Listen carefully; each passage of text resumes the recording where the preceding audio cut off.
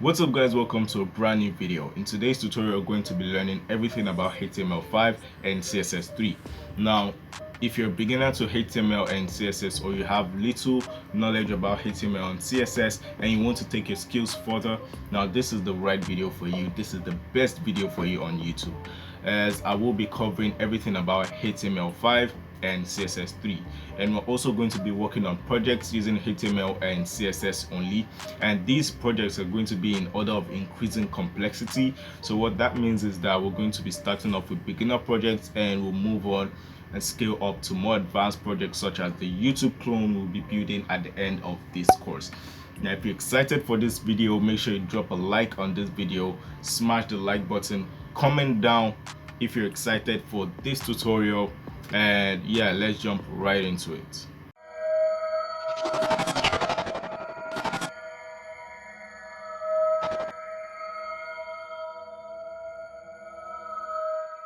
Welcome to the modern HTML and CSS crash course for absolute beginners. Now in this video we're going to be covering everything about HTML5 and CSS3. Like I said earlier, we're going to be looking at HTML5 new semantic tags, and we're going to be looking at HTML5 forms, and we're also going to be checking out a lot of new tags using HTML5. And for CSS, we're going to be covering everything about CSS, such as CSS Grid, CSS Flexbox, box shadows, everything you need to do to become an expert designer using CSS. And we're also going to be working on projects. But first of all, we're going to be learning how the web works. You can't just learn HTML and CSS without understanding how the web works. So I have the time code for everything we're going to be learning in this course linked in the description, so make sure you check out the description for the time code, so you can skip to wherever you want to watch the part you're most interested in, so you can skip to that part. Okay, so without further ado, let's jump right into the course.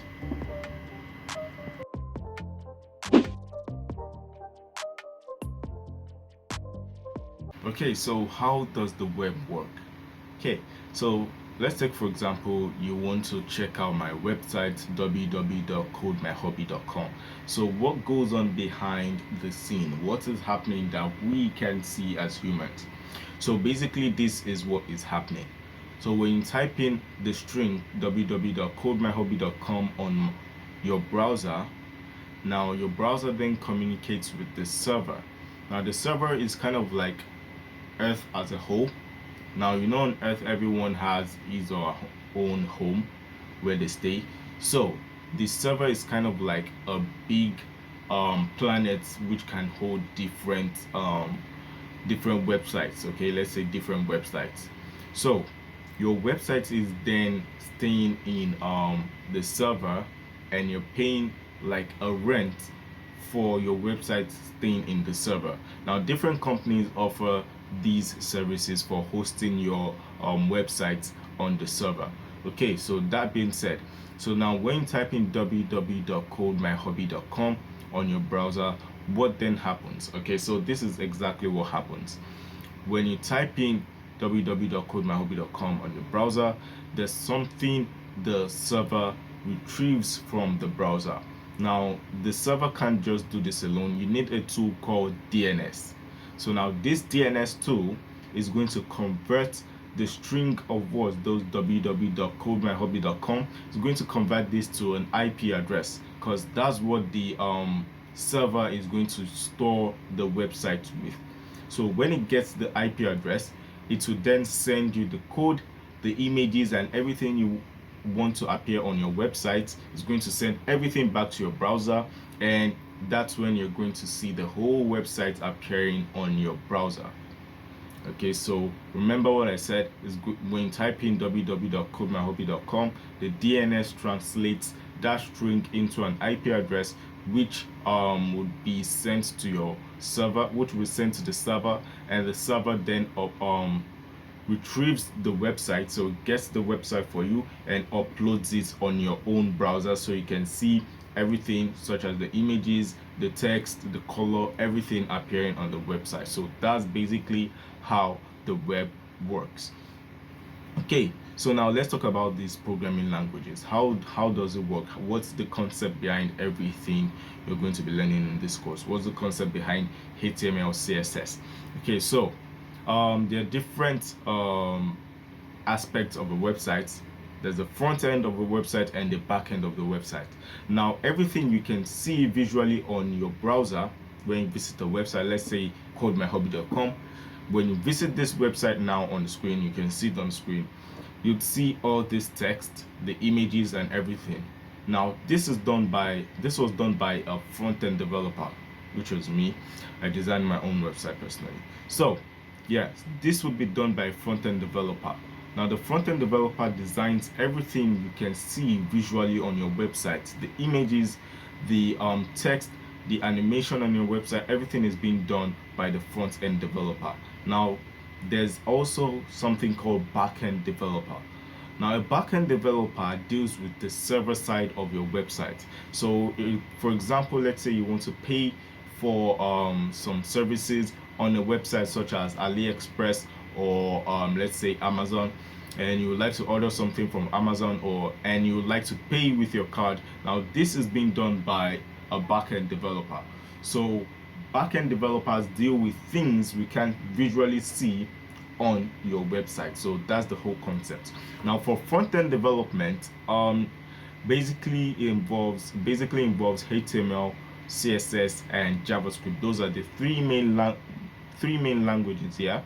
Those are the three main languages you need to know for front-end development. Of course, there are different frameworks as you move on. There's Bootstrap 5, there's React, which you can use to make your website look better. So now, what's the concept behind HTML, CSS, and JavaScript? Okay, so now let's take the human body for example. The way the human body appears physically, let's say it's HTML, CSS, and JavaScript. Now, in the human body, we have the skeleton, you have the skin, how the person appears, and you have the brain, which controls everything. Okay, so now you can say your skeleton is the HTML. Now, note HTML5 or HTML in general is not a programming language. It's just a markup language, okay? So HTML is not a programming language. That should be noted. Okay, so now let's move on. Like I said, HTML is just the skeleton, okay? So the framework, the skeleton, how your body, the framework of the body is called the skeleton. So the framework of a website is called the HTML, okay? So now your skin, the way you appear, now let's say that's CSS. So with CSS, you can design your HTML syntax, your HTML images, your HTML text, everything in your HTML, you can design that using your CSS. Now with JavaScript, you can enable some functions to your website that would make you do some activities on your website, make you have a responsive nav bar, just like the brain. JavaScript is the brain of a website. So just like the human brain, JavaScript also is like the brain of a website. With JavaScript, you can perform some functions. With your brain, you can also perform some functions. You can move, you can react to different effects. So basically, that's how the web works, and that's the concept behind HTML, CSS, and JavaScript. So I'll catch you in the next. So basically, that's how the web works, and that's the concept behind HTML, CSS, and JavaScript. So now let's move on to the introduction of HTML5. Hello everyone, welcome to your first HTML and CSS crash course. In this tutorial, we're going to be learning how to create a HTML file and also how to use VS Code. So the first thing we're going to do is to make a folder. Now you can make the folder anywhere you want. So I'm just going to open a new folder over here, and I'll create, okay, I've already created a folder called HTML and CSS crash course, but doesn't have anything in it. So just create a folder real quick, then you right click and open with VS Code. Now this option only appears when you have VS Code, which seems basic. So download VS Code and let's jump right into it.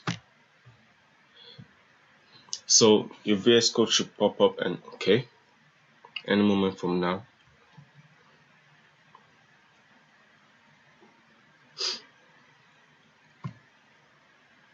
So the first thing we want to do is to you want to install Live Server. Live Server is like an extension. It's basically like using Chrome, but whenever you save something on your index.html, your HTML file or your JavaScript file or your CSS file, it automatically appears on your browser, so you don't have to refresh the browser to see what you've done. So just check for Live Server.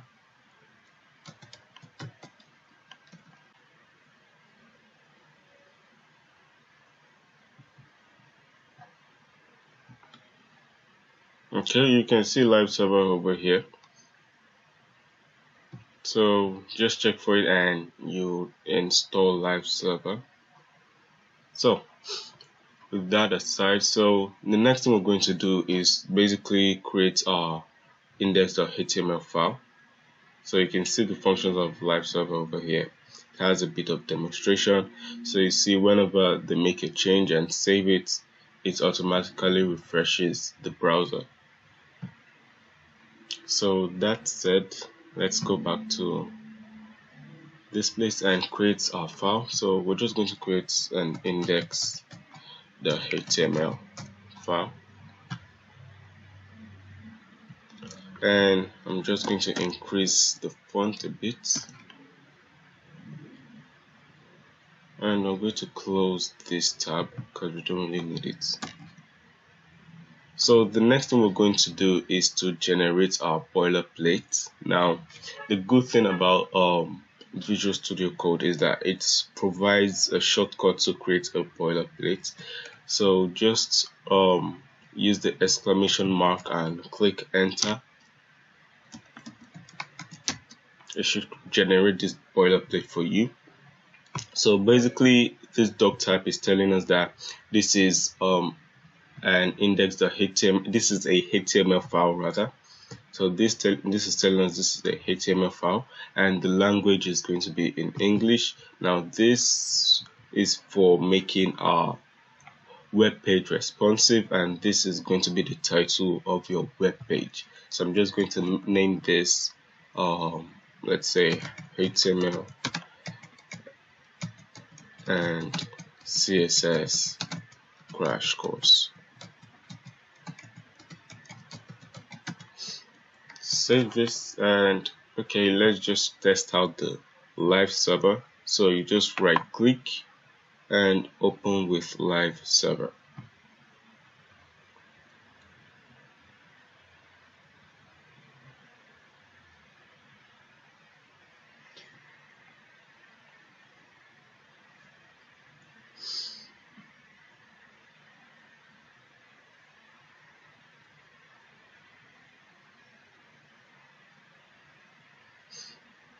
So you can see the title over here says HTML and CSS crash course. So that's all for this tutorial. If you did enjoy this tutorial, smash the like button and I'll see you in the next video. Thanks for watching.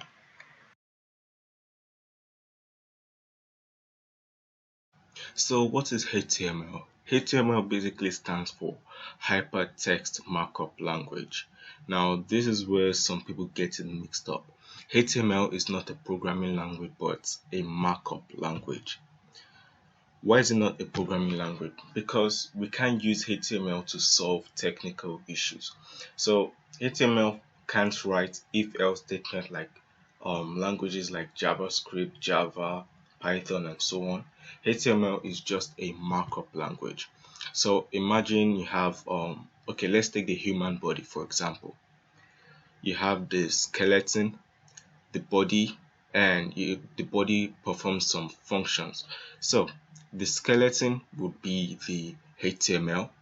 Now the body, the way the person looks like, would be designed using the CSS, and the functions would be enabled using a programming language such as JavaScript, Python, C++, and so on. So HTML stands for Hypertext Markup Language, and the version of HTML we're going to be learning in this crash course is going to be HTML5. Now, HTML5 is the latest version of HTML. So there are previous versions of HTML such as the HTML, HTML4, XML, and so on. But HTML5 is the latest version. Of course, it comes with new upgrades because it's the latest version, which I mentioned earlier. HTML5 has a new and semantic structure for creating a web page. Now, what this means is that before, like if you check old sites, the source code for old sites, you see they created most elements using divs. Now they assigned classes and IDs to these divs. So when they want to create a header, excuse me, when they want to create a header, they create a div and give it a class on ID of header. But with HTML5, you can create new semantic tags such as the header tag, the footer tag, a side tag, and so on. Now, HTML5 has a very new doc type declaration. Also, HTML5 has new form elements and input types. So there are new form elements such as the email field, the number field, so that you can only input numbers. So if you type in a letter and click submit, the form won't be able to go through. Also, you have the range input, so you can select a range. Next thing, HTML5 can validate our forms from the client side by using some easy methods. So HTML5 can validate forms now. All you just need to do is assign the required function. So you assign required function to your form and this becomes validated. HTML5 has new audio and video tags. What this means is the multimedia tag. So HTML5 has new tags for multimedia. Before, there was no standard multimedia element. So if you check old sites and you want to view a picture or watch a video, you need to use Flash Player for that. But with HTML5, you can look at the image or watch the video without Flash Player, which I mentioned in the next point. Also, HTML5 has great element called Canvas, where you can draw images with some easy methods. So you can draw images or you can create a text animation using Canvas. So these are the new functionalities of HTML5, and in this video I'm just going to be showing you how to create a file using VS Code, and we'll be moving on from there.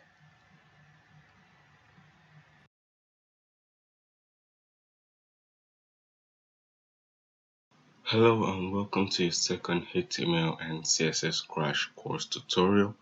In this video, we're just going to be talking about HTML semantic tags. Now, before we dive into today's topic, I'm just going to be doing a quick recap of what we did in the last video. So in the last video, I explained to you how to open a file with VS Code and also how to generate your boilerplate. So in this video, we're going to be talking about semantic tags. But before we dive into semantic tags, I just want to give a quick explanation of what tags are. So if you need to create a paragraph, a header, a section, you do that using the tags, the HTML tags. So let's say we need to create a header. Let's say header. If you save this and run it on your browser,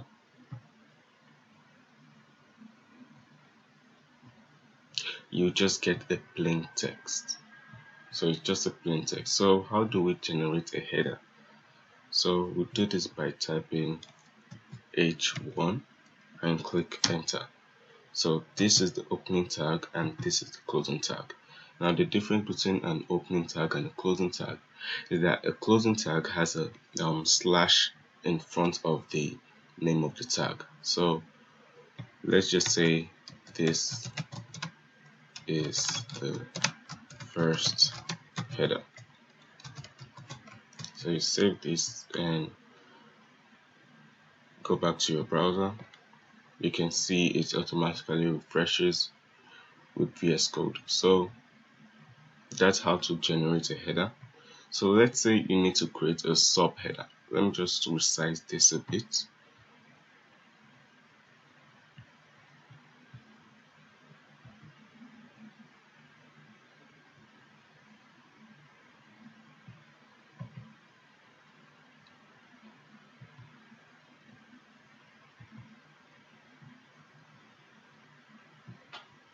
So let's say you need to create a subheader, something not so big. How do you do that? As you can see in this first header, we said H1. So there are different types of headers. So we also have H2. You can see the opening tag and the closing tag also. So you just say this is the second header. Save this. It automatically appears here. Let's do H3 also. H3. This is the third header. So it goes on and on to H6. So let me just copy this text.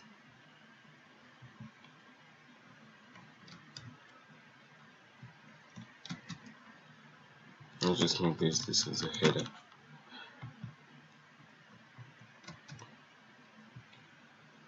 So you save this, you can see the header appears over here also. H5, do the same thing, paste it over here and save. See, it appears on your browser. H6, paste it and save also. So yeah, these are the headers we have, the header tags we have. Also, if you need to generate a paragraph text, you don't do this by just typing anyhow. Let's say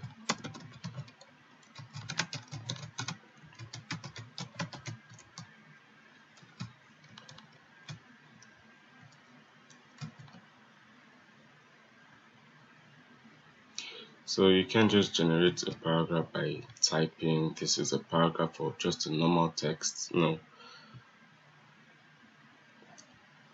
So if we need to generate a paragraph, you use the P tag. So let's get rid of this P tag and say this is a paragraph.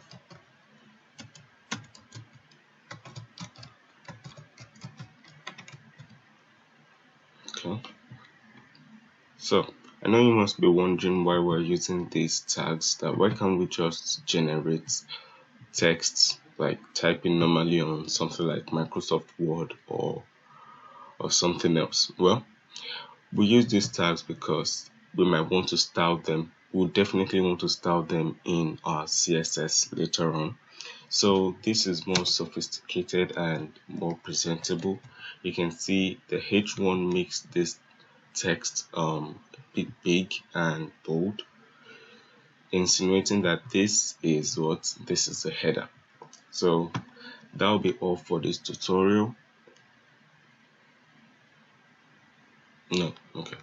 So the next thing we're going to talk about is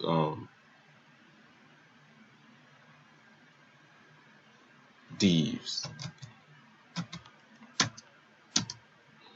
So what is a div? A div essentially is like a container or a wrapper where you can put all your other tags such as the header tag, the paragraph tag, images and so on.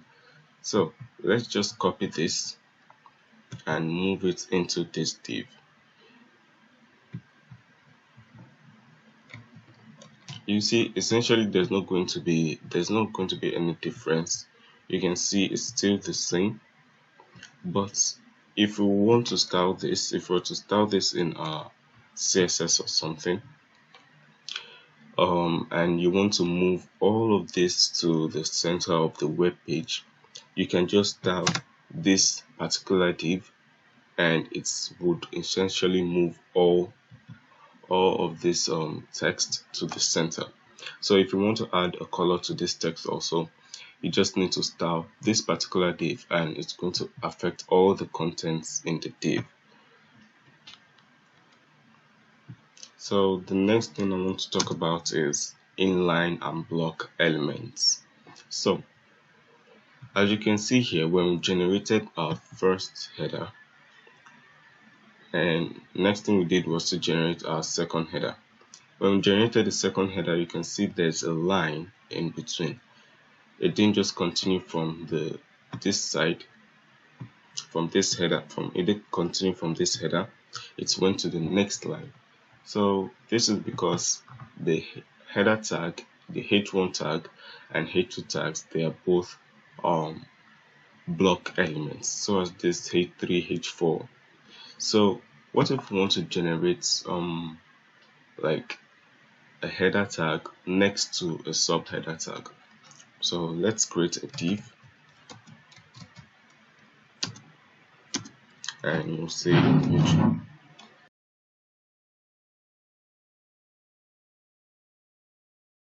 Welcome to your third HTML CSS crash course. In this tutorial, we're going to be talking about more of the HTML5 semantic tags, and we're also going to be touching inline and block elements. So let's start with the paragraph tag. Let's open up paragraph tag, and we're going to be learning how to make a text bold. So let's just generate a random text saying this is how to make text bold. So save this. Now let's make this text, let's make it bold. This text on the browser, let's make it bold. So we'll do that using the bold tag. So how do we generate the bold tag? Simply type in B, and you drag in this text into the tag and close this space. So when you save it, you can see the text becomes bold. So the next thing we're going to talk about is citation. So how do we go about that? Okay, so let's get rid of this. So let's say this is how to make a citation.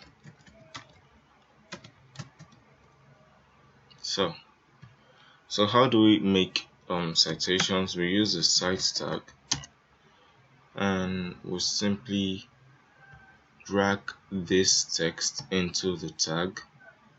Save this, and you can see the text becomes italicized, like laying an emphasis on this word. So that's how to use the citation tag. Now the next thing we're going to talk about is the strong tag, which is kind of like the bold tag also. So let's say this is how to make a text strong. So we're going to use the strong tag,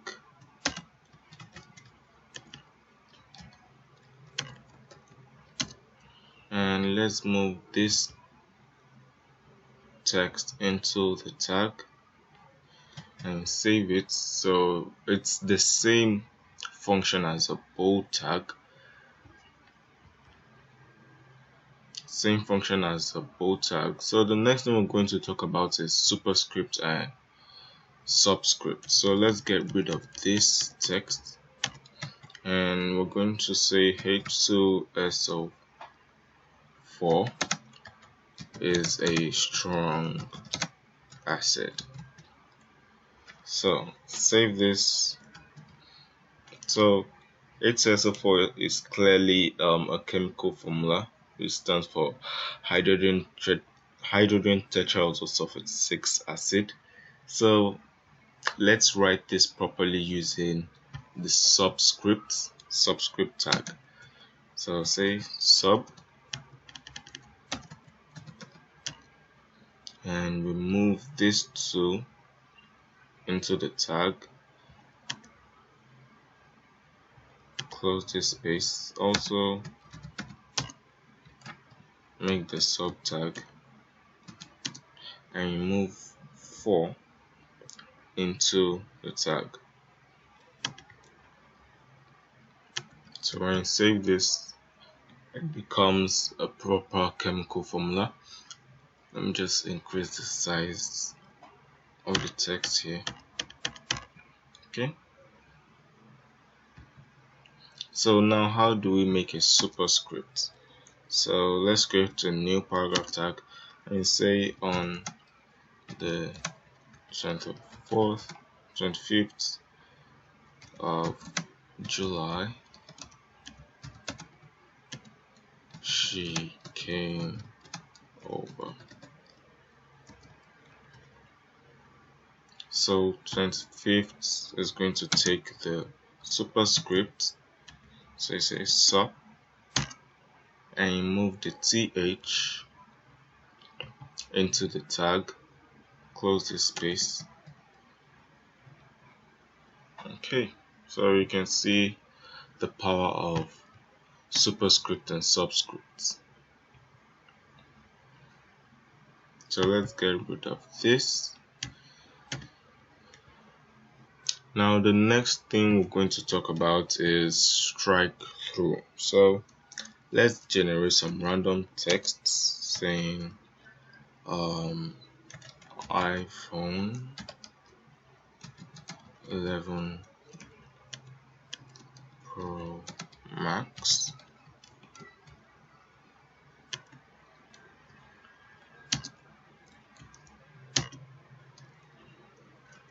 initial price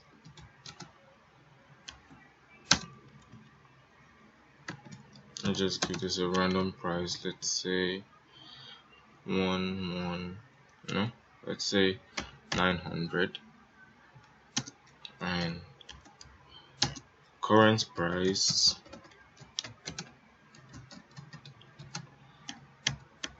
is, let's say 855.99. So when you're building e-commerce site and you want to cancel the old price and make the new price visible, so we do that using the strike through. So just type in S and we move this text into the tag. When you save it, you notice that it strikes through this text over here. It draws a line in between this text saying this is the old price and this is the new price. Now the next thing we're going to talk about is quotations. So let's get rid of this. There's a paragraph tag and I'm going to say, I'm just typing a random text.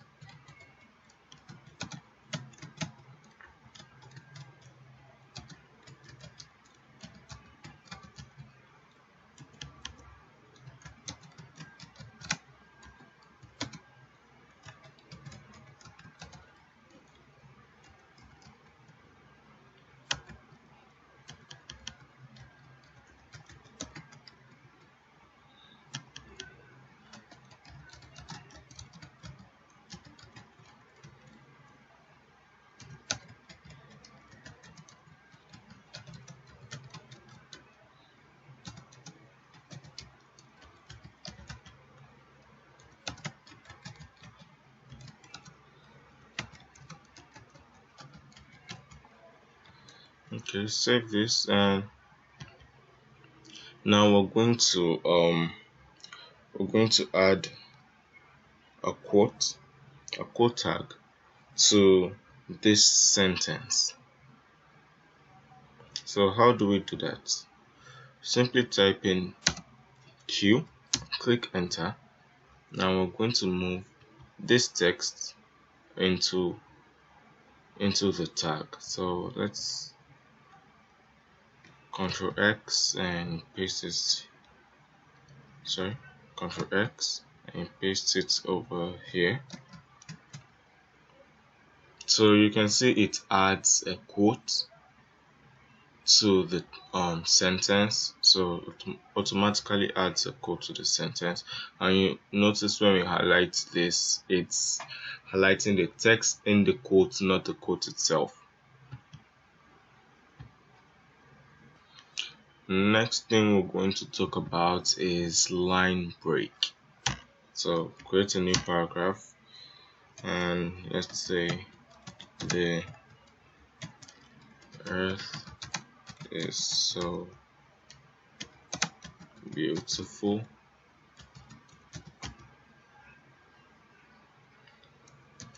So let's save this. And so let's say we want to break the line between the and earth. We want to move to the next line. We want earth is so beautiful to appear on the next line. How do we do that? Simply type in BR. So we're breaking the line, thereby moving this from here to here. We're moving it to the next line. So that's how to do that. Now the next thing we're going to talk about is italics. So how to italize a text. So okay, we can still use this sentence. So let's say we want to italize the word earth. So how do we do that? Simply type in I tag and we move this earth into the tag. Close the space, and you can see it italizes this text earth. So that's how to do that. We can also italize the text in our CSS, but we're not going to CSS now. We'll be doing that in a future tutorial. So the next thing we're going to talk about is insert and delete. So let's get rid of this. Create a new tag. Okay, so let's say today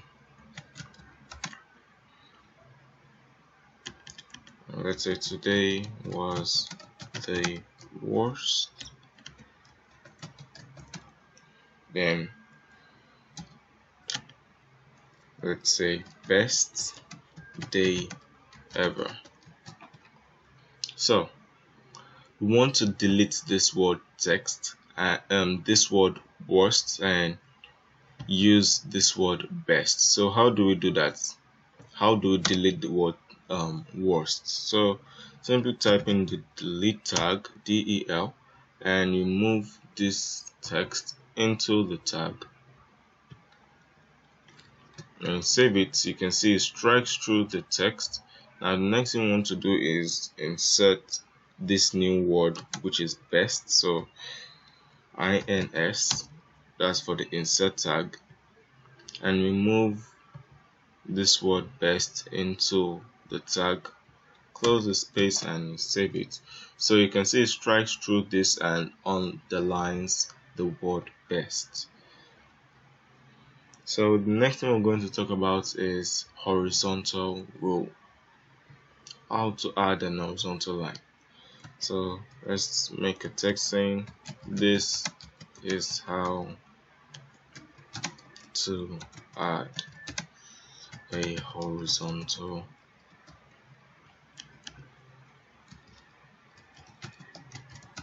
line. So let's generate a header tag h1 and we'll say this is the heading. So let's say we need to generate a line in between this h1 and the paragraph. How do we do that? We do that using the horizontal rule, which is hr. It's a self-closing tag, so you don't need to add a closing tag like this. You don't need to do that. It's a self-closing tag. So you can see the horizontal line has been drawn between the header tag and the paragraph tag. So the next thing we're going to be talking about is emphasis. How do we lay emphasis to a word? So let's get rid of this h1 and the horizontal line. And okay, so Let's go over here and type in EM, and we move the horizontal word into the tag, closing this space, and you can see it italicises the text also, laying emphasis to the word horizontal. So the next thing we're going to be talking about is definition. How do we use the definition tag? So generate a text, create a paragraph tag saying a black hole is a region of space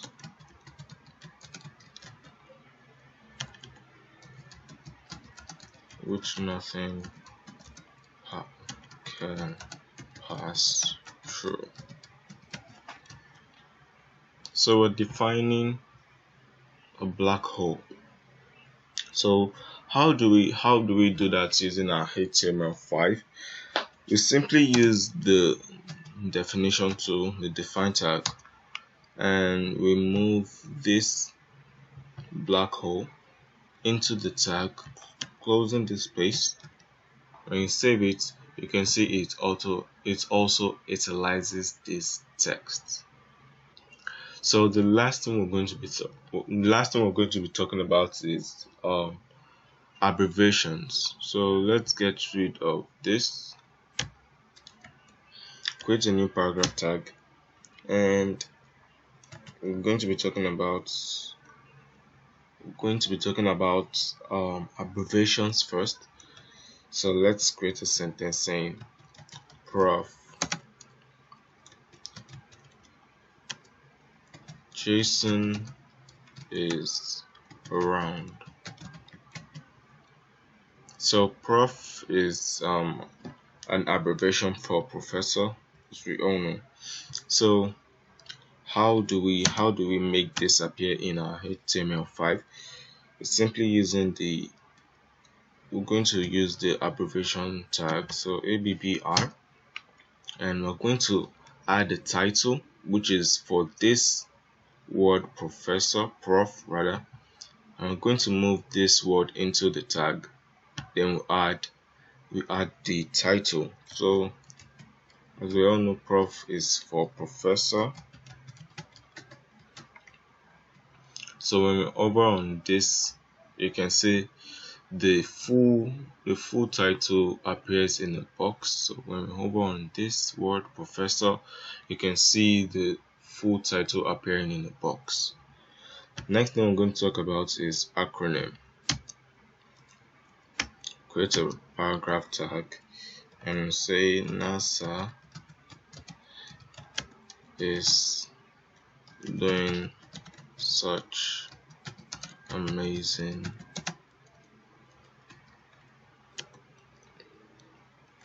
things. So the acronym, we're going to be talking about acronym now. So NASA is going to use an acronym. So how do we make this appear in HTML5? We simply use the acronym tag, and we're going to move this word NASA into the tag, and we're going to add the title.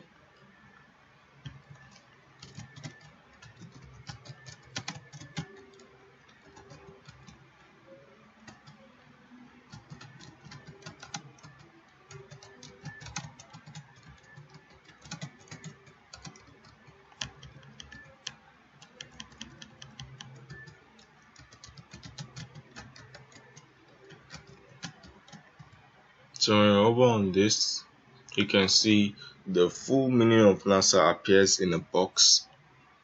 So those are the tags we're going to be talking about in this tutorial. Now I said we're going to talk about inline and block elements. So the major difference between an inline element and a block element is that inline elements are elements that doesn't need to be broken down. Rather, they don't need the break tag, which is the BR tag, to appear on the next line. For instance, when we create a new paragraph, go down here and create a new paragraph. Let's just say this is a paragraph.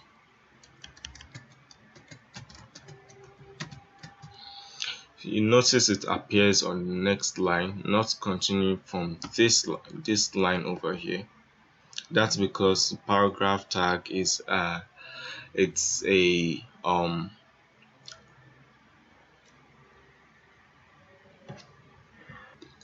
that's because the paragraph tag is a block element. So also any other tag that goes to the next line without you styling it is called a block element, but one that appears on the same line is called an inline element. So that will be all for this tutorial. If you did enjoy this tutorial, make sure you smash the like button. Thank you for watching, and I'll see you in the next video.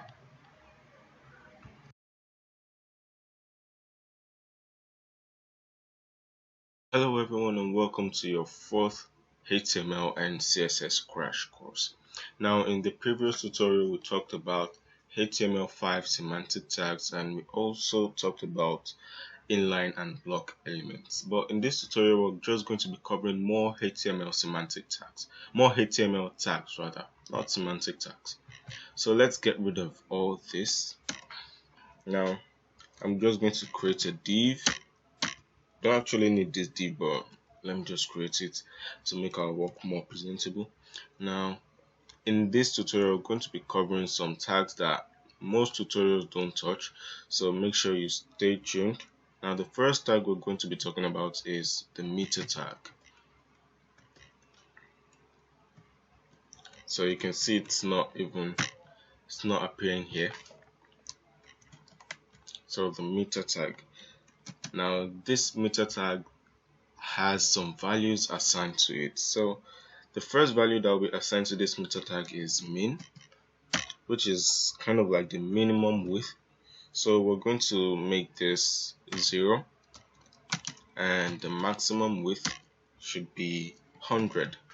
Now between this minimum and maximum width, you must also assign a value within the range of the minimum and maximum width. So I'm just going to assign a value of 50, which is half of the maximum width. So quickly open this with live server, and you should see, let me increase. Okay, you should see like a progress bar which is halfway through. The green background is halfway through. So this is 50% of the total weight, which is 100. So now if we change this to 20, you can see the width reduces. Also, if you make this 0 again and you make this 20, it's going to be 25% of the total width.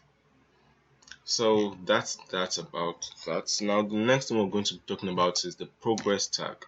So progress.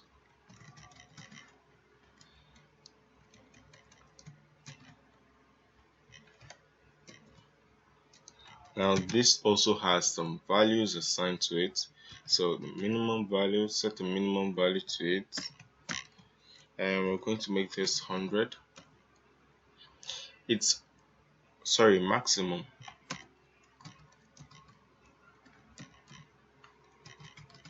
Now it has a default minimum value of 0, so it automatically assumes the minimum value of 0, so you don't need to type in min value, it's not going to work. So just type in the maximum value, and you're going to assign a value to it also, and we're just going to say 50. Save this and go back to your live server, and you can see it's over here, the progress tab over here. Now the next thing we're going to be talking about is the detail tag. Details.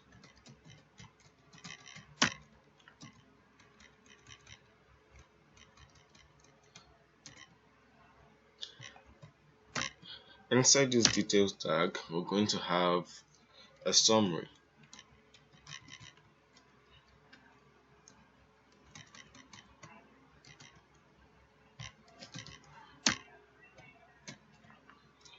Now in this summary, we're going to say the click me. Now below the summary, we're going to have a paragraph tag saying this is a random paragraph.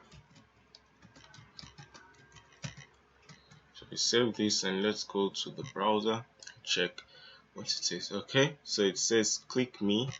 Now when you click this, you notice the paragraph tag appears over here. So this is a block element. Now I want you to observe something real quick. Now this the first tag we talked about, which was the meta tag, is an inline element, and also this progress tag is an inline element. Let me show you why.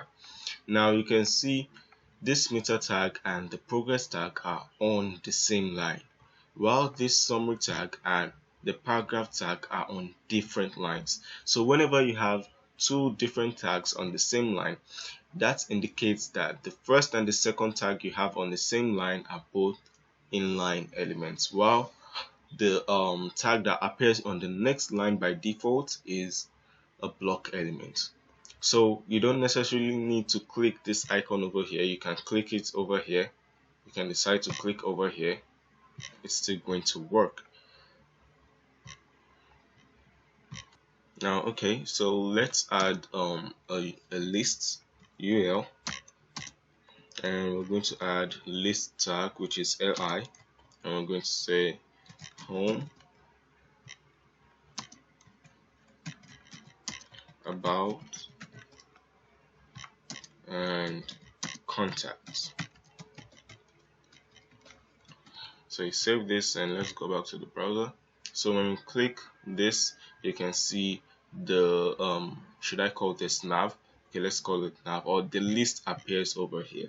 Now the list by default has these bullet points, but these bullet points can be removed using your style sheets, which is your CSS.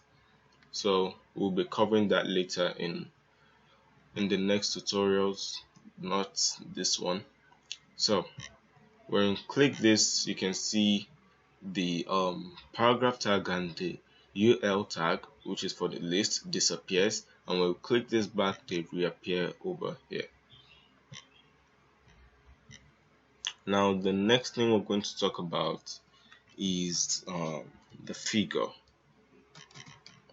tag.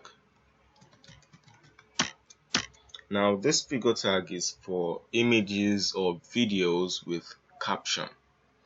So let me show you how to create an image, how to import an image using your HTML. So to import an image, we use the image tag, which is img. Now you can see it asks for the src, which is the source. So what this is saying is, where do I get the images from? Where do I get this image from? So that's what your code is asking you. Where do you want your code to get this image from? Now you can see we have an image over here, but this didn't magically appear. So let's go to my folder and I'll show you what I did. Now I got an image from my images file over here, I think in download.documents, and I pasted it over here. So you can download any random image and you paste it over here. So I'll show you how to import an image in two ways. So you can see the image is over here. So I'll show you how you link your image in your HTML. So the image tag is asking for the source. How do you want your code to get the image? So we say the name of the image is img1, so img1.jpg. Now jpg is the format in which the image has been saved. So that's one way to import an image from your HTML. So let's say we had a folder. So let's create a new folder. and call this images. So let's say we have a folder called images and we move this image into this folder.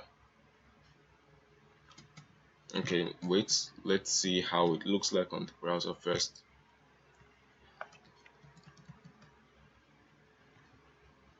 Okay, you can see the image over here. Well, I zoomed in, so I need to zoom out.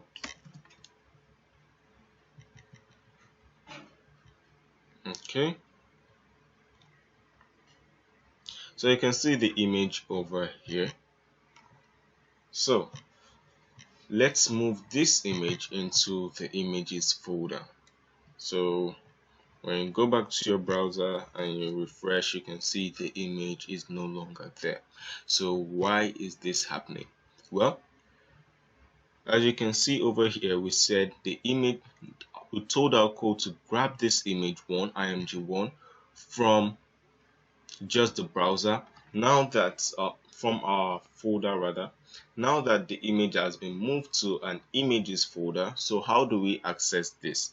Well, we simply say, we go over here and say images slash img1. So this is saying go to the images folder, then in the images folder you see an image called img1 saved as a JPEG format, JPG format rather. So grab this image and let it appear on the browser. So that's what this is saying. So when you go back, you see it automatically refreshes. So that's how to import an image. So like I said, we're going to be learning how to use the caption. So we're going to say fig caption. Now we'll say this caption is for img1. So when you scroll down, you see this text automatically appears right beneath this image. So you can see it's even on the same line. Let me zoom this in. It's on the same line with this image. So you can see when I highlighted these two tags, they are literally on the same line. So that's to show you that this is a caption. You can see that this image doesn't even appear on this line by the edge. Normally it's supposed to be by the edge. Let me try to import an image over here and say images img images through the images folder and grab the img1, save this and go back to your browser. You can see the image starts from this angle of the web page. So when you use the figure tag, the image appears to have a bit of padding, a self padding put into the image tag. So let's get rid of this. Now the next thing we're going to be talking about, which is the last thing, is marks tag. So let's create a paragraph and say this text has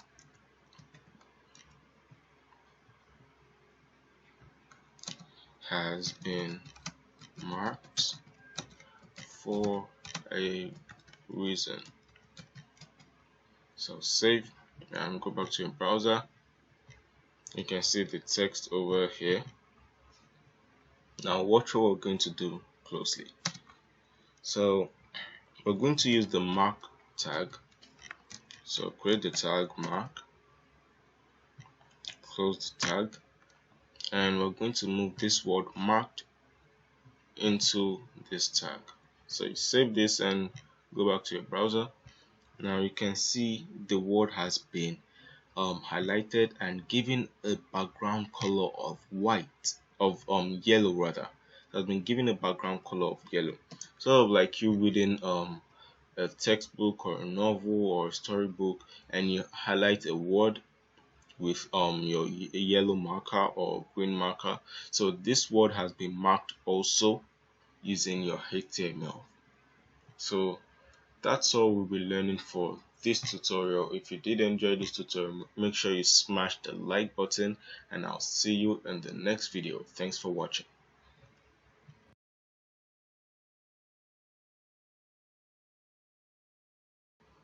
Hello everyone, and welcome to your 5th HTML and CSS crash course. Now in the previous tutorial we talked about some HTML5 tags such as the meta tag, the progress tag, the details tag, the summary tag, and we also learned how to import an image properly. So in this tutorial we're going to be talking about HTML5 multimedia elements. So let's get rid of this. Now the first thing we're going to learn how to do is how to use the audio tag. So just like the images, when I explain how to import an image, you also need to learn how to import an audio. So it also has the same syntax. So let's go back to the file. Let's go to my folder, and over here you can see I already have an audio file over here, which is audio1.mp3. You can check the properties of your audio file, because it's going to be important also. So click properties, and you can see it's a mp3 file. So that's all we need to know now. So let's import this audio clip. So we say audio 1.mp3, and let's save this and check our browser. Open this with live server if you haven't.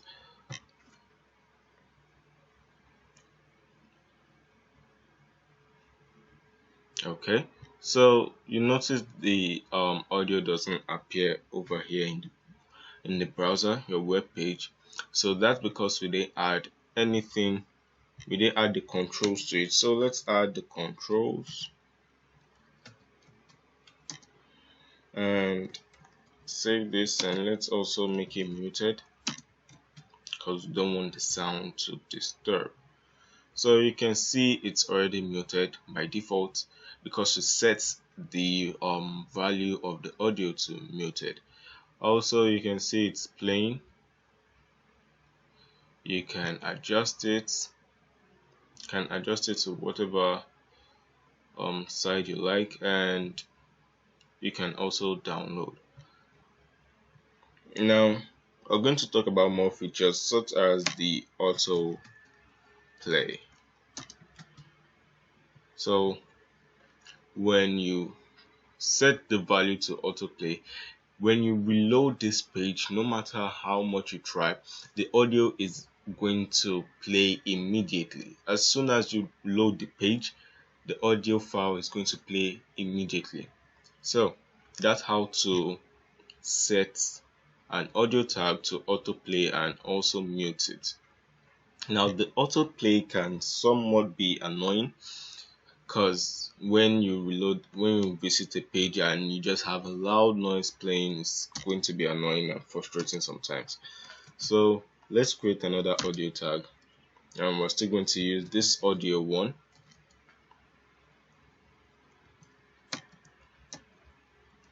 And we're going to add the controls. Also, we're going to make this muted, and we're going to set the value of preload to none. Now this preload function has 3 different properties assigned to it. So you have the none, you have the metadata, and you also have the auto. So let's go back to the browser, and you see, like I told you in the previous tutorial, when you have a tag when you have multiple tags and they are on the same line, that means they are inline elements. So that's to tell you the audio tag is an inline element. So you can see this second audio tag we made. We set the preload function to none. So once we click play, you can see the controls become active. So whenever you reload the page,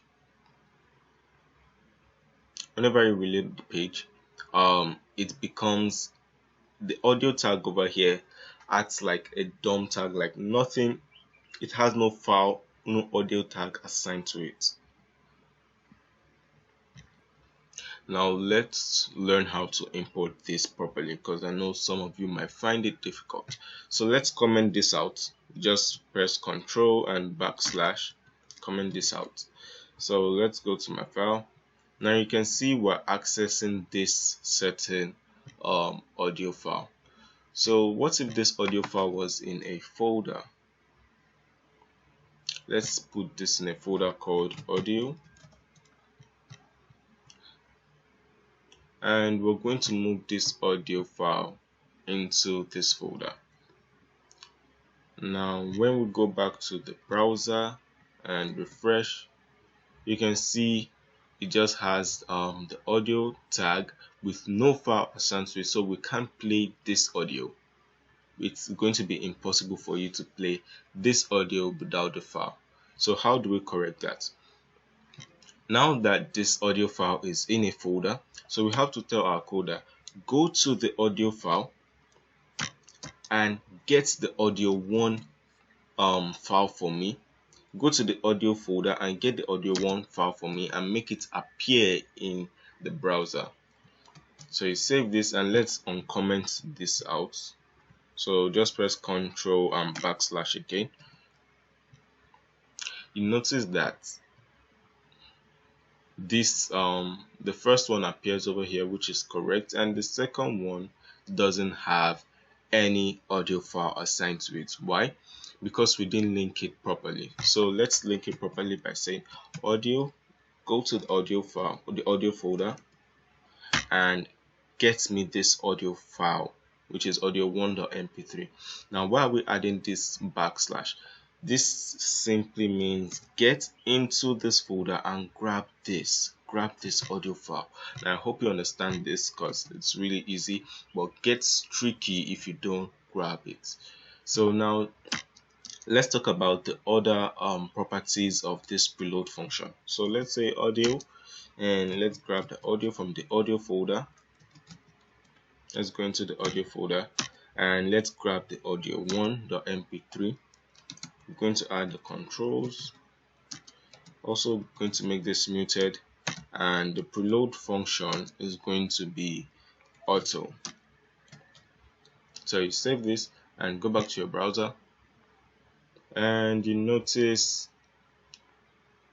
this the last audio tag automatically, like you can see this light gray, or should I call it gray, this gray line over here, meaning it has loaded to this part. So when you click play, you shouldn't have any issues with your browser loading slow. It's going to play to this point without having any issues. So that's because we added the auto function. Now imagine you adding autoplay, which is this first tag, to like an audio site, where you can download audios from, musics from. So this is going to be really annoying when you have like different audio files playing at the same time. Nobody will want to visit such a site.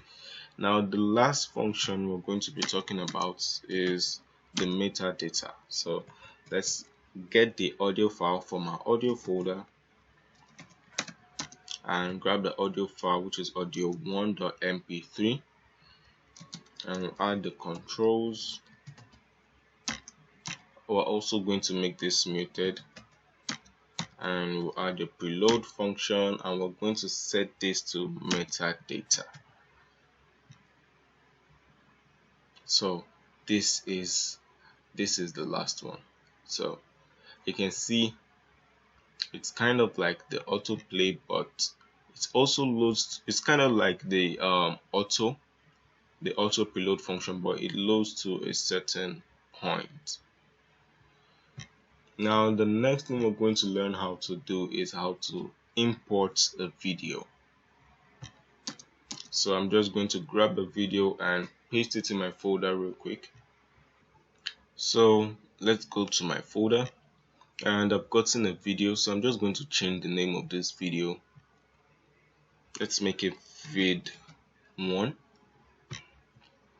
So let's import this in our HTML. So say video, grab the video tag, and the name of the file is vid1.mp4. So make sure you learn how to link this properly, learn how to link your files properly. Now we're also going to add, okay, let's save this and check the browser. Okay, you can see it over here, but we need to add the controls so this video can actually play. So let's add the controls. So go back to the browser again. We've added the controls so it can play. I'm just going to, okay, I'm going to mute this. So you can see the video doesn't look so clear. That's because the width is so big. So we need to reduce the width, if possibly the height also. So let's add a style tag, and we're going to assign the width to 300 pixels, and also the height should be 300 pixels. So you go back and you can see we've reduced the width of the video. Also mute this, and you can see when you click the play button, the video actually works, and when you click the other button over here, you can download the video. Now what if the video is like a boring video, but you want to grab the attention of the person visiting your web page? So you need to add an interesting thumbnail. So let's use the image we already have in our images folder. So we're just going to add the poster, and we're going to grab the image which is in our images folder. So images, and grab the image 1, img1. So go back to your browser and you should see the thumbnail of the video is our img1, but let's mute this. But when we play the video, it goes back to play the original video. So that's all we'll be learning for this tutorial. If you like the video, make sure you smash the like button, subscribe, share this video with your friends. Let's get to 2,000 subscribers, and in the next video we'll be learning about CSS, so make sure you stay tuned. Thank you for watching, and I'll see you in the next video. Hey guys, welcome to your 6th HTML and CSS crash course. In this tutorial we're going to be diving straight into CSS. Now what is CSS? CSS basically stands for Cascading Style Sheets. Now what does this mean? CSS is used for making your HTML components or elements more presentable. So when you have a web page with different designs, transitions, animations, those are all done using CSS. Now for this crash course we're going to be learning the latest version of CSS, which is CSS3. Now let's talk about some features of CSS3. CSS3 is the latest version of the CSS which I just mentioned. By using CSS3, you can easily use the old CSS elements as well. So if you're not getting rid of the old elements, you can use the new elements of CSS3 alongside the old ones. Now a lot of modules have been added to CSS3. Now this means there are new functions, new style components which have been added to CSS3, which I'll be showing you as we move on in other tutorials. Now CSS3 also has new text modules, so there are new text animations. We'll be diving into all this. You'll be understanding this later in other tutorials. CSS3 now has new font modules, And also CSS3 has transition and animation modules. Now you can make transitions and animations not just using JavaScript but using CSS3. Now you can make nice animations that will make your website or web page or web application look more presentable and user friendly. Now there's no need for you to use Photoshop to edit your pictures anymore, because CSS3 now has filter modules. Now these filter modules can be used for images. Basically it's used for images, so you can add your contrast, you can add your blur effect, you can add your sepia effects, different effects using your CSS3. Now CSS3 also has CSS3 also has column modules. Lastly, CSS3 has the standard or media query. Now media query is used for making your web page or website look more responsive.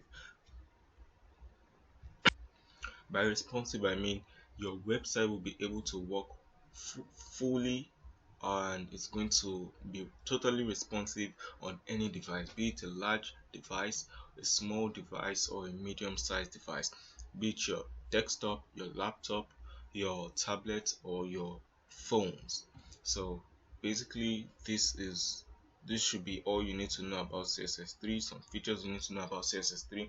But I also advise you go online and check about some new features of CSS3. Now in this tutorial we're also going to be learning a bit of CSS3. I'm just going to be showing you how you can use CSS3 in your HTML. There are 3 methods of which you can do that. So let's dive straight into our VS Code. Now we're in our VS Code, and like I said earlier, well, I'm going to be showing you how to use CSS3 in your HTML. So let me just make this a bit bold. Now let's create a paragraph tag, and for this text in the paragraph tag I want to add some style components. I want to make the font size to be bigger, the font width we can make it bold also, and I want to add a color to the text. So let's just give this paragraph a random text saying this is a new paragraph. Save this and let's open this with live server.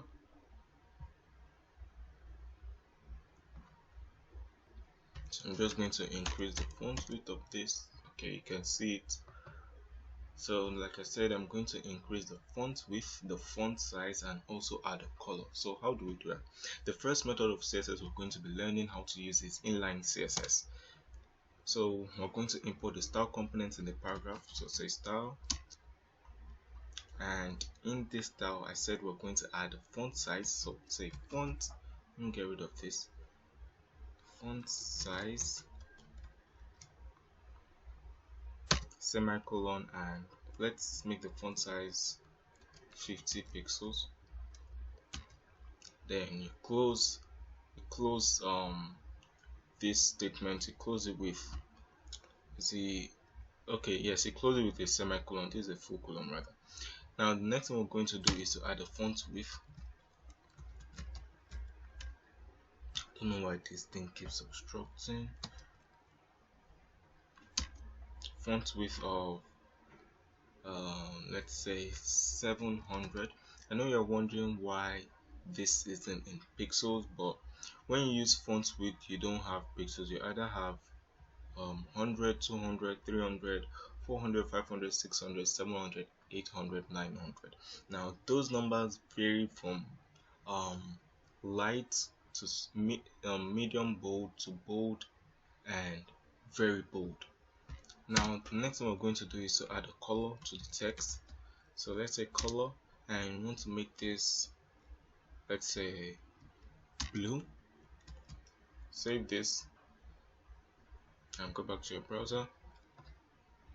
So this is one method of using CSS. Now you can see the font size increased, the font width was also increased, and the text color changed to blue. Now let's talk about this color. Now in CSS we have RGB, we have RGBA, and we have hexadecimal colors. So and we also have HSL. if I'm not mistaken. So let's say we wanted to use hexadecimal color of, let's say, 0011DD. You can see that's blue also. So that's the hexadecimal color of blue. Now don't get me confused. I didn't memorize all these hexadecimal colors in my head. Just that when you use them regularly, kind of memorize them, kind of get stuck in your head. But if you need to get some hexadecimal color, you can always reference Google. Now this is the first method of using CSS, which is inline styling.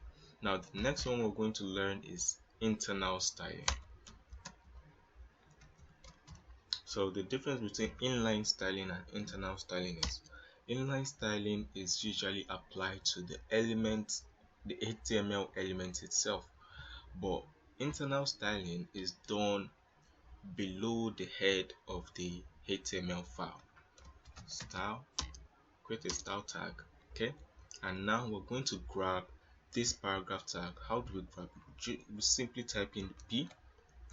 So this is saying we're referencing the paragraph tag. So let's make this, let's add a font size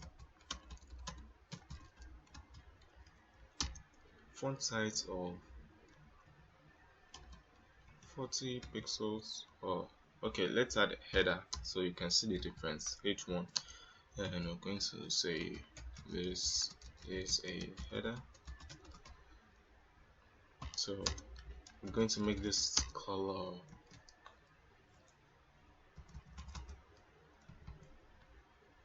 green, and for the H1 we're going to add a font width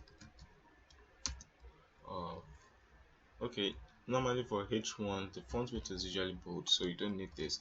So let's say font size should be 900, no, let's say 70 pixels. And okay, for this paragraph, let's make it italicized. So say text transform italicized. Oh wait, no, okay, it's not text transform. Let's not italize. Let's say we want to underline this. So say text decoration underline. Save this and we'll make this, let's add a color of blue.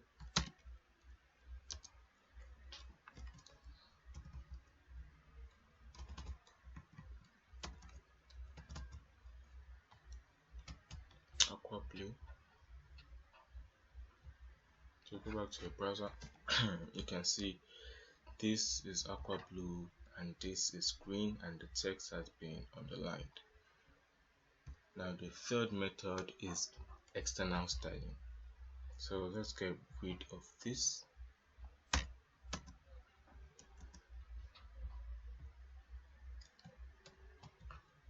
And what we want to do is to create a new CSS file. Then we can style these components in the CSS file. So go to your VS Code and open this tab. And what you want to do is create a new file. I'll say style.css.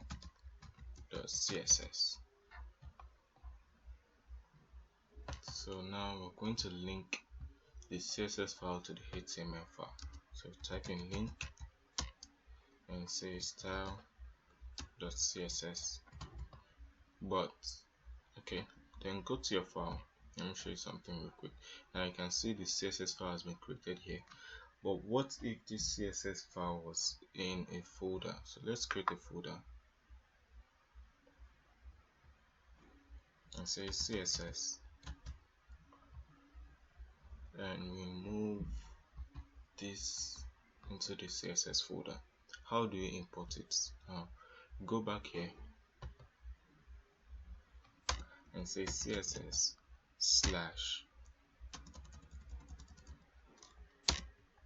style.css. You're entering the CSS folder to select the style.css. So save this and go to your style.css, grab the H1 or say body, give this a background color of let's say let's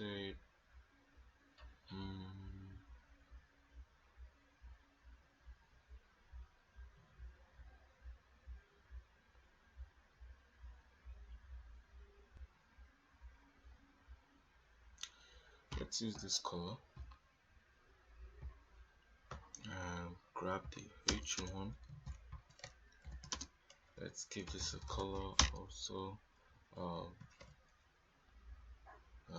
let's say red, and you make this underline. So take decoration, underline, and grab the paragraph tag, color. Let's make this light gray.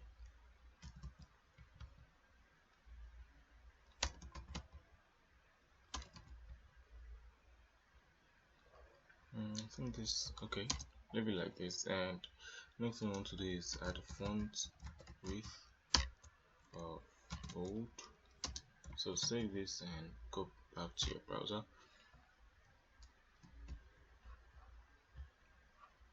We're having an issue. I don't know why. Let me check real quick.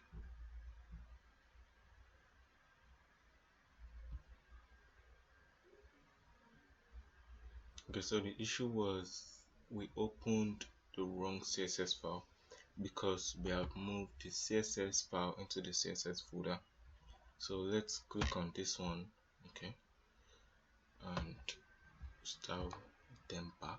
So say body, add white background color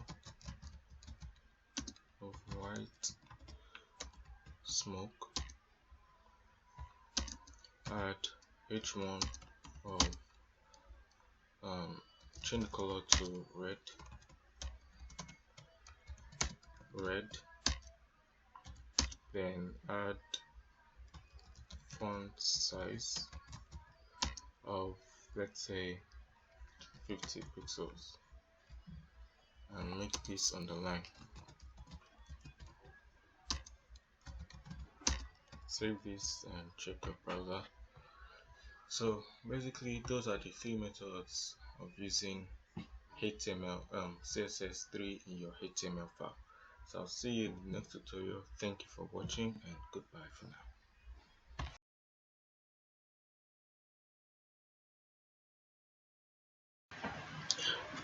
What's up guys, welcome to your 7th HTML and CSS crash course.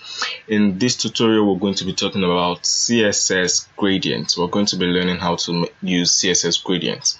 In the previous tutorial we talked about ways of importing your CSS. We talked about the inline method, the inline CSS rather, the internal CSS and external CSS. Now we're going to be using the external CSS from now on because it's more professional and it makes your workspace more presentable. Now if you don't know how to import your CSS properly, if you don't know how I did this, well, all I did was type in the link tag and our CSS file is in our CSS folder. So you can see it over here, the CSS file, which is style.css, is in this CSS folder. So I'm telling the browser, go to my CSS folder and grab style.css. So that's how we got this. Now I'm just going to get rid of this from the previous tutorial and I'm going to create a div. Save this, and now we're going to go to the CSS and okay, let's go to the HTML and give this div a class. I'll say first div. Save this and go to your CSS and grab this, say first div. Now Now we're going to style this. We're going to give it a background color of aqua, and we're going to give this a width of 200 pixels, also a height of 200 pixels. Save this, and let's check with our live server. So right click and open with live server. So this is the div. You can see the width and height like a square. It is a square rather. So the next thing we're going to do is to add a border. So go over here and say border, and we're just going to make this 5 pixels solid black. Black is also, let's be using the hexadecimal colors. So black is at 000. So go back to your browser. You can see the border around the div. Nice thick border. Now, okay, let's check some more properties. Let's give this a, let's check it again. Now, next thing I want to do is to give this a border radius. I want this to be bent a bit. The edges will be bent. So let's do that using the border radius. So say border radius, let's say 10 pixels. So go back to your browser, and you can see it's bent a bit. Now, if you want to make it a circle, all you need to do is type in 50%.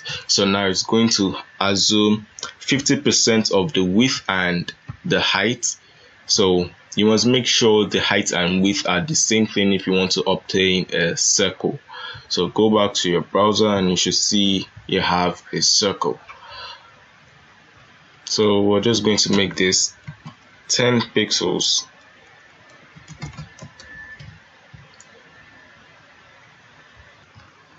Okay, so now next property we're going to talk about, let's give this a margin of 10 pixels. So this would move it a bit.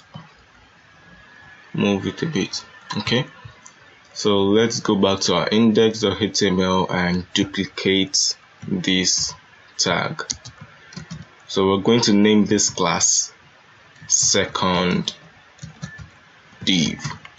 Now go back to your CSS, copy this tab. Oh no, let's start from scratch. So say second div. I'm going to make this background color of, let's say, red,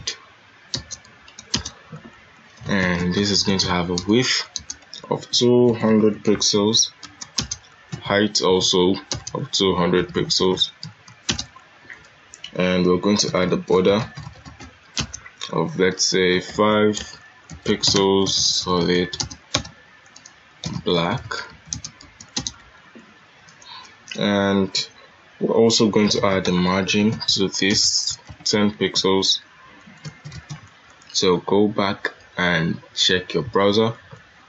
So you should see the second div. So now we want to move this div. You can see in the previous tutorial we talked about inline and block elements. So you can see this div is a block element, and I told you that when you want to make a block element inline, you do that using your CSS. So let's go to our CSS, and we're going to give this div1, the first div, we're going to give it a float. This float property enables the block element to become inline. So we're going to make this float left, and come here also we're going to make this float left. So say float left. So go back and you should see they are side by side like an inline element. So the next thing we're going to touch is the border radius. So we talked about border radius here. Let's go to the browser, and that function was applied to all the edges of the border. So what if we want to target a specific edge? Let's say I want to target this edge or this edge to make like a unique design. So let's do that. So go back here and say border radius, no, border top left radius. Let's give this 50 pixels and go back to your browser and check it out.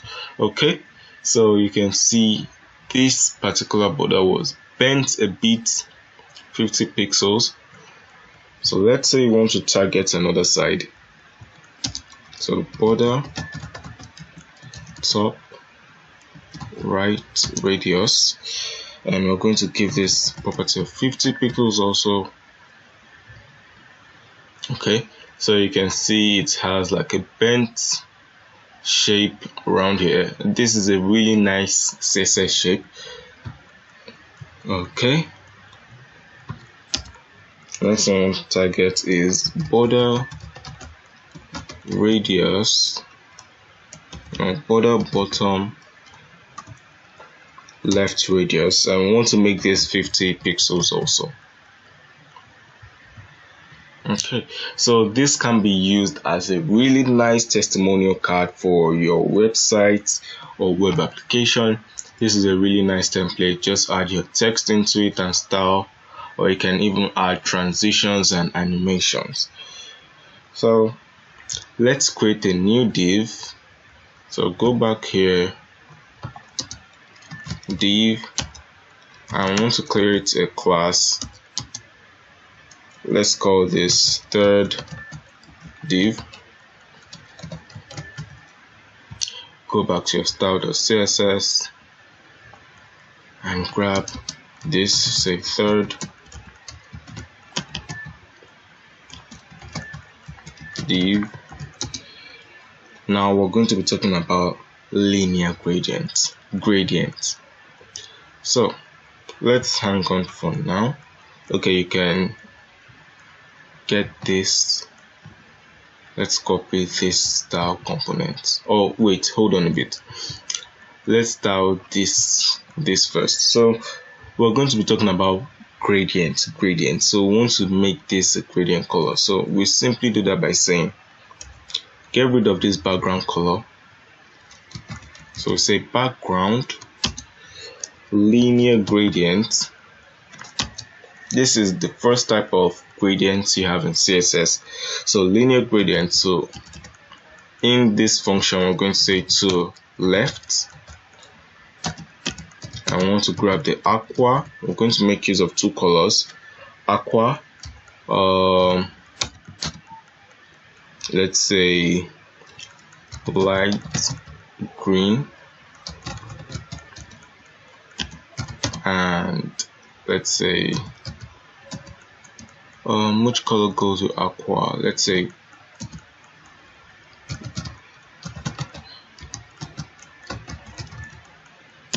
that's not color. Let's say violet.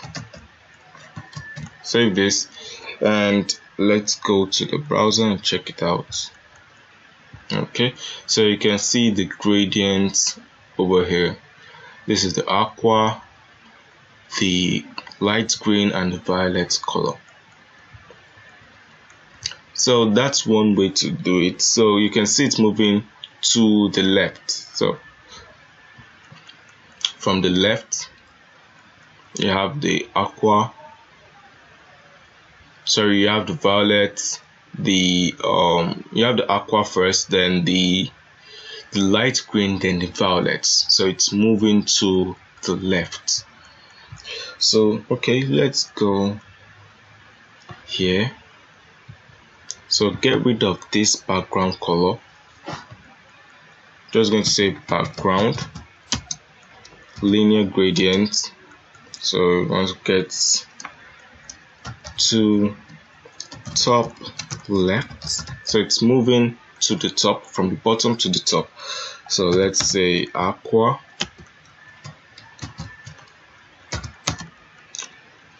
light, okay, sky blue, and let's say green.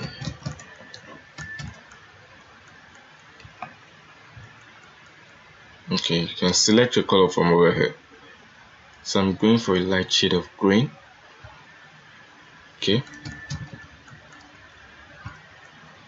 Okay, so it's moving from the bottom to the top. So to the top goes like this.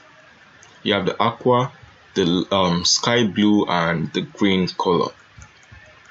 So let's create a new div. Okay, we've created a new div. Now let's style this div 3. So we're just going to copy the style component from over here, copy and paste over here. Okay, so we're going to use the degree now. So let's get rid of this, and we're going to say one, or why don't I just start from the beginning? So say background linear gradient 150 degree. So we're going to grab let's say green, light green,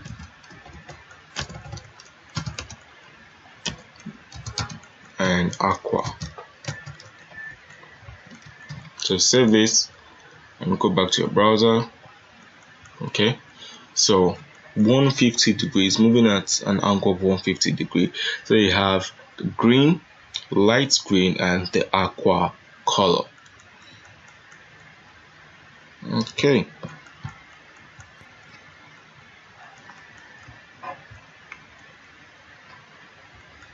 so the next one we're going to talk about is radial gradients. So let's get rid of this background and create a radial gradient. So let's say back. Okay, now let's create a new div. Go back here and create a new div and give this a class of 4th div. Save.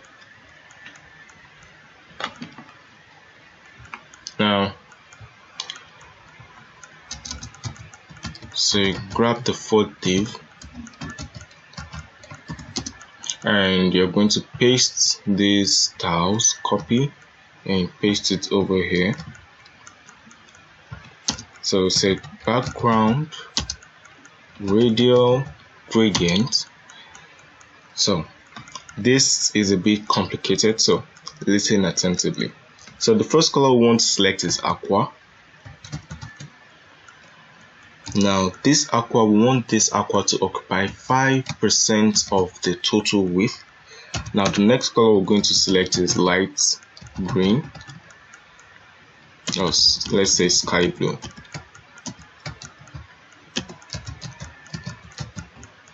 And we want this to occupy 40% of the total width. Lastly, we're going to say navy blue. Okay, it's not color here. And we want this to be 100% of the total width. So save this and check your browser. So you can see over here, let me change the color of sky blue. Let's change it to this color.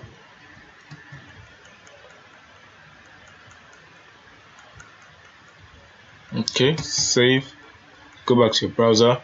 So you can see, oh, it's not so obvious. So let's set this to a lighter shade. This should be a bit light, okay, and this also should be dark. So save this and check your browser. Okay, so you have the aqua occupying 5%, the light blue occupying 40%, and you have the total background color being blue.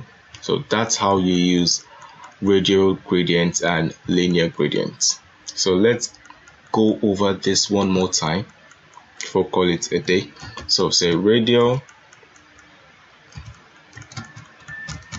radio gradient. So let's say green. We want this green color to occupy 5% of the total width of this div. Okay, 5%. Now the next thing we want to grab is light green. Now we want this light green to occupy 50% of the total width of what? Of this div. Now the last one we're going to grab is light blue, which should occupy 100% of the total width. Now go back to your browser and check. Okay, so you have this occupying 5%, this occupying 50%, and this color occupying 100% of the total width. So that's how you use CSS background gradients, and that's how you use CSS border. So I hope you enjoyed this tutorial. If you did enjoy this tutorial, make sure you smash the like button, subscribe, share this video. Let's get to as many people as we can get to. Please, I really appreciate your help. Thank you for watching, and I'll see you in the next video.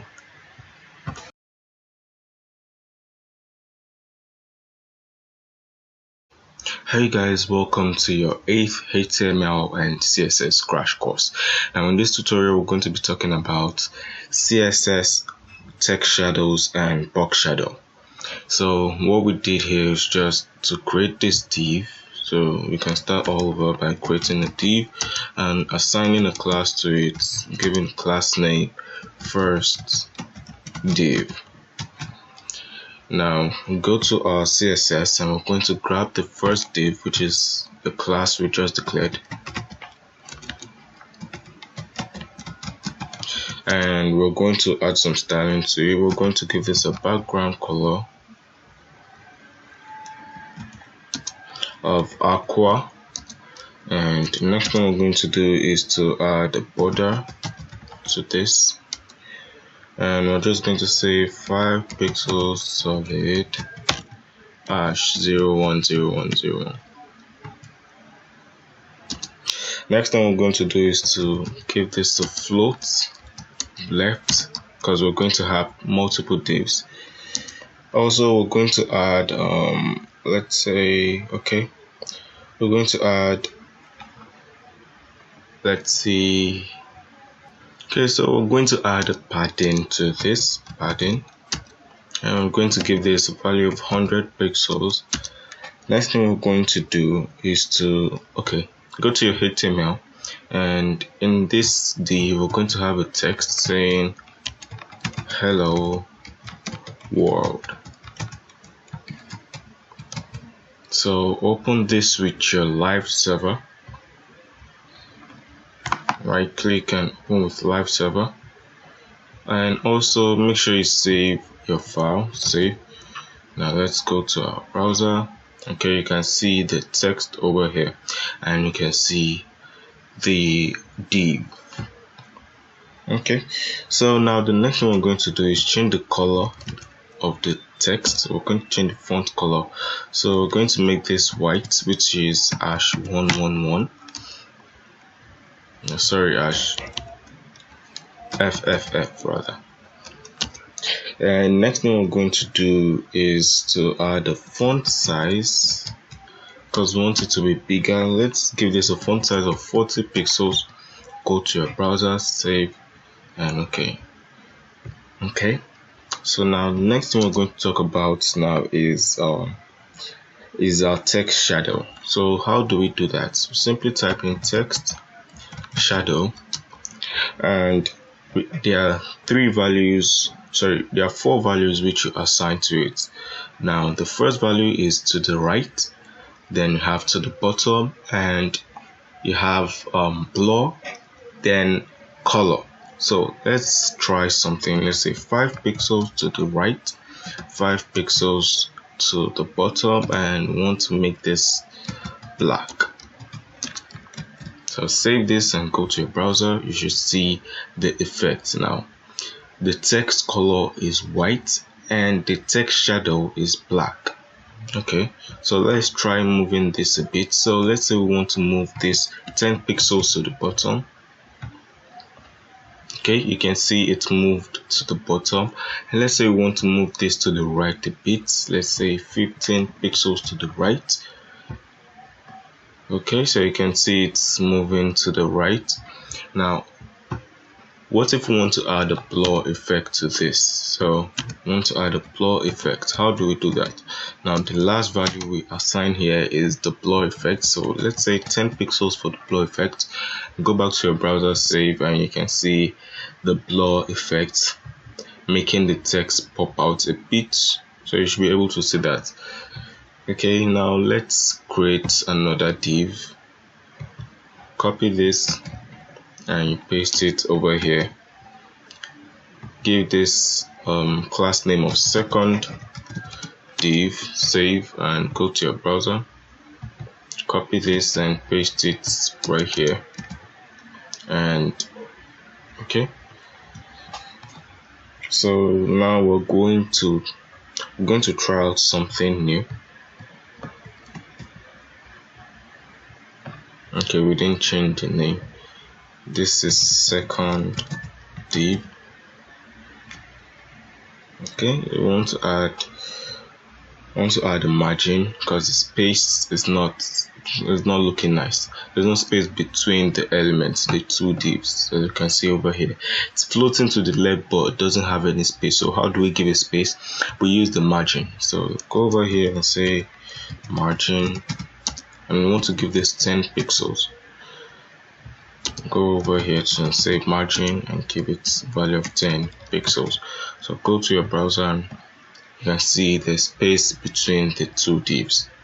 Okay, so now let's get rid of this blur, and okay, so now you can create multiple how do I put it? You can create multiple effects, multiple text shadow effects. So let's say we want to create multiple text shadow effects. Get rid of this and okay, add a comma over here and say 5 pixels to the right, 5 pixels to the bottom, and we want this color to be red. So save this and go to your browser. Oh, it's not so obvious because of this font color. Let's say 15 pixels to the bottom. Okay, you can see, you should be able to see the red text shadow. Now let's move this to the right a bit. Let's say 10 pixels, and this should be 10 pixels. Go over here, you can see the black text shadow effect, and you can also see the red text shadow effect. So what if we want to add one more? So go over here, say 15 pixels to the right, 15 pixels to the bottom, and we want to make this let's use another color. Let's say blue. So go over here, you can see the multiple text effects. So let's say we want to add a blur. Let's see how it's going to look like with the blur effect. So let's add 10 pixels here. Let's add, go over here and add, let's say 15 pixels, and this will be 20 pixels. So go to your browser, you can see the text effects, but it's kind of blurry because we added the blur effect. But you can see the multicolor, it's kind of mixing with each other. So that's one way to do it. So we're just going to get rid of this blur and we'll leave it like this and create a new div and try out new things. So save this, go back to your HTML file, and you're going to copy this and paste it over here again. Change this to third div, save, go to your browser, copy this down, go over here, paste it, and change the name to third div. Now make sure you always cross check with your work so you don't have any errors. Okay, so now the next thing we're going to talk about is let's try a new thing. Let's try a new thing. So let's get rid of this text shadow effect from the bottom and the right, and let's add blur only blur. We want to add only blur. So let's say 7 pixels here. This will be 0, this also will be 0, and this would be 7 pixels also.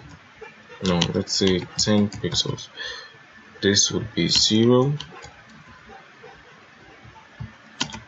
0,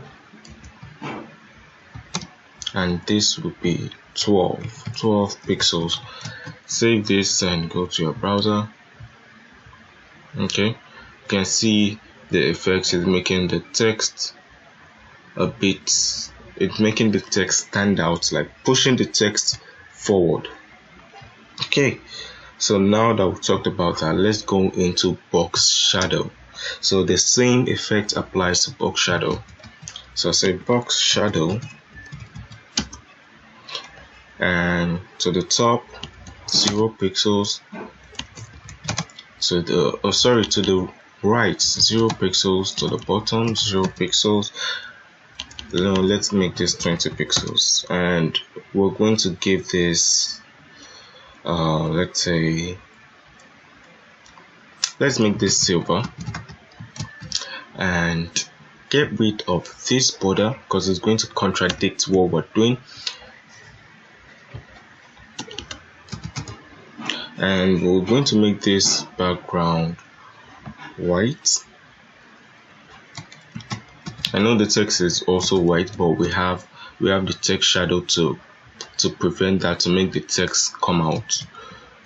So save this and go to your browser. Okay, you should be able to. Okay, let's fix that real quick. So go over here, say okay, I've seen the error. This also should be 0 pixels. So 0 pixels to the right, 0 pixels to the bottom, and the blur effect should be 20 pixels. So save this, go to your browser. You can see it's coming out, popping up a bit here. Now this effect is usually added to web pages. I have a tutorial where I made a contact form, a registration form, using the box shadow effect, which is really awesome. I'll drop the link down in the description in case you want to see it. Okay, so now let's move on. Let's copy. Okay, let's go to our HTML, copy this, and we're going to make a new div and call this fourth div.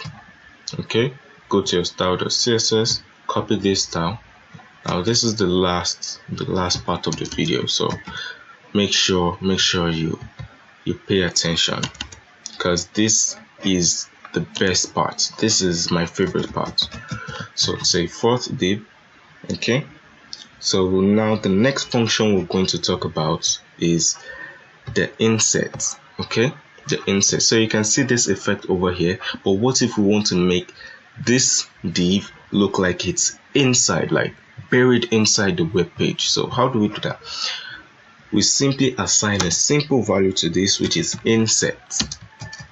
Now you see the effect, which is pushing it in, making it look like it's inside the web page, deep inside the web page. Now the contact form which I made is exactly like this very nice looking contact form, registration form, which you should try out now since you've learned how to apply the text shadow effect. It shouldn't be hard for you to understand the tutorial, so I'm going to leave the link in the description below. Now if you did enjoy this tutorial, make sure you smash the like button, make sure you subscribe, share this video with your friends. I'm trying to get to 2,000 subscribers, and I can only do that with your help. I promise to make this crash course more interesting and interactive, so make sure you stay tuned. Thank you for watching, and I'll see you in the next video.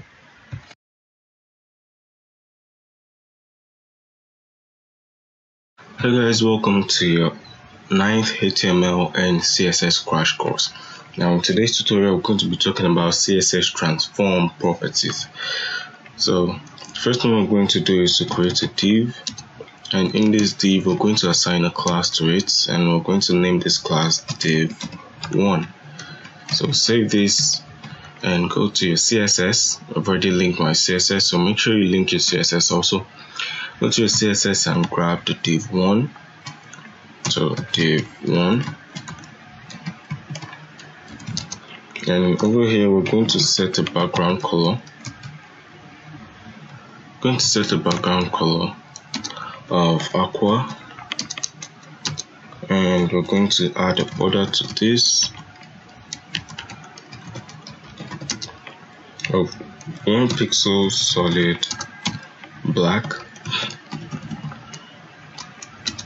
Also, we're going to give this a width of, let's say, 200 pixels and a height also of 200 pixels. Next thing we're going to do is to give this margin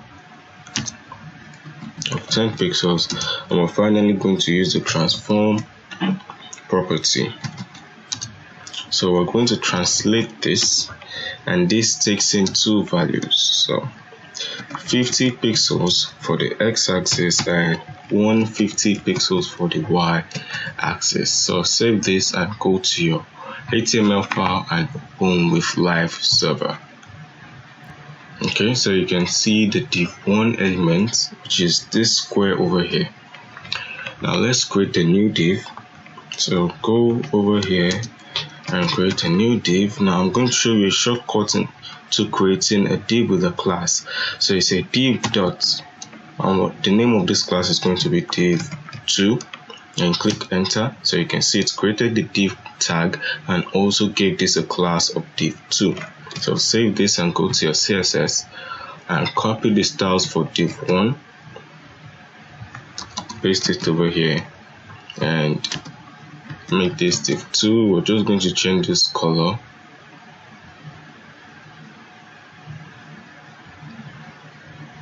And then you must be wondering how I did it. I just hovered on the color box over here. Then when you use VS Code, you get options of selecting different colors. So this is the RGB color for yellow. Okay, so now the next thing I'm going to do is to use another function in the transform property, which is scale. And I'm going to make this twice the size, so 2. So save this and go to your browser.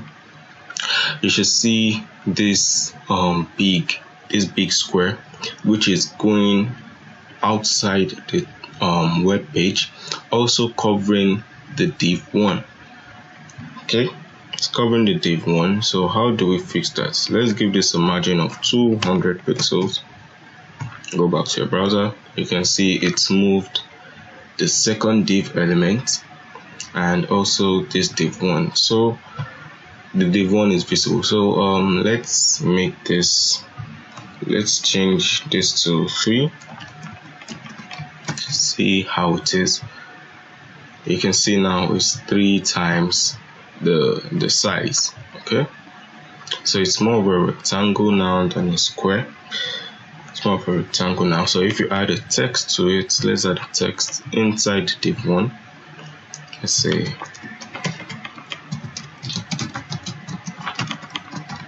so save. You should see that the text has been stretched.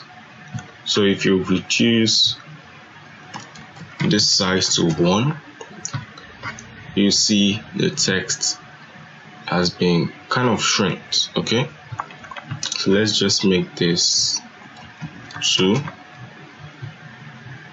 Okay, so go back to your CSS and go to your HTML.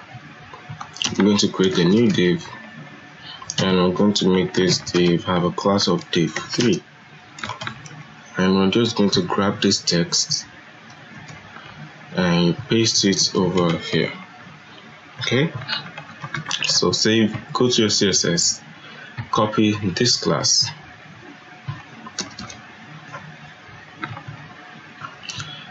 and the name of the class is div3. Okay,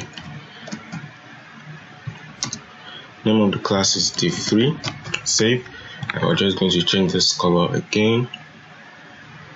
So hover on the background color, the box color over here, and we're going to use, let's say, purple.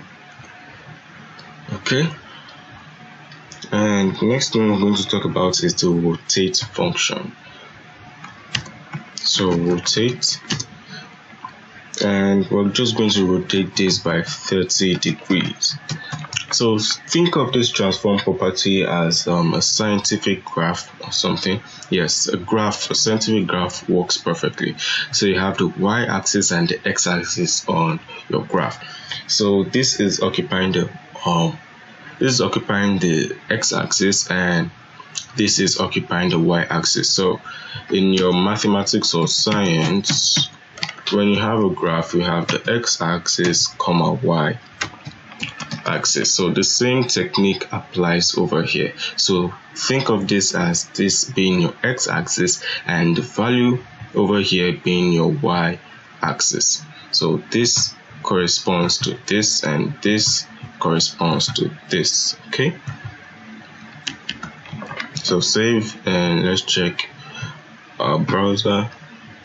Scroll down, you should see this next div3. You can see it has been rotated. So you can see it has been rotated on the axis. Okay, so think of this as a mathematical equation saying you should find the direction or the angle in which a given question or your x and y axis has been transformed. Okay, so we can also shift this position. You can make it 45 degrees. Okay, you can see it's bending, so you can use this for animations or transitions. So you can make this initially 0 degree. Let's try something. Then when you create div3 and you add a transform property of rotate 360 degree, and you make this hover effect. So this property only occurs when you hover on div3. Okay, so if you want to make this function work properly, you are going to add a transition to make it smooth, and let's say this transition should occur for 2 seconds. Okay, 2 seconds to rotate from 0 to 360 degrees. Now this transition is not part of this tutorial, but I just want to show you where you can apply this transform property of rotate. So save this and check your browser. Okay, you can see.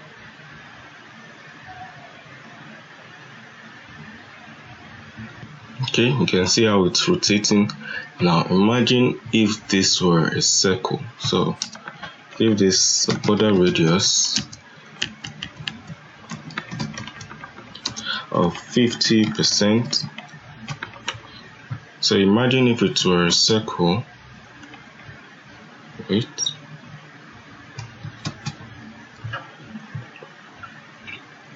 Okay, imagine if it were a circle. Now this can be used as a really nice load effect.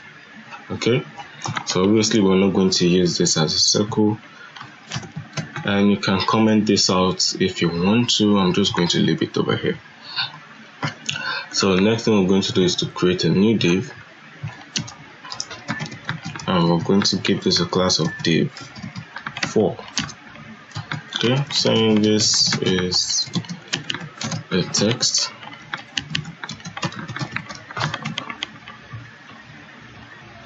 and we're going to copy this. Let's copy this and paste it over here. Okay, so div4, and we're going to change this color to green. Okay, Now the next property we're going to talk about is rotate X. So it's rotating on the X axis. Okay, rotating on the X axis of your graph. So envision a graph over here and think of something rotating on the X axis of the graph. Okay,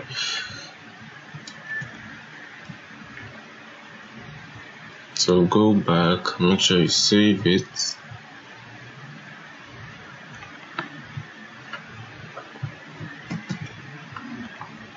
Okay, so you can see the text is upside down. Let me just rotate this.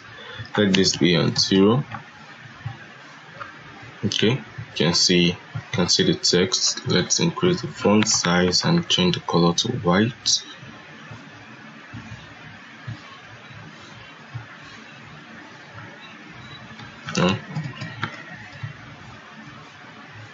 Add color, and this is going to be white. Okay, and we're going to change this to 0 degree and increase the font size, and this is going to have a font size of 18 pixels, just for you to see it being bold. Okay, so this is the text. Now this is it at 0 degree. It's not being rotated at all. So let's change this to 45 degree and check your browser. You can see it's rotating directly on the X axis. Okay, you can see the vertical lines here and the horizontal lines that can't be found because it's bending, rotating. I don't really know how to. Okay, it's rotating like slantly on the graph. Okay, that's the best way I can put it, like rotating slantly on the graph. So you can see the end value of point A and point B of the horizontal line. You can only see point A and point B of the vertical line. Okay, so let's make this 90 degree. So now you can see it at all because it's laying flat, like flat horizontally, so you won't be able to see it at all. It's just like you having a piece of paper and the paper is flat on the surface. You won't be able to see the width and the height of the paper. Basically the whole body structure of the paper won't be visible because it's slant. Okay, so let's make this 180 degree rather.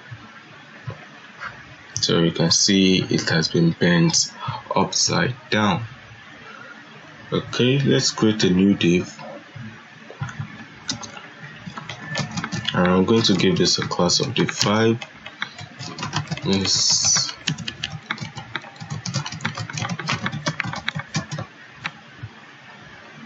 Okay. So you paste the class again, div 5. So the next one I'm going to talk about is rotate Y. Okay, so I'm just going to change the color of this to blue. Okay, now get rid of this. So this is going to be rotate Y on the Y axis. Okay, now let's give this a value of 45 degree. Add color to this. The font color should be white, and the font size should be 20 pixels. Okay, go back to your browser, scroll down, and you can see it being rotated. Okay, so these, just like in this rotate X, so you can see the horizontal lines over here, point A, point B. You can see the vertical lines here. Okay, so let's change this to from 45 to 90 degrees. 90 degrees. So save, go to your browser. Of course you will be able to see it again. So let's change this to 180 degrees. Go to your browser. Now you can see it's upside down also. Okay, so I'm just going to leave it at 180 degrees. So go to your HTML again, and this is going to be, okay, no, it's not the last element we're talking about, not the last feature we're talking about rather. So go to your HTML file, create a new div and give this a class of div6. Of course, add your text.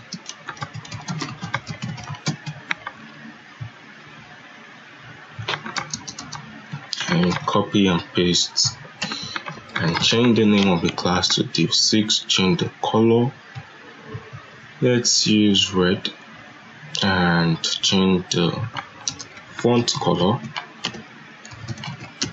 to white and the font size to 20 pixels.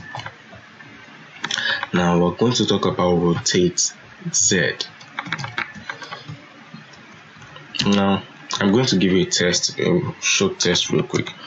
So in the comment section, I want you to tell me the difference between the rotate Z and rotate. Okay, so I'm just going to give this a value of 45 degrees. So scroll down, you can see it's rotating just like we have here. So I want you to tell me the difference between this and this. Okay,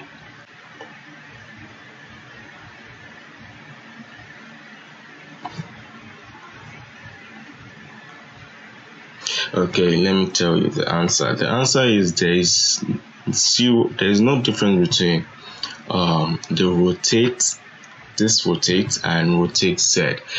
Rotate is the default. Rotate Z is the same thing as rotate. It's just that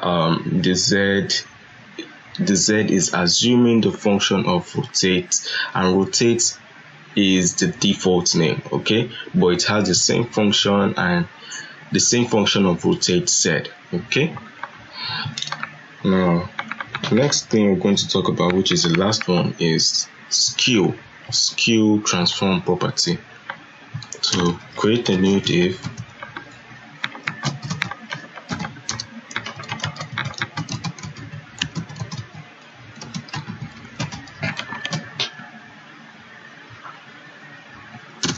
paste the class and change this to div7, and we're going to change this to skew.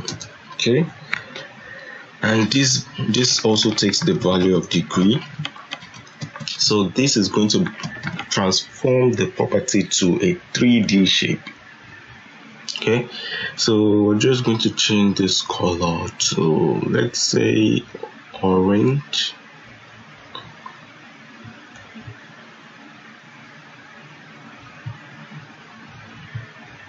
Okay, so save, go to your browser. You should see it's transformed this div to like a slant 3D shape. Okay, the slant 3D shape. So you can also change the value. Of this skew property. So let's change this value to 90 degrees and see how it is. You can see it becomes invisible. It magically disappears.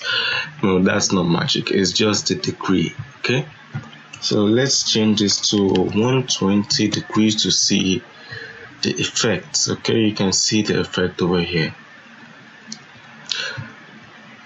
Okay, so we're also going to talk about the skew on the x-axis and on the y-axis. Okay, so the same rule applies to skew y and skew x transition property. So you can try that yourself by using the skew y and skew x property. Just give it a trial and you use it to practice what you've learned. And I'll see you in the next tutorial. Thanks for watching.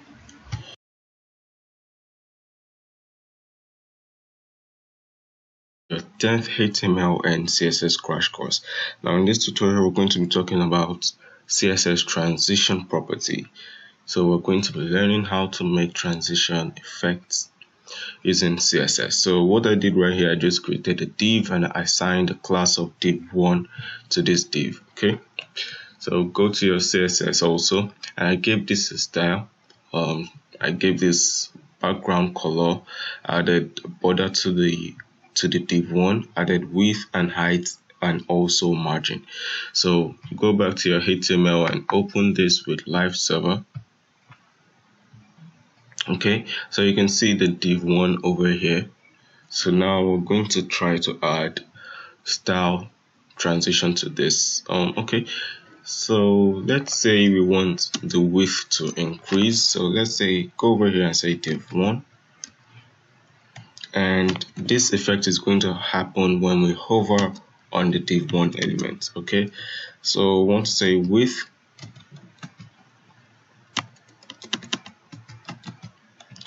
should increase to, let's say, 400 pixels when we hover on this div1 element. So go back to your browser.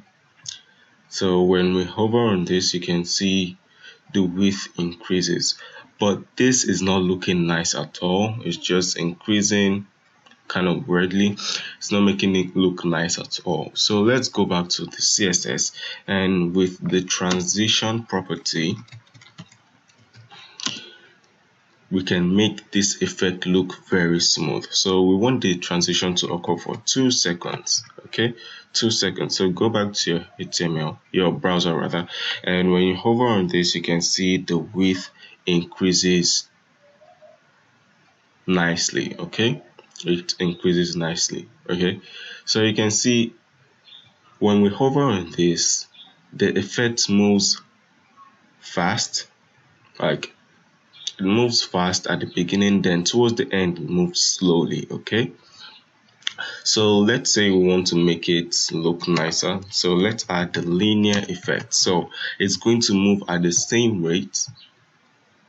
You see, it's moving at the same rate. Okay, moving at the same rate. So there's another property called ease in, ease out. Okay, so let's try the ease in. Save and go back to your browser. So you can see it moves slowly at the beginning, then towards the end moves very fast. Okay, moves slowly at the beginning, then towards the end moves fast. Let's try the ease out. Okay, so you can see this moves fast at the beginning, then towards the end moves slow. So this is the default transition effect. Okay, the ease out is the default transition effect. So we want to leave it at linear. Okay, so let's create a new div. Go over here and create a new div and assign a class of div2 to this. Now go back to your CSS. Let's just copy this style, and we want to change this to div2 and also change the color. I think we should use yellow. Okay, so now the next thing we're going to talk about is we're going to try to use what we've learned in the past. Okay, so get rid of this transition property for now, and let's go over here, say div2. So when we hover on this, we want something to happen. Okay, we want something to happen. So let's say transform, scale, and want this to be twice the size. Okay, twice the size. So let's go back here and say transition should be 2 seconds, but we want to say the transition for this transform element. So we want this to happen on the transform property only. Okay, so go over here and you say transform. So you're saying this transition should occur for the transform. Wait, let me copy this. For the transform property, and the duration should be for 2 seconds. Okay, 2 seconds. So go back here to your browser. When you hover on this, you can see it increases nicely. Okay, it increases nicely. So we want to move this to the left. Let's say margin left, and we're going to give this 40 pixels. Go back to your browser. Let's give it 100 pixels then.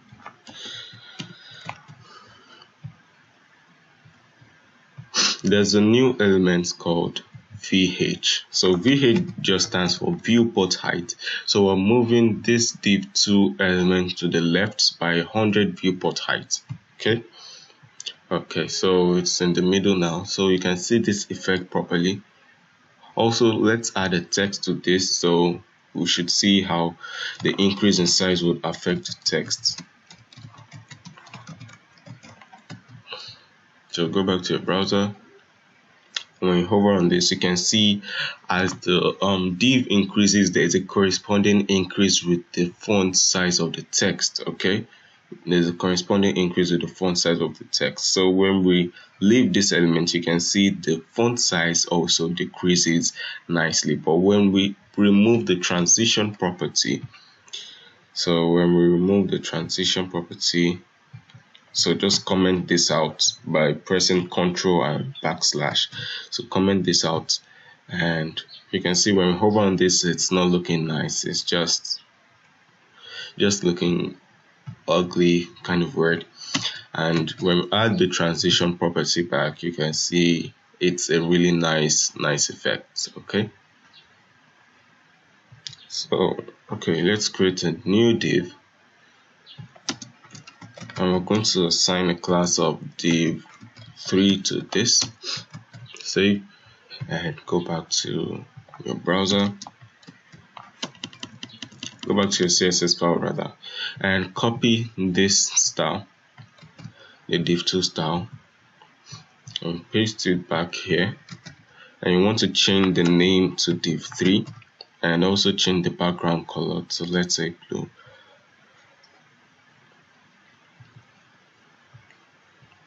So now the next effect we're going to try to make use of is the rotate. Okay, the rotate. So I taught you this in the last tutorial. The last tutorial, we talked about this in the last tutorial. So if you've been following this tutorial properly, you should know we talked about this. So we're just going to add the transform property, and we're going to make use of the rotate. I want this to rotate 360 degrees, and also we're going to add a transition property, and we're going to select the transform, and we're going to give this a duration of 1 second. Okay, so go over here.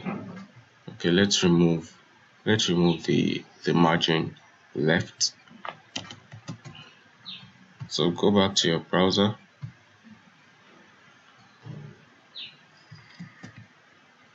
So why is this not happening? Why is the effect not occurring? So go back to your CSS and let's try to find the error. Okay, so the error is we didn't add the value of this 360. So it's 360 degrees. Okay, 360 degrees. So you can see when we hover on this, the div rotates 360 degrees in a duration of just 1 second. Okay, 1 second. So now I'm going to show you the interesting part. Let's move this div back here. Okay, so scroll up and comment this out. So comment that out and go back to your browser. So you should see the effects. Nice effect. Okay, nice effect. Okay, so the next thing we're going to talk about is we're going to use the transform property, but we're going to use the scale. Okay, the scale.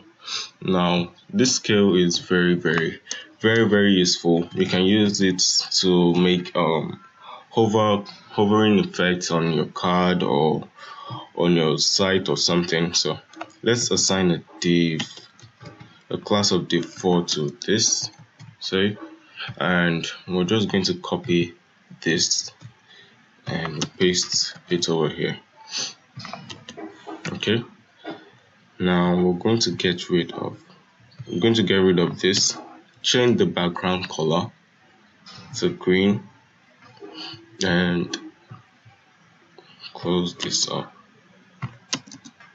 So div4, this effect should happen when we hover on it. So say transform scale x, let's say 180 degrees, and we're going to add a transition,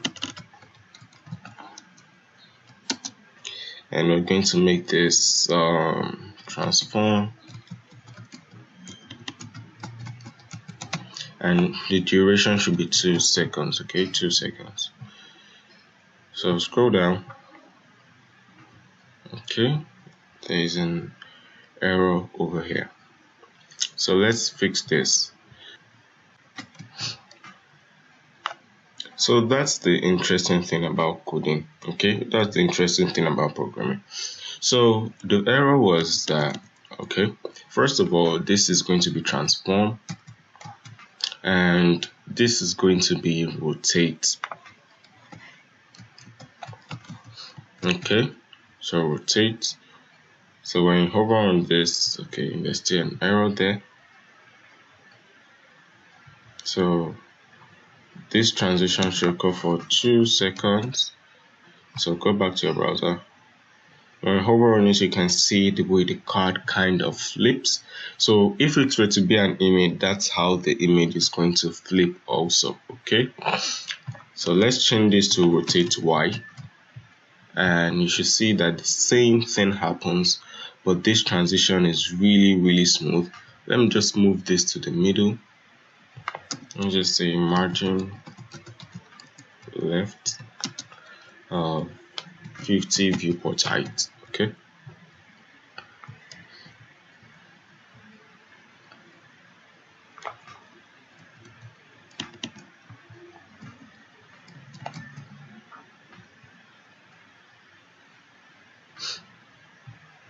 it's not moving. Let's just comment this out. Okay, comment it out, and you should see that this is a really nice hover effect which you can add to your browser. I'm just going to show you an example of how you can use this real quick. So this is a project I did some years back, and you can see when we hover on this, you can see the way the image flips.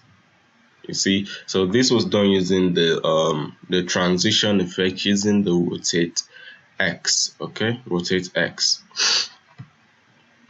Now the next thing we're going to learn how to do is how to use how to move elements to the top using the scale Y. So it's kind of going to be like the element is moving up and moving down when you hover on it. So create a new div and assign a class of div5 to this, and we're just going to copy this, copy the style, paste it over here, get rid of this, and we're going to say div5 hover effect, should be on hover. Just change this to div5 also. So say transform scale Y. So I want to move this up to 10 pixels. Also go over here and say transform scale Y. So initially it's at 0 pixels, so that's the initial height. So when we hover on it, it's going to move up a bit. So go back to your, let's refresh this. Okay, so when we hover on this, it's not working. Go back and check for any error. Okay, check for any error. Okay, so the error is this doesn't take px, doesn't take value of pixels. So let's just leave this at 1.3 and we're going to move this. So let's give this a margin left of 100 viewport height and also change the background color to purple. Save this and go back to your browser. Now when we hover on this, you can see it makes the div stretch out. Okay, makes the div stretch out. Okay, so you can apply all this effect to your satisfaction. You can do anything you want, anything you like with the transition effects. Okay, so you can even add a border radius. Scroll up to this part and you can add a border radius as the width is increasing. Okay, so you can add border radius to this as it's increasing, and you can also make this 50% to form a perfect circle as it's increasing. So this would be done when the height is also at 400 pixels to get a perfect circle. Okay, so you can see how this square transforms to a circle. So that's what we'll be learning for this tutorial.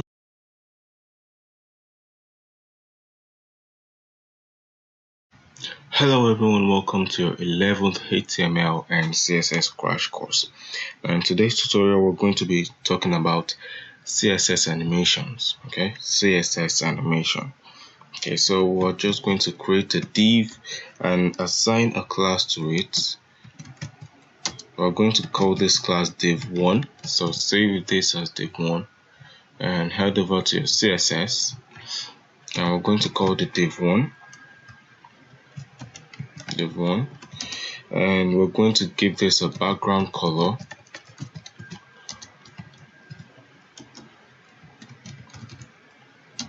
Background color of let's say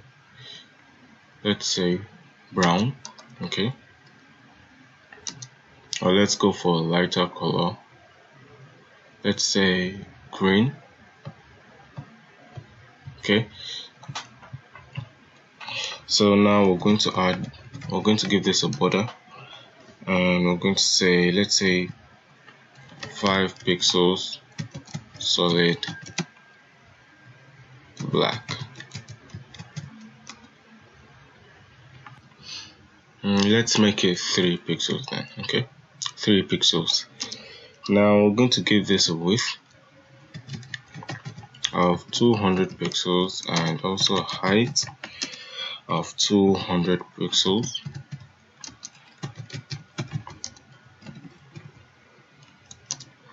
Next thing we're going to do is to add margin to this, and we're going to give this margin of 10 pixels. So save this and go to your index.html and open with live server. Okay, so this is the div1. So let's go back to CSS and change this to 1 pixel. Okay, now we're going to animate this div1. So how do we use CSS animation? We simply type in at keyframes. So keyframes is what we use to track the animation. So we're going to give this an animation name. We're going to give the animation a name. So I'm just going to give this a name of anim1. Okay, now the animation function has two properties, from, okay, and to. So what you're saying is from the beginning to the end. So from the beginning you want something to happen, and at the end you also want something to happen. Okay, so let's just start with something simple. So from the beginning we want the background color to be once this color is selected, so let's copy this and paste it here. Now at the end we want it to be what? Let's select a new color, let's say red. Okay, red. So go back. Okay, it's not working. Why? Because we didn't call the animation here. Okay, so say animation, and we're going to call the animation name, which is anim1, and we'll go over here and say animation duration. So saying how many seconds do you want this animation to occur for? Okay, duration for 2 seconds. We want this animation to run for 2 seconds. So go back here, you can see the background color changes from red to green. So if you refresh, you'd see the animation occurring. Okay, so now let's make things more complex. Okay, so let's just use the shorthand. Okay, the shorthand method of animation of writing your code. So instead of writing animation duration over here, you can simply go to your animation and say 2 seconds. So when you go back here, you can see the animation still. Of course, make sure you save this.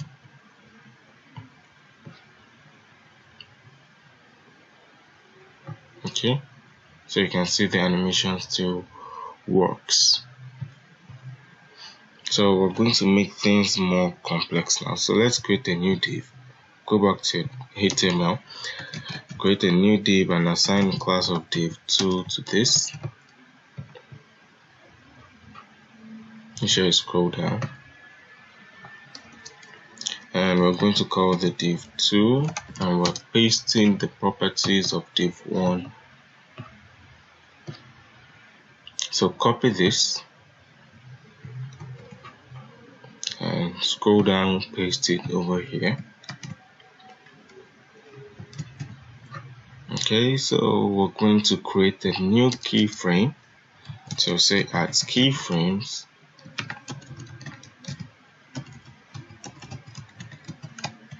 and we're going to call this anim2.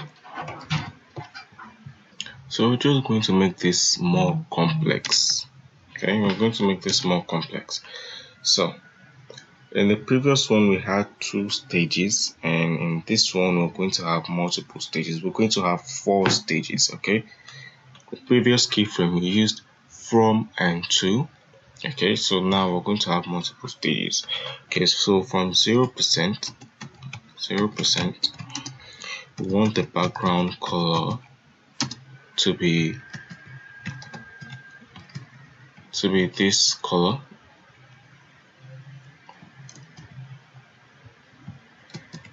Or let's change the color. Let's change the color to yellow. Okay, so copy this and paste it over here. So at 0% we want it to be this color. Now at 25%, we want the background color to change. So we want it to change to blue.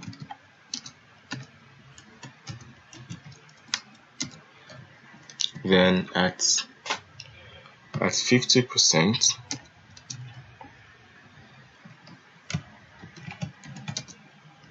we want this to change from blue to brown. Then lastly, 100%, we want this color. Okay,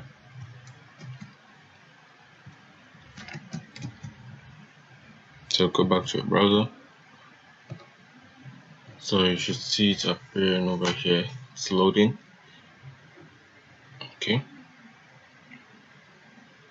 so let's increase the animation duration. Okay, so change this to anim2 and increase the duration to 7 seconds. Okay, so you can see the process of the animation. Okay,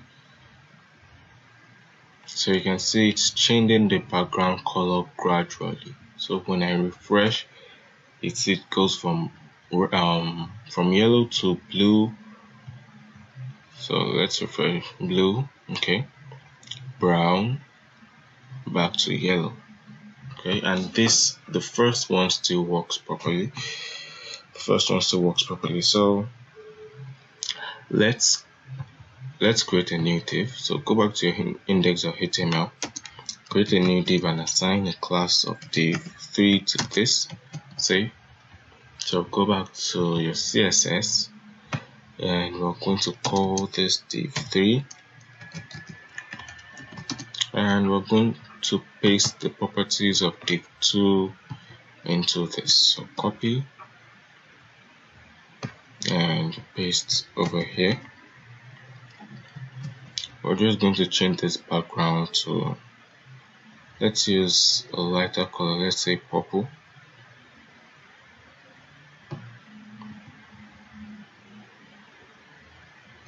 It's kind of like pink. Okay, so let's settle that color, and we're going to make the new animation anim3.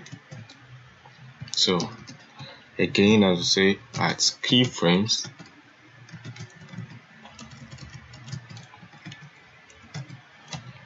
anim3. Okay, so at 0%, we want the background color to be this. So copy this and paste it over here. Also, we want the width to be 200 pixels, which is the initial width. Okay, so next stage is 20%. So at 20%, we want the background color to be aqua.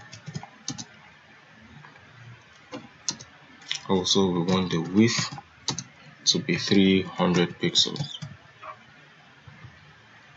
Next stage, which is 40%. Okay, 40%.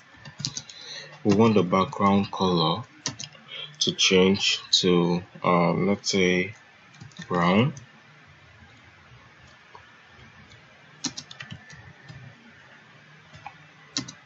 And we want the width to be, let's call this 400 pixels. Then at 70%, we want the background color to be aqua, and the width should be 300 pixels, and at 100% it should go back to the initial property, which is the initial background color and width. So 100% background color, paste it, and the width should be 200 pixels. So go back to yes. So okay, so you can see the animation occurring. Let's increase the duration. Let me make the duration 5 seconds. So 5 seconds. Okay, so go back to your browser, refresh, so you can see the animation occurring. So you can see it's not looking really nice, like unlike the transition, where we could make our effect look very smooth. Okay, but we can also do that here. So let's make our work look more presentable. So I'm just going to comment this out. How did I do it? Control plus backslash. Okay, so I'm just going to write keyframes, and I'm going to move all the keyframe animation into that section. So Ctrl X and paste it over here.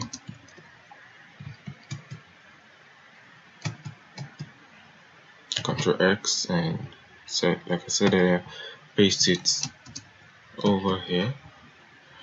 Go back up and grab this keyframe also. Ctrl X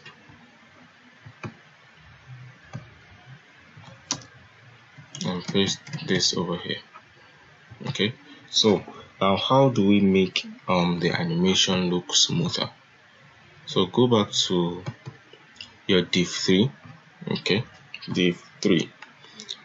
Let's make the animation. So how do we do that? We say animation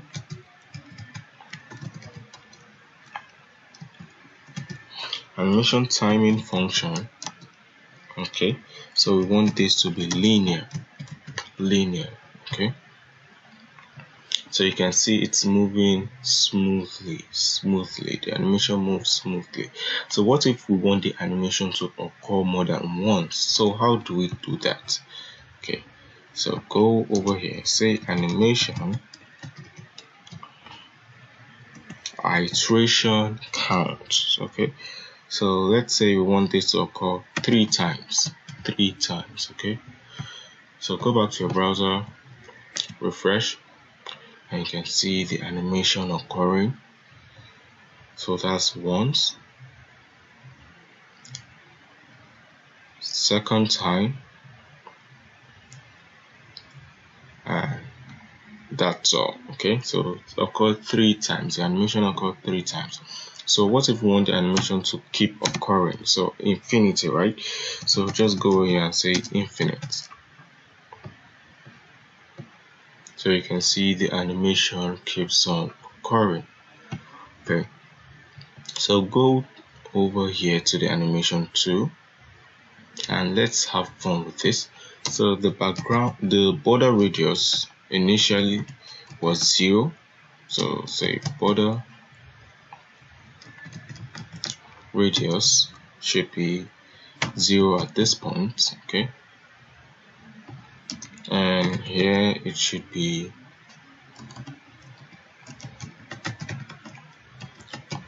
the width is, I think, 200 pixels. So here it should be 100 pixels. Okay, so that will be half.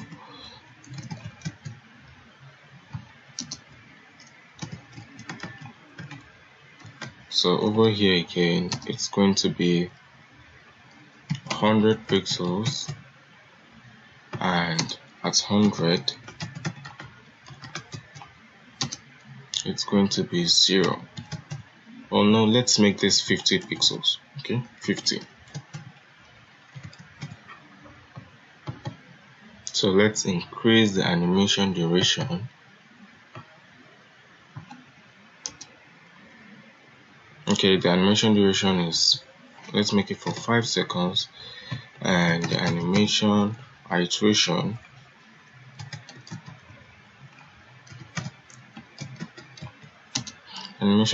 count should be let's make this infinity also. Infinite, and the timing function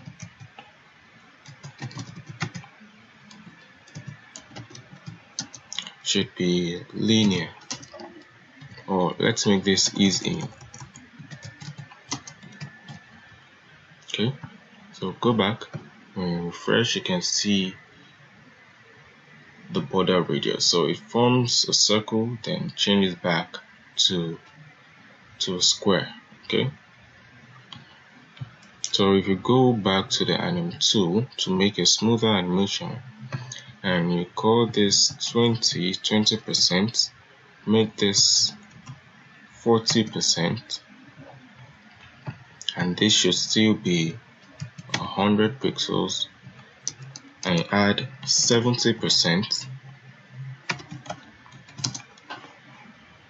So add the background color. Let's use something like red. This should be 50 pixels. This also will be 50 pixels. So you see you have a smoother animation. Okay, so it runs smooth. Okay, so if you want to make it smoother, go back up and you make this linear.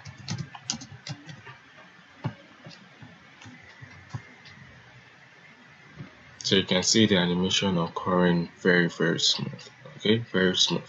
Now there are different things you can do with this animation. Now you can make this div move from this point to this point. Okay, from this point to this point, you can make it move around your web page. So let's even try it. Let's try it. Okay, so go back here and let's give this a margin left of 0 pixels, and at 20% we want this to move, let's say 50 pixels. Give this a margin left again, and this should be 150 pixels. Margin left of 50 pixels at the 70% stage, and back at 100 it should have a margin left of 0 pixel. So save this and go back to your browser. You should have a nice animation. Okay, so you can see it moves forth and back. So that's a really nice animation. Okay, so that'll be all for this tutorial. Thank you for watching, and I'll see you in the next video.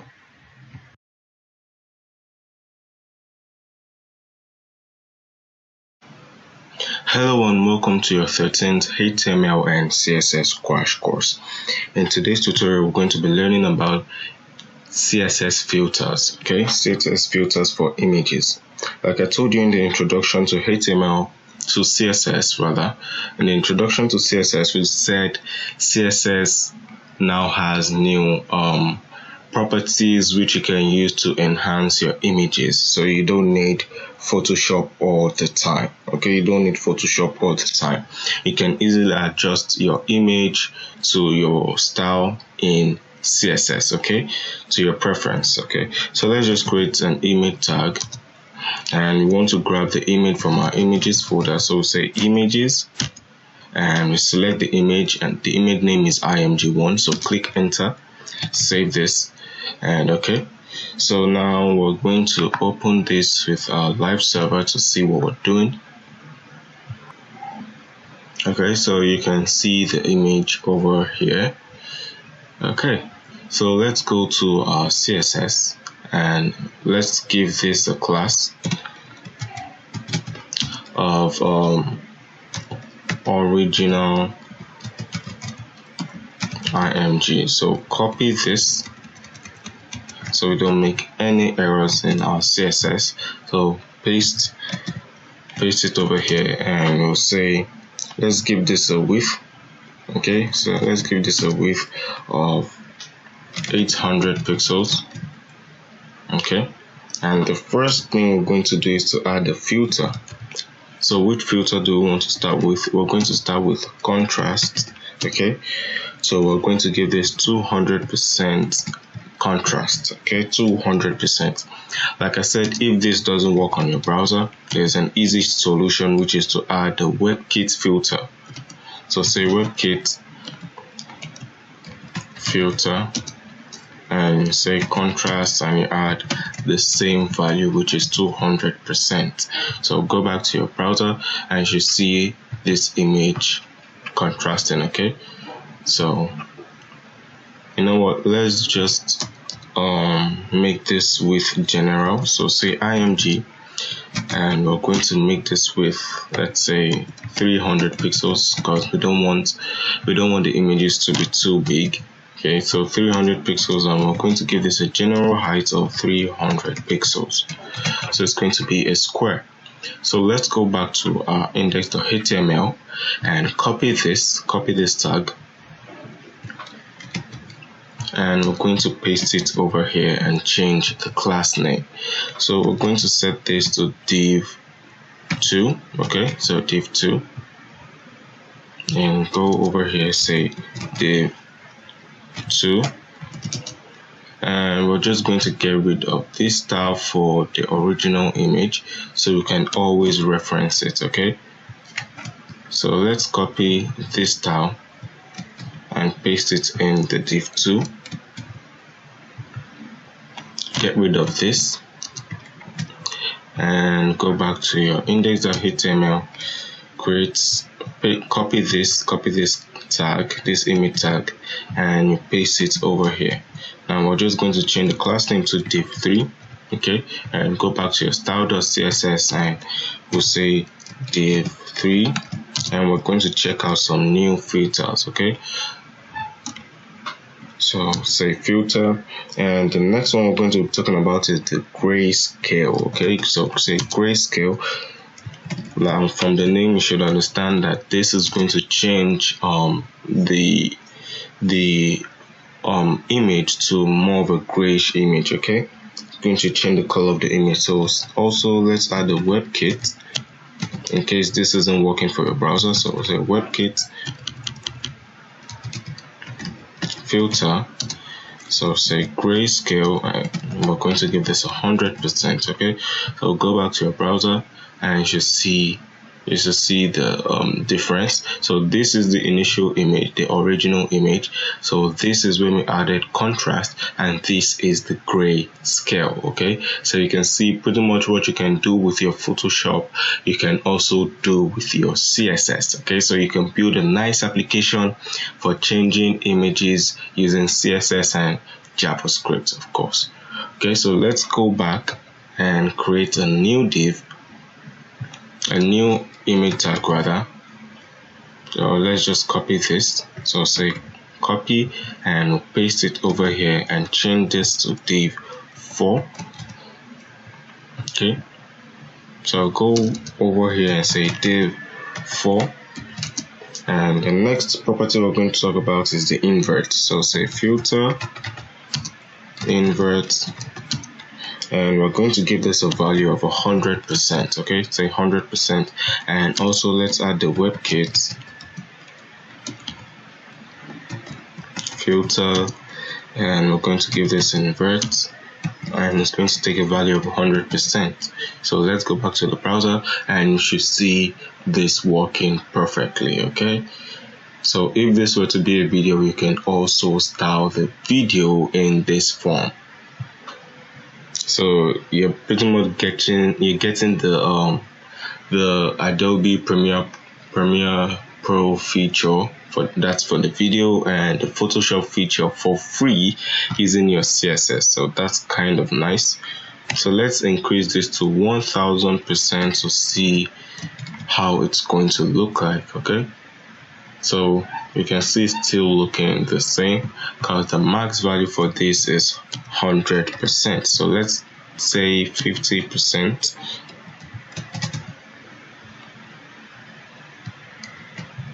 It's not showing, so let's leave it at 100%. So go here and say 100%, okay.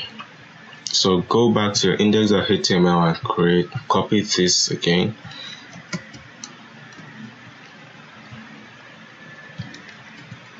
and we're just going to paste more, okay. So we're going to call this div4, this is going to be div5, div6, div7, and div8. So let's see where we stopped at. Okay, we stopped at div4. So let's comment this out because we're not using them now. So let's use div5. So go over here and say div5, and the next feature we're going to talk about is the opacity. Okay, opacity. So we're going to give this a value of 50%, an opacity of 50%, and also to support any browser, use the WebKit, and if you're using Mozilla, use modes, okay. So say opacity, and this is going to take a value of 50%. So go back to your browser and you can see it's a bit faded, okay. So let's set this to 100%. So open this check this in your browser and you should see this changed. Okay, so let's set this to 1%,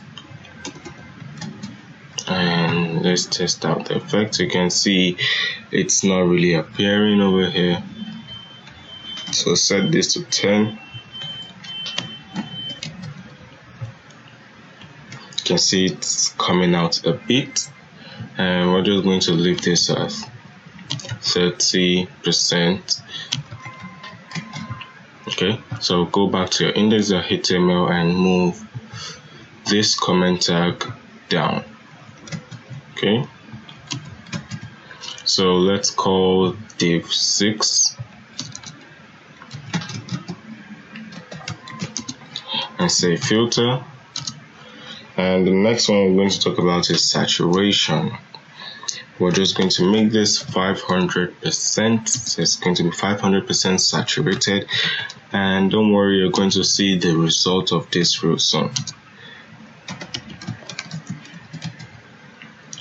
So go back and you can see it's saturated, kind of like the contrast. Okay, kind of like the contrast, but this one has more lighting effect on the image. Okay, so go back to your index.html and move this comment tag down again, and we're going to select the div 7, and we're going to be talking about the blur effect. So say filter, and we're going to make this blur. Let's give this a value of 10 pixels. Also add a WebKit, add a blur 10 pixels, and go back to your browser, and you should see the image is a bit blurry. So not a bit blurry, it's really blurry. So go back, you can mess around with this. So say 3 pixels. So say 3 pixels and go back to your browser, and you should see it's now a bit blurry. Okay, so let's get rid of this comment tag. We actually need to copy and paste more image tags, because we're going to be talking about more features. So call this div 9, this should be div 10, and this should be div 11. So that should be enough for this tutorial. So go over here. Okay, let's comment those images out. So comment these out to div 9. How do you do that? Control and backslash. So go over here and say div 8. Okay, and we're going to talk about the sepia feature, the sepia filter. Okay, so say sepia, and we're going to set this to a value of 100%, and also add the WebKit filter of sepia, so 100%. So save this and go back to your browser. You should see the nice looking effect over here. Really nice effects, and you can add this to your web page to make it look more interactive, or or try to add the over effect, so it can be the original picture, then when you hover on it, it can change to the sepia. Okay, that's a really nice effect and smooth. So go back to your index.html and move this comment tag down, move it down, and we're going to go over here and say div 9, and the next filter property we're going to talk about is the hue rotation. Okay, so say hue rotate, and we're going to make this 45 degrees for now. Make sure you add the WebKit filter, and we're also going to set this to 45 degrees. So save and go back to your browser. and you should see it's changed the background to kind of like purple. So let's see what happens when we change the degree to 90 to make it 90. You can see it's changing. It changed the person's color to kind of like green, and the background set to purple. So let's try 320 degrees. 320 degrees. So go back to your browser and you should see it made the person like have a purple cloth, and change the background to green. Okay, so we're going to leave it at this. So see the original image and look at this. So this is really nice and smooth. Okay, so now let's go back to our index.html and move this comment over here. And we're going to call this div 10. Now we're going to talk about brightness. Okay, so say filter brightness, and we're going to make this let's say 150%. So we're going to set this to 150%. Also add your WebKit and set this to brightness at 150%. So you'll be seeing that it's brighter than the initial image. So what if we made this 50%, set this to 50%? You just see that it's darker than the initial image, the original image. So let's talk about the last property. So we're going to be mixing it this time. Okay, so get rid of this. Save and go to your style.css and call div 11, and we're going to be combining two properties now. So say filter, and we're going to be combining the blur effect 5 pixels and the grayscale. Set this to 50%. Also don't forget to add your WebKit. So say blur, set this to 5 pixels, and grayscale should be at 50%. So go back to your browser and you should see it's a bit blurry and having a gray effect. So what if we didn't want to use the blur effect? Let's set this to brightness. Brightness should be at 150%.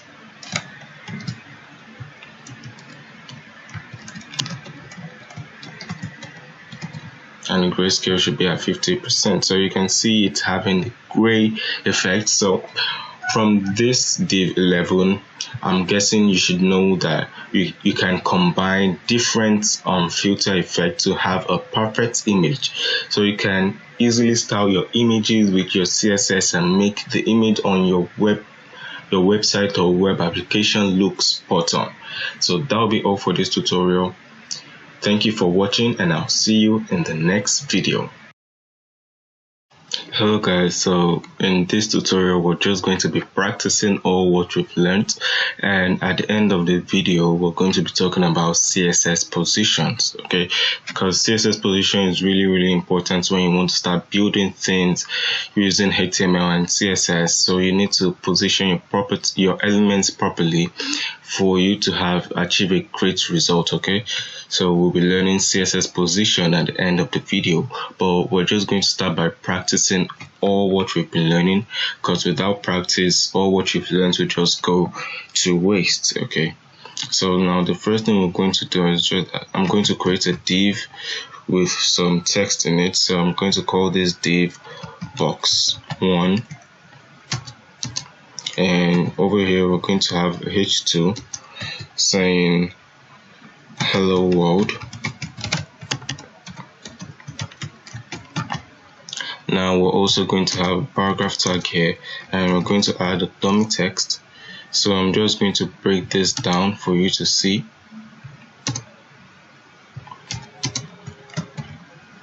Okay, so let's go to our CSS, and we're just going to add some simple style to this. But first off, let's style the body. So say body, grab the body, and we're going to add a font size and some properties. Yeah, so say font.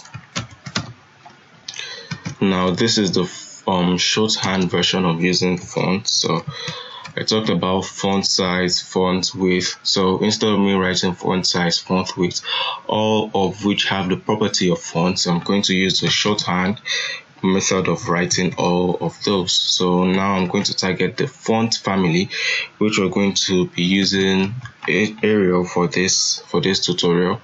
Okay, so say Arial, vertical,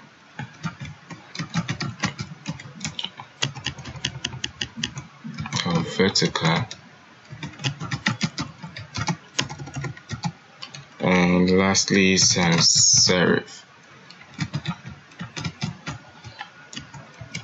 Now we're going to give this a line height of 1.6 em, and lastly we're going to add a margin of 0. So we're getting rid of the default margin. So if you open this with live server, you should see what we're doing. So you can see I've gotten rid of the margin, which makes the div kind of like I have a bit of margin, like 10 pixels margin by default. So I've gotten rid of that margin, so you can see the text is starting from the very edge of the web page. So I'm just going to reduce the size of my of this. So I'm going to reduce the size so you can see what we're doing as we're coding. Okay, so as I was saving, you'll be seeing live results. So now I've resized my browser and my text editor. Okay, so I've resized those, and now I just want to add some border around this div. So grab the first div, so we call that div box 1. So say box 1, and we're going to give this a border of 3 pixels dotted, and we want this color to be light gray, so you can see the border around this this div. Okay, so now the next thing we're going to do is to add some padding. So I'm going to add a padding of 20 pixels, so you can see it kind of moves everything from the left to the top, the bottom, and also the right. Now the last thing we're going to do is to add a margin. So 20 pixels top and bottom, 20 pixels left and right, 0 pixels top and bottom. Okay, so yes, that's looking nice. So now we're going back to the HTML. Now we talked about I don't think we went into lists, so I think we should go into that in this tutorial. Okay, so I think we should go into lists. So let's create a new div. Or let's wrap all of this in a container first. Let's wrap all of this in a container. So create a div here and call it container, and we're going to grab this closing tag. So Ctrl X,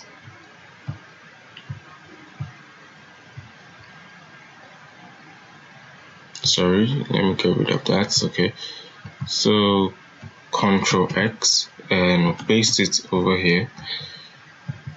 Also align this to make sure the work looks neat. Now, so we've wrapped this in a container, and we're also going to style this container real quick. But let's create a div with UL. Okay, so we're going to work on lists now. So say categories. We're going to give this a class of categories, and in this we're going to have h2 saying categories,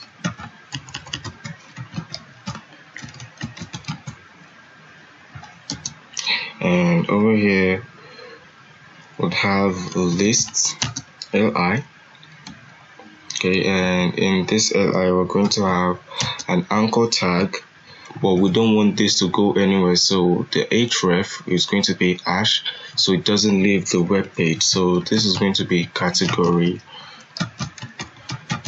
1, and we're just going to copy this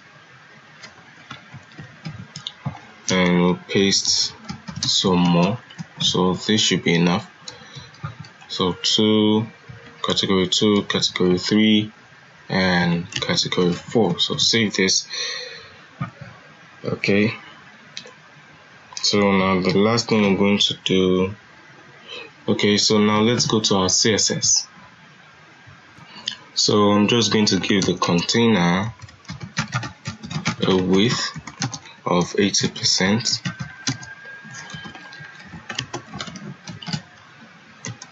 and also I'm going to add a margin of auto, so you can see that this is going to be quite responsive, so it will automatically adjust as the screen size increases. Okay, so if we had given this width of let's say 800 pixels, you'd see that this is not responsive. So when it decreases the screen size, you can see it looks kind of red. But when we leave it to percent, so you're saying occupy a certain percent of the total web page, so it automatically assumes that percent. Okay, so even if you reduce the screen size, it's not going to look weird. It's going to have it's going to adjust automatically. Okay, so yeah, so that's settled. Now let's talk about the list. Okay, the list categories. Okay, so let's go back to the HTML and grab this class. So Ctrl+C, copy this, and we're going to paste this over here, and we're going to add a border also to this. So I'll say 1 pixel, and we're going to give this a color of light gray, and we're going to make this solid. Okay, so now what should we add? We're going to add a padding to this also.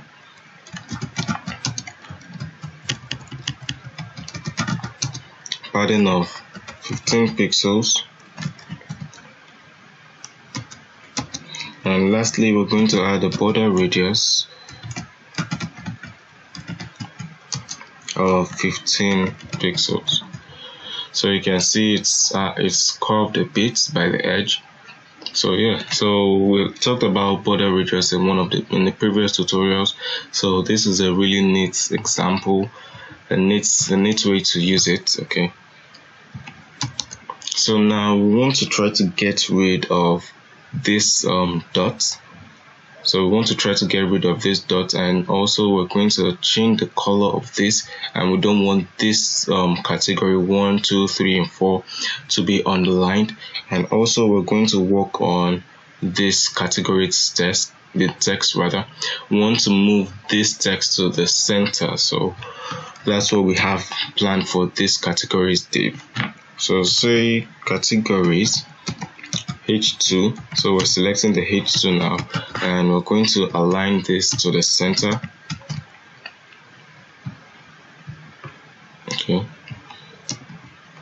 Okay, so that's looking nice. So next thing we're going to target is the UL. So we're going to give this a padding of 0, and we're going to give this a list style of none. So lastly, we're going to add a list style of square. Okay, so the next thing we're going to target is the li. I don't know why this isn't working. Okay, so we didn't wrap this in UL, so that's why it's not working. So make sure you create a UL and cut that out, make sure you also give this some space, and over here we're going to close the tag. So you should see it has moved to the end of this div. Also, I tried getting, this should have been okay. So it changed from circle to dot. Okay, so we're going to get rid of this. I don't want the list style. So you can see we said list style none, so it got rid of the dots. So that's how you can get rid of dots when you're using the UL.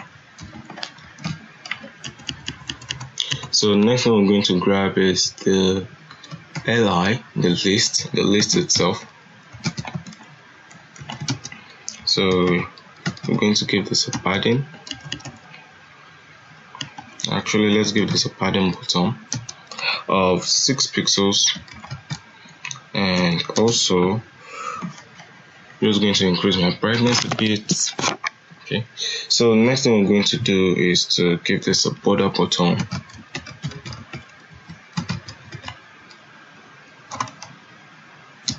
of 1 pixel,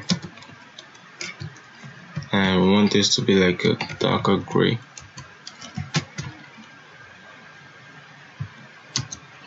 Okay, so also want this to be dotted. Okay, so you can see the line under here. Okay, also we're going to add list style, a list style image. But before we do that, let's get rid of this blue text. Okay, so that's the anchor tag. So how do we get rid of that? So let's go up, because that's a global class. Actually, it's not a class, that's a global tag, rather a global tag. So say text decoration none. Okay, so it has gotten rid of the line under the text, and we also want to change the color of this to black. So say as 000, so it has changed the text to black. Now we want to add over effect on this. So this is how you can add your over effect, and we want this to change its color from black to, let's say, aqua. So when we hover on this, you can see it changes the background, the text color rather, from black to aqua. Okay, so now what if we want to add active link? So whenever the link is active, we want the text color to change. So this should change from black to, let's say, yellow. Okay, so when we select this, you can see it has the yellow. It changes from black to yellow. So that's when it's active. Okay, so let's go back here. So now the next thing we're going to do is to add an image by the side. So we want an image to be by the side of each list. Okay, so each list tag would have an image by the side. So how do we do that? We say list style image. So now we're going to grab an image. So how do we grab the image from the CSS? So you say URL, and the image is going to be in our images folder. So we're exiting the CSS file now. So we say dot to leave the CSS file, and we say backslash to enter the images folder, and to select this image 1, we'll put a backslash again and select the image 1. So you can see the image over here. So I'm just going to increase the browser size so you can see the image is over here. So now we're going to reduce the size of that image.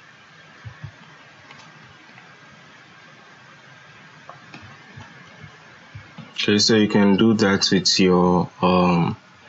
your photo editor. Okay, so you can see over here I've reduced the image with my photo editor. Okay, so now we're going to use the img2. So now you can see you can see the image over here. So now that's optional. If you want to use that, you can use it. You can have like a checkbox. Okay, so you can use this like a checkbox if you want to. So I'm just going to move the padding a bit.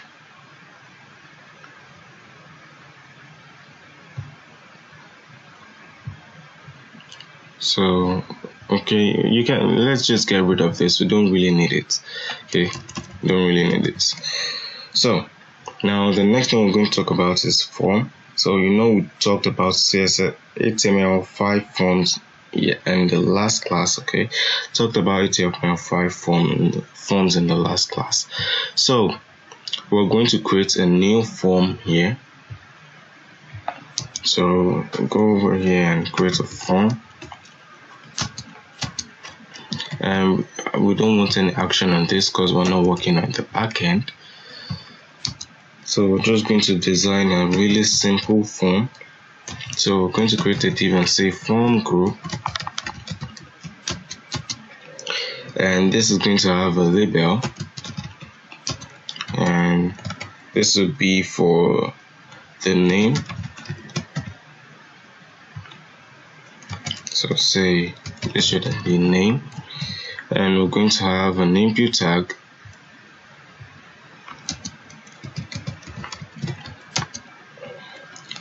So this is going to have a name of name also. So you can see this over here. So we're just going to copy this. Okay, so copy this form group, and we're going to paste a couple of times, and this is going to be for the email.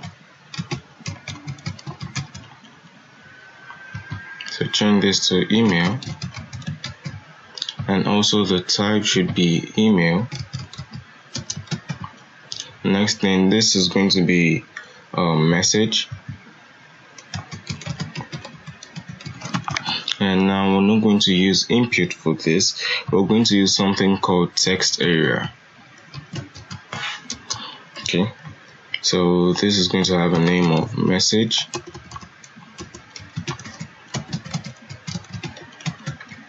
Lastly, we're going to create a button. So we're going to create a button over here. So say input, and this is going to have a class of button,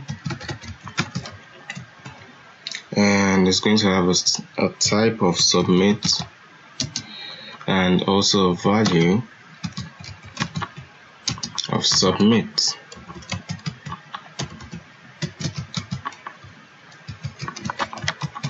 So you should see what we just created over here, the form without the CSS. So now I want there to be space, like a lot of space in the web page. So I'm just going to create a div, and I'm going to assign a margin top to that div. So go over here and create a div, and we're just going to use inline CSS. So say class, or rather style.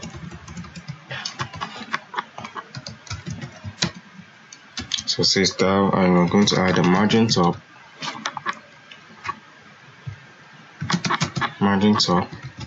of, let's say, 500 pixels. Okay, so you can see it pushes this downwards a bit. Okay, so let's style the form that we just made. So go over here, and we'll say, I think we gave this a class. If not, let's give this a class. Let's give this a class of CSS, or let's say form. So go over here and say form, and we're going to give this a padding of 20 pixels.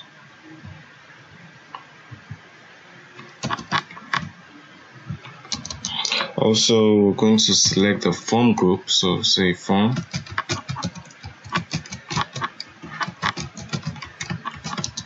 and we're also going to give this a padding bottom of 15 pixels. Okay, so now we want this label and the input tag to look really nice. So say form, and we'll select the label. I want this to display block. Okay, so you can see it moved the label from this side to this side. Next thing I'm going to grab is the input tag. So say form input, and we want to select the input with the type of text. So how do we do that? We'll simply open a bracket and say type, and we're going to grab the type of text. Also, we're going to select the form group. No, okay, we're going to select the text area also, so which is this. Okay,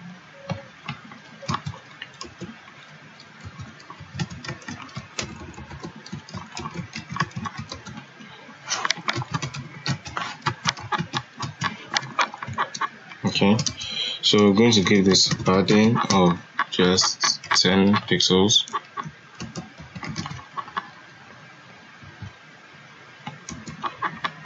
And we're going to give this a width of 100%.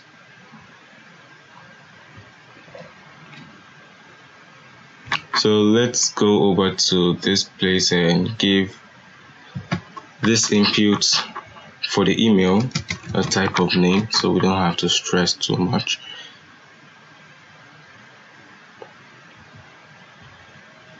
Sorry, text, a type of text. Okay, so you can see it's working perfectly fine. Also, there's something called a resize function. Okay, so you can see we're able to resize this text area. So what if we don't want the client or the user or the person who visit the web page to be able to resize this text area? So how do we do that? So simply go over here and say form text area and resize none. So it gets rid of that resize function. Okay, so that's how to do that. Now we're going to style the button which we made. I think we gave it a class of button also. So let's go up because we're still going to use that class later. Let's say button, and we're going to give this a background color of gray, and also going to give this a text color of white. And let's add some padding to this. 10 pixels left and right, 15 pixels top and bottom, and we're also going to get rid of the border. So say border none. So you can see the nice looking button. So next thing we're going to do is to try to add over effect. So when we over on it, we want the color to change. So say button hover, and we're just going to change this background color to aqua, and the text is still going to remain the same. So when hover on it, you can see it changes the background color. So we're going to add a transition to make this effect look smoother.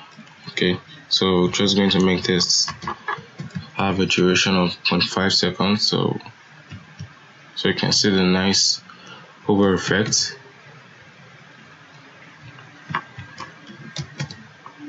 So you can see when it reloads also, you can see the nice the nice function. Okay, so when we save, you can see the way it transitions in. So that's a really nice trick. So let's just talk about some more properties. So I don't think we talked about floating elements. So how do we float elements? Okay, so that's what we're going to talk about next. So let's create a div, and this div is going to have a class of block. Okay, so in this div we're going to have h3, a header,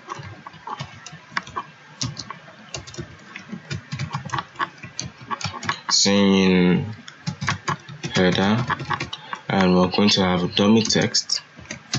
So open a paragraph and type in lorem. Just break this down. Okay, so now we're going to grab this block div and paste it twice. Okay, so paste it twice. So now we're going to try to style this to make it look more presentable. So go over to your CSS and grab the class of block.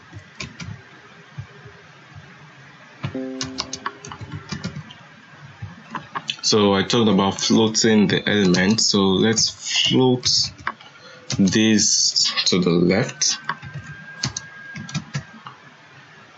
Okay, also we're going to add a width to this, so we're going to make an individual width.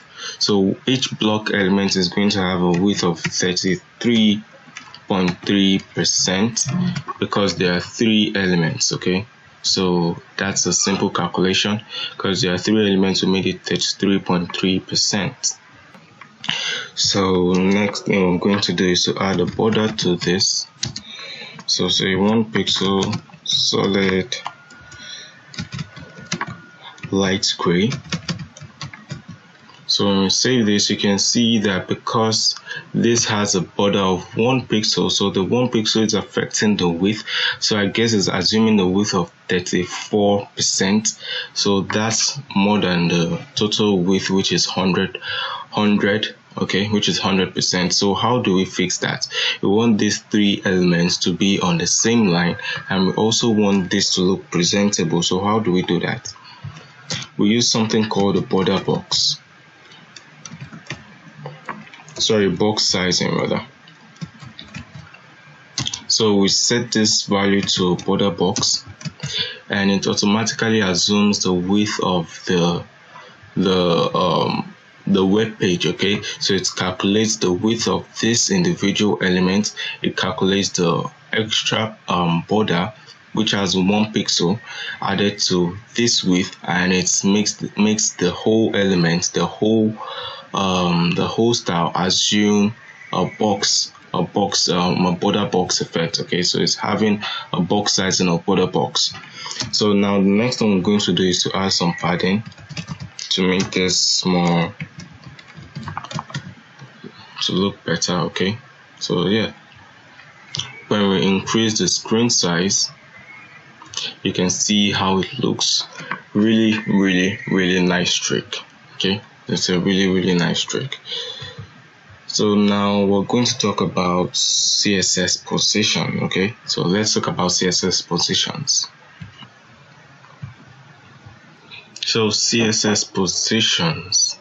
Now the first position is called static position.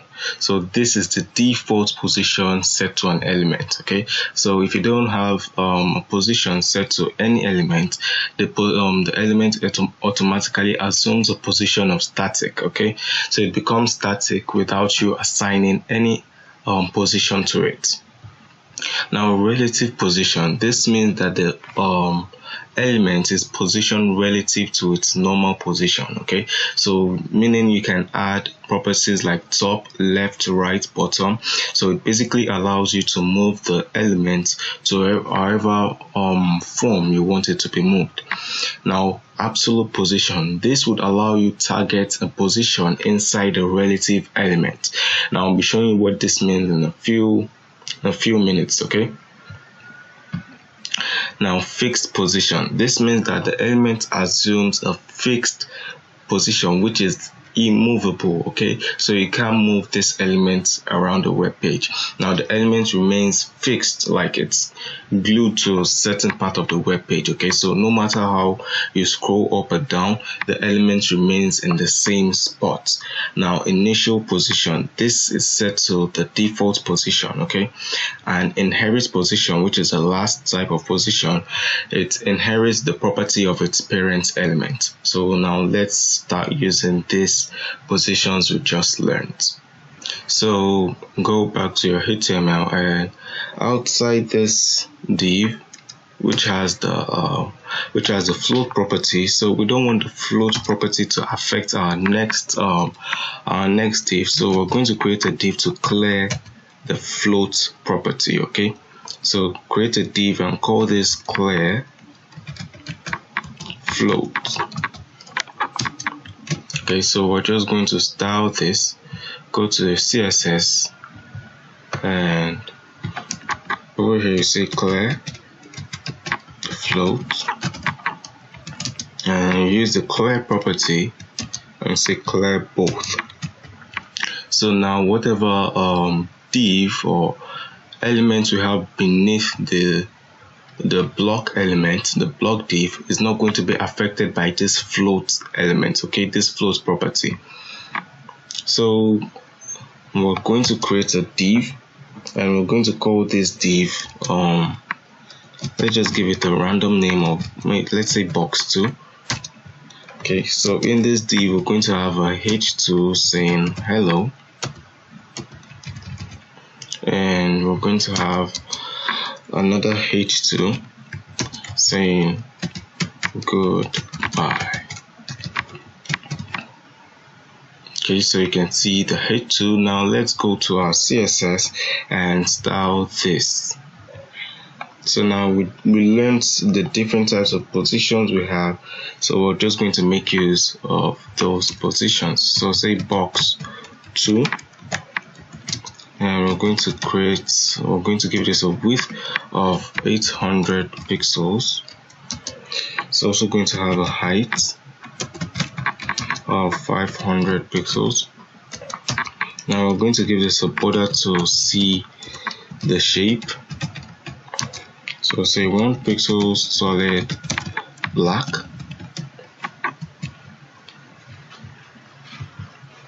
Okay, so we're also going to let's move this away from this div.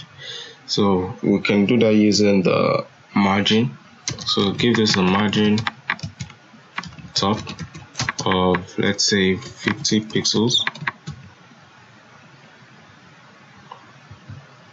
Okay, so that's looking nice. I'm just going to increase my screen size. Okay, so the next thing we're going to do is to give this a position of relative. Okay, so it has a position of relative. Now I'll show you the importance of giving it a position now.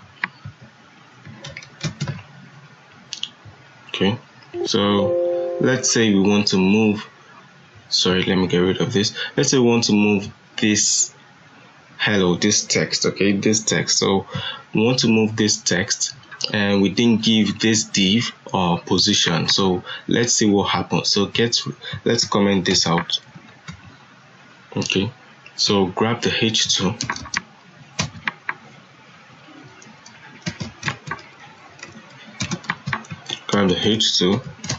and we're going to set this to position of absolute, so we can move it, and we're going to give this a top of 100 pixels, and we're also going to give this a left of 200 pixels.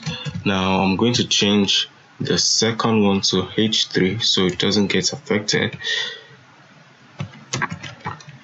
So now you should see what would happen. Okay, so now you can see that the text is no longer in this div, but the text is located here. So that's because it automatically assumes that this is the entire div. So it assumes the web page as an entire div. Okay, so how do we correct that? We simply give this box 2 a position of relative, and you would see that the text is back inside this div. Okay, so it has a top of 100 pixels and a left of 200 pixels. So what if we want to move the H3 also? Okay, so what if we want to move the H3? So say box 2 H3, and we're also going to give this a position of absolute, and we're going to give this a button because we want to move it down a bit. So let's say 40 pixels, and let's give this a right of 20 pixels. Okay, so now let's talk about, okay, let's see what we did. And lastly, we're going to talk about the fixed position. Okay, so we're going to create a button in our HTML, and we're going to give this a class of fix me. Okay, so go to your HTML, and we're going to do this outside the container. I think we should do this outside the container. Okay, let's say div dot let's say fixed. Now let's not use fixed, let's think of a new name.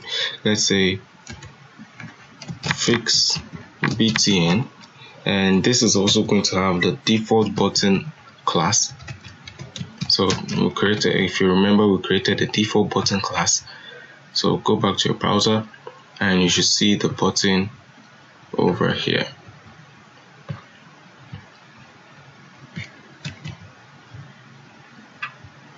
Okay, so I'm going to check why the button is so okay, let's have a text inside the button. Say hello.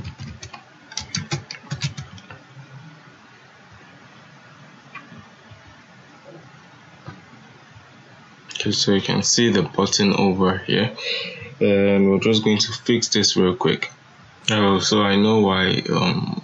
Sorry, this is supposed to be an anchor tag rather, not a div.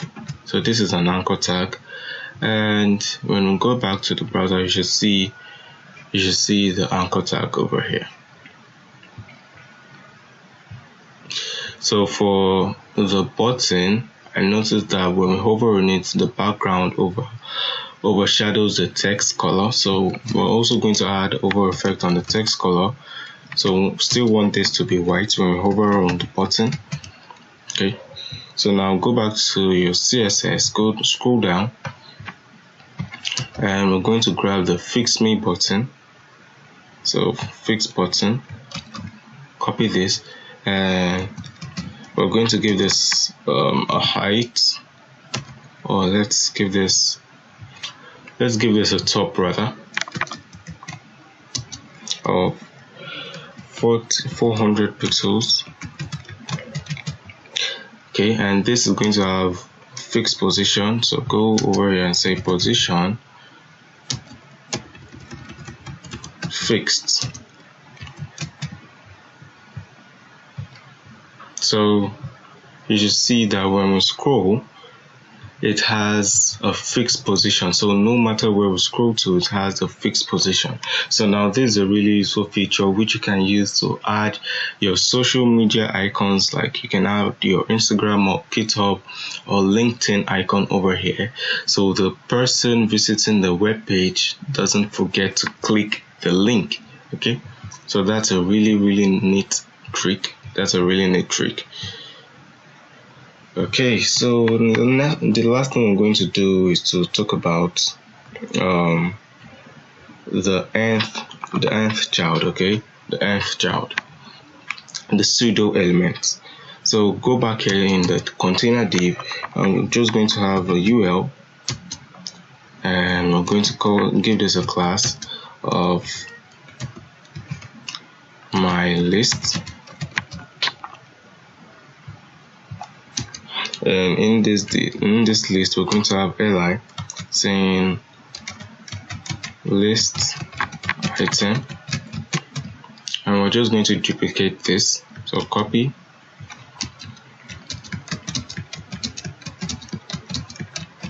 okay, so save this, and we're going to style this in our CSS. So let's grab the my list class and grab the li. Now I want to select the first list, so it's going to be first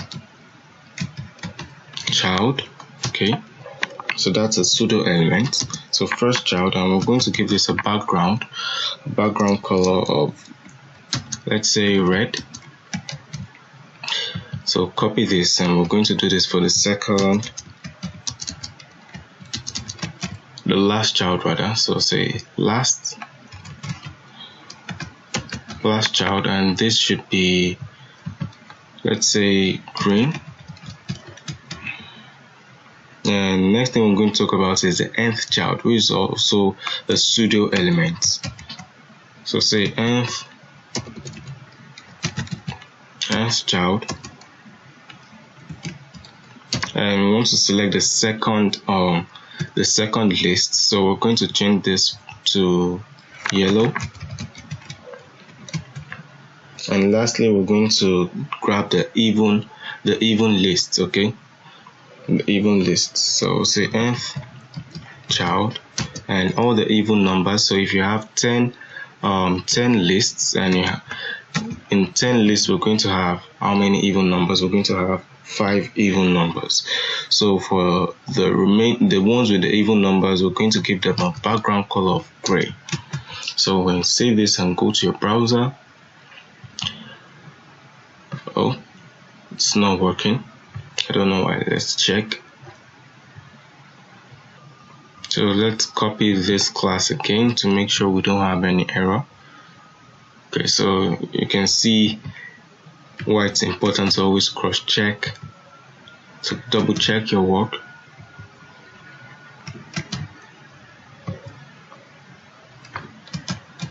So that should fix the error we're having. Okay, so you can see the nice looking list over here. Okay, for the even numbers, you can do the same thing for odd numbers. Okay, you can do the same thing for odd numbers, and you can style this to whatever suits you. Okay, so that will be all for this tutorial. Okay, thank you for watching. Make sure you keep practicing, and I'll see you in the next. Now you can see this looks exactly like YouTube. We have the YouTube logo right here. You have the notification bell, the live button, the channel icon, in this section over here for special notes or something. And what you will need for this tutorial, basically you just need the images, and if you would like to get the source code, the link to my GitHub repository is going to be in the description for you. So here are the images you'll be needing.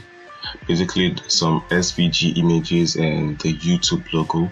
And for this image right here, the thumbnail, we're going to be sourcing the image from online. Okay, so you don't actually need to download these images. So also the giveaway is still on, so if you'd like to get involved in the giveaway, make sure you watch the previous video and also give this video a big thumbs up. So without further ado, let's jump right into the video.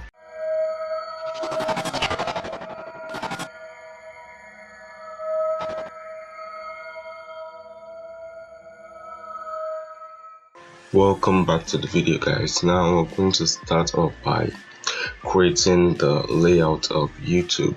So what I just did here was that I got the link, the font we're going to be using for this tutorial is Roboto font. Okay, So you can get this from Google Fonts. So head over to Google Fonts and type in Roboto and get the link.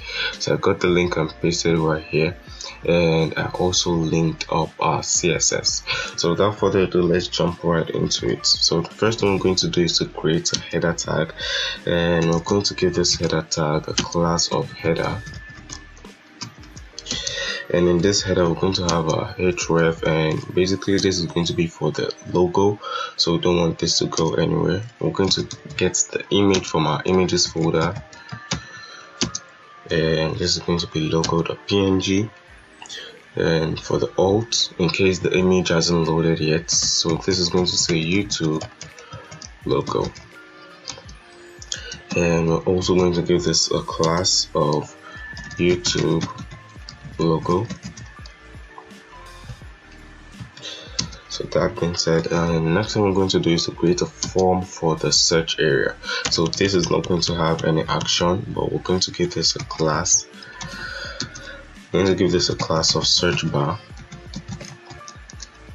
and in this search bar we're going to have our input tag for the search button, for the search input. So for the input type, it's going to be type of search, and we're going to give this a class of search input, and this is going to have a placeholder of search and also an area label of search. So you can save this. So next thing we're going to do is to create a button, and in this button we're going to give this a type of submit, and also going to give this a class of search btn. Now in this button we're going to have the magnifying image. So let's get the image from our images folder, say img, and the name of the image should be magnify.svg. okay, so you can get this image from the GitHub repository. Is going to be linked in the description for you to download.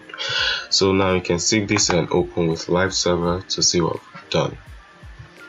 So right here you can see the YouTube logo, the search input, and the search button. Okay, so let's jump back to our VS Code and continue.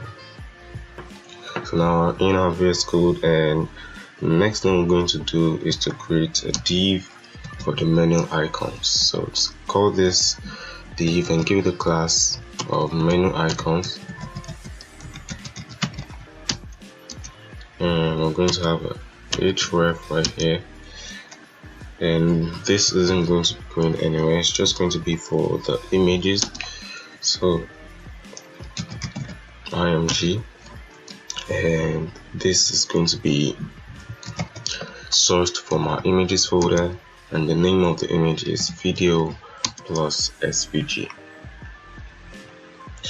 Okay, so I'm just going to copy this and paste it 2 times. So the next image we're going to be using is the app.svg, and this should be for the notification bell, so bell.svg. So for the alt, you can say upload video, and this is going to be apps, and lastly this is going to be notification.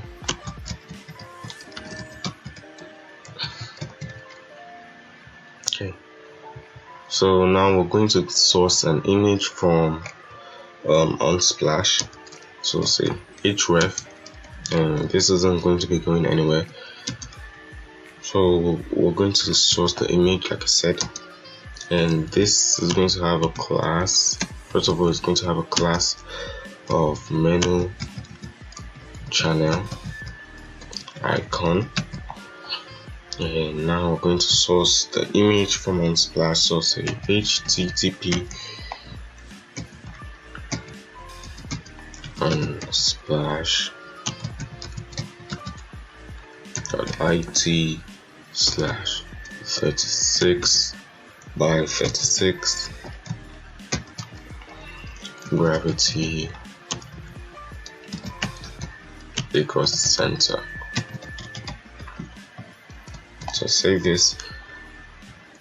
So now we can see the YouTube logo, the search input, the search button, and the icons right here.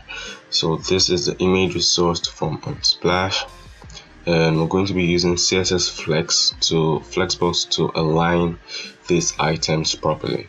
So let's jump right into our CSS and get this over with. So we're in our CSS, and the first thing we want to do is to enable box sizing. So we're going to use the global selector, and we're going to have a before and after pseudo element.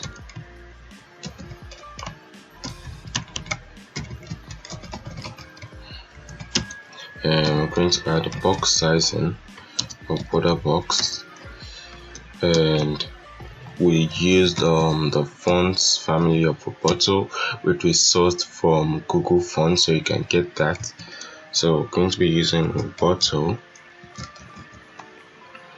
and you can have your Arial in case the font Roboto isn't working. You can have this.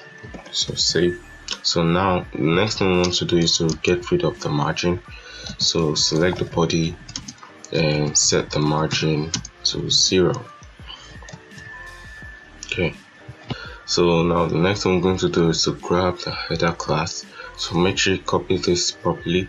So copy and go back to your CSS, scroll down right here and paste. Okay, so we're going to set this to display flex, and we're going to justify contents space between. We're also going to align the items to the center and add a padding of 1 rem. So now the next thing we're going to do is to select the YouTube logo. So head over to your HTML, and we're going to copy this class right here. So copy this and paste right here. And we're just going to set the height of this to 24, or let's say 20 pixels. So the next thing we're going to work on is the search bar. So get the search bar, okay, this class right here. So copy this and paste right here. Remember, this is a class, so it's going to have a dot in front of it. So we're going to set this to display flex. Now if you don't understand Flexbox properly, the good thing is that I've reduced the price of my course, so you can check the link in the description. So you head over to my website and get the course for just $10. Now the course has been increased, and you'll be getting some PDFs which I just bought, and you'll be getting those for free alongside the tutorial, and you can schedule live classes. So let's head over to the code and get this over with. So now we set this display to flex, and now we're going to use flex grow and set this to 1, and we're also going to add some margin. So say 0, 2 rem, 0, and 4 rem. So you can save this and head over to your browser to see what we've done. Okay, so you can see we've reduced the size of the logo, and now we're working on this search bar rather. So now the next thing we're going to do is to work on the search input. So head over here and grab the class of search input and paste right here. So the first thing we're going to do is to set the width to 100%, and the font size should be inherit. I'm going to add a padding of 0.4 rem, and also going to add a border to this, 1 pixel solid white. Okay, so we're going to add a border top radius. That's of white radius. Okay, and I'm going to set this to 0, and we're also going to do for the bottom and set that to 0 also.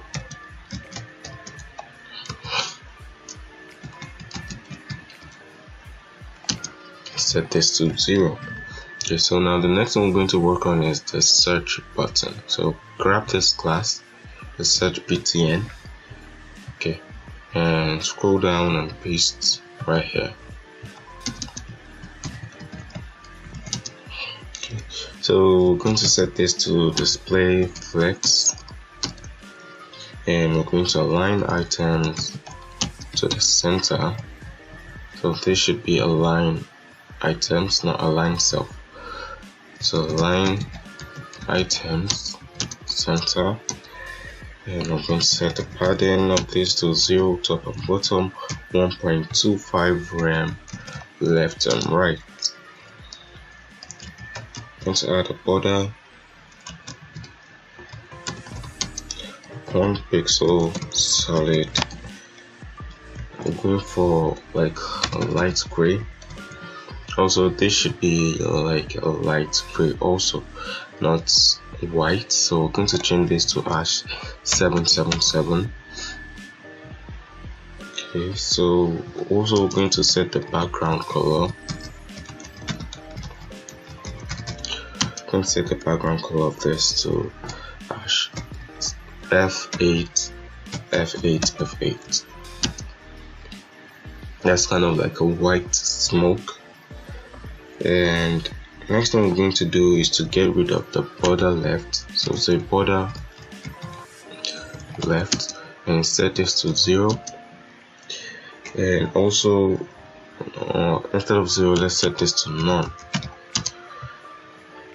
So now the next thing we're going to do is to set the border top left radius to 0 and border bottom, just like what we did here. So I'm just going to copy this and paste it right here.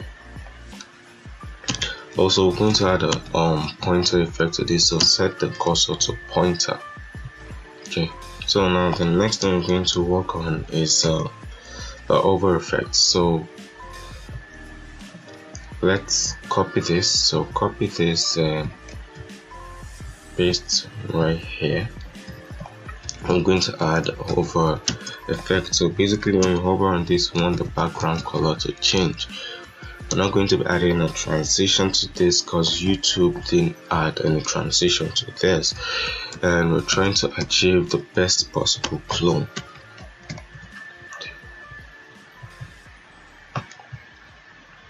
So now the next thing we're going to work on is the menu icons.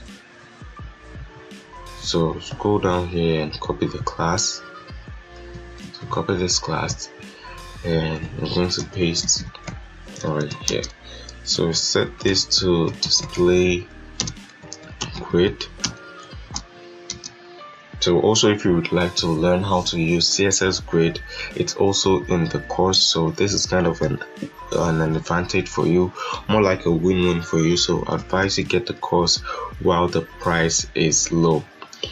Okay, so we're going to use the grid template columns, and we're going to repeat this 4 times, and we're going to set this to auto. And we're also going to align items to the center and give this a gap of 1.5 rem. Okay, so now the next thing we're going to select is this menu channel icon. So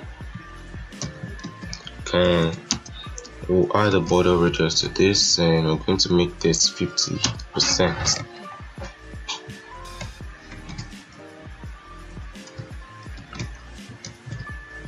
What I'm going to do is to give this a width of 36 pixels and a height of 36 pixels also, and set the background color to AAA. So save this and head over to your browser and refresh, and you should have something neat like this. Okay, so this is a really nice start to this project. So head over to your HTML and continue from here. So scroll down.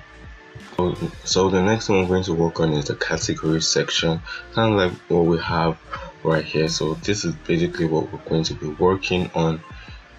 Okay, so we're going to be working on this category section. So head over to your HTML and we're basically going to create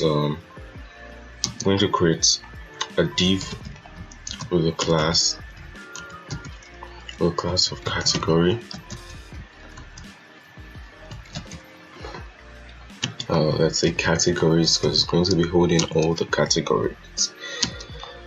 So next thing we're going to do is to create a section, and we're going to give this section a class of, let's say, YouTube category section. Okay, so after that I'm going to create some buttons, and we're going to give this button a class of category.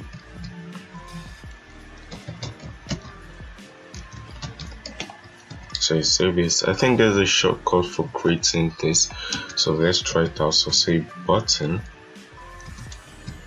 dot category,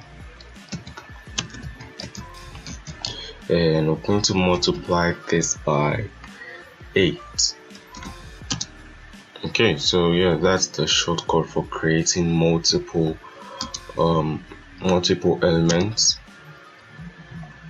So we're just going to align this properly. Okay, so when this is done, you save this, and we're just going to call this, we're just going to add some text to this. So this is going to say all, and we're going to make this all button. We're going to make it the default button, so we're going to add an active class which would work on in the CSS later on. So the next thing we're going to do is to say, let's call this category 1,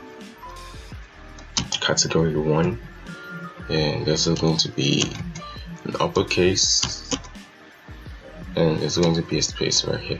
So the next thing we're going to do is we're just going to copy this text, and we're going to paste it in the other buttons. So paste and paste, paste, paste, and paste. So we're just going to number this correctly. So this is 2, 3, 4, 5, 6, 7, 8, and we're going to create another button just to make it 9.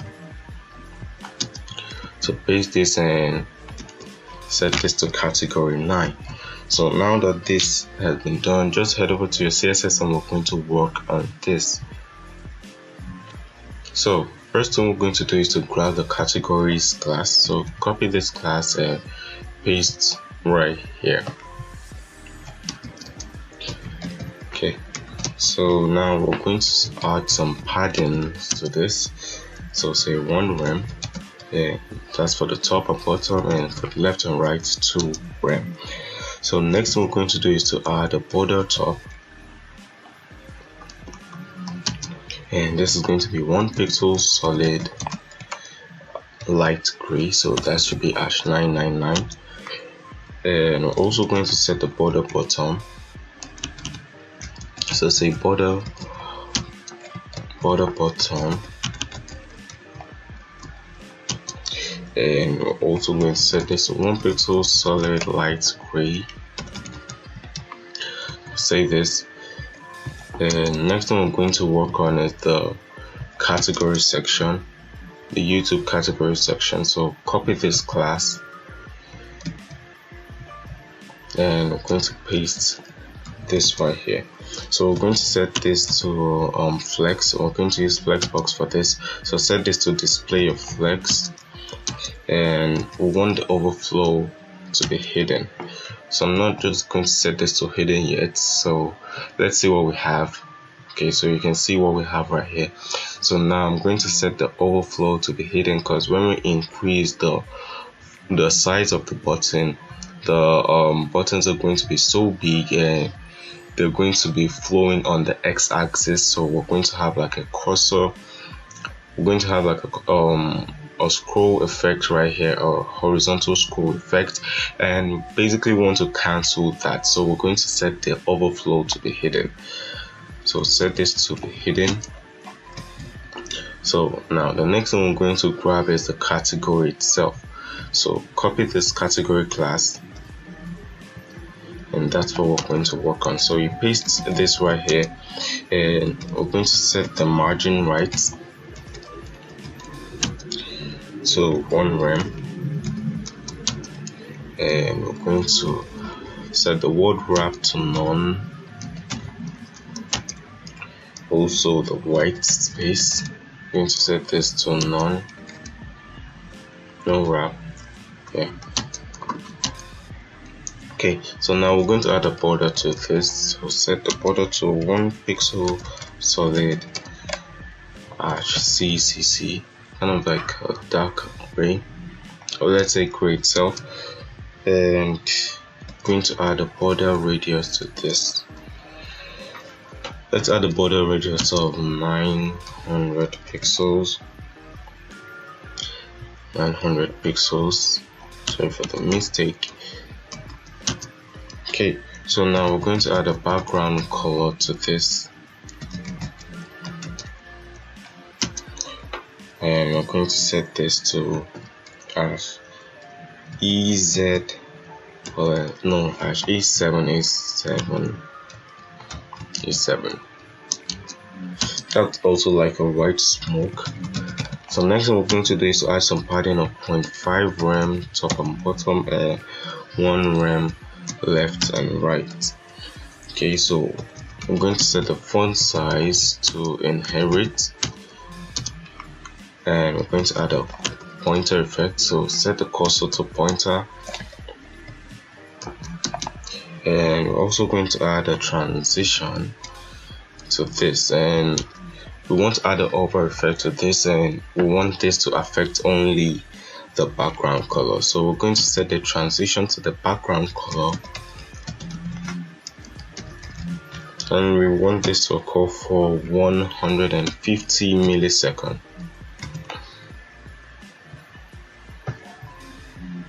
Okay, so now let's add the hover effect to this. So say category, and set the hover effect, and just want the background color to change on hover, so it changes to #DDD. Okay, so head over to your browser, and you can see what we have right here. You can see the transition, and see the transition here. Okay, so when hover on this, you can see the background color changes a bit to like a darker version of gray compared to this light gray. Okay, so now the next thing we want to do is to select this active class which I told you about. So copy this, and we're going to select the category and paste the active class. So right here, what we just want to do is to make that active class like a dark version. So we want the background color to be darker, and yeah, so that's going to set it to the default class, the default category. So set the background color to #606060. So that's like gray. So that's like dark gray, or let's call it gray, and the color should be white. So that's the text color, and the background, the border color rather, should be #EEE. So head over to your browser, and you can see the default category. Okay, so now the next thing we're going to do is to select let's use the pseudo element to get rid of the margin right.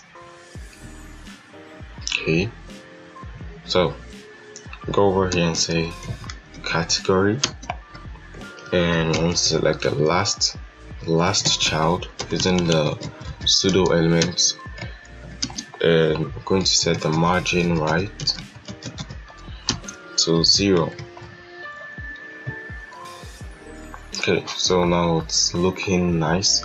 Okay, so now the next thing we're going to work on is the video section itself. So I know you must be wondering, what about the side menu, like the side nav bar over here? So I figured out you could do that yourself, so that shouldn't be an issue for you. But if you would like me to make a tutorial on how to make a sidebar or a side menu, whatever you call it, okay, so just let me know in the comment section. So head over to your HTML. I'm going to work on the video section now. Okay, so go over here. I'm going to create a div with a class of YouTube videos, and over here we're going to have a section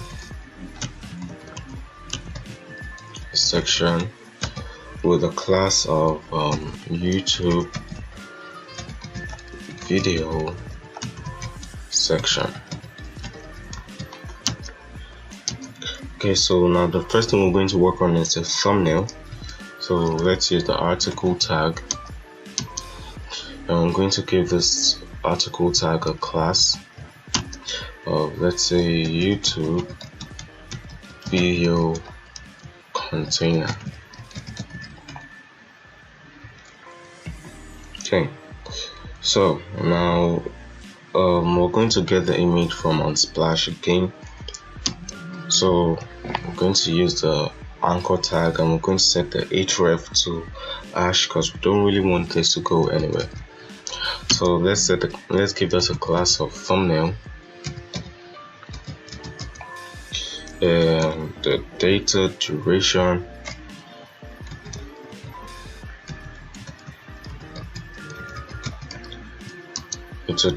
should be 1224. Okay, so now the next thing we're going to do is source the image itself. So we're going to say 8zp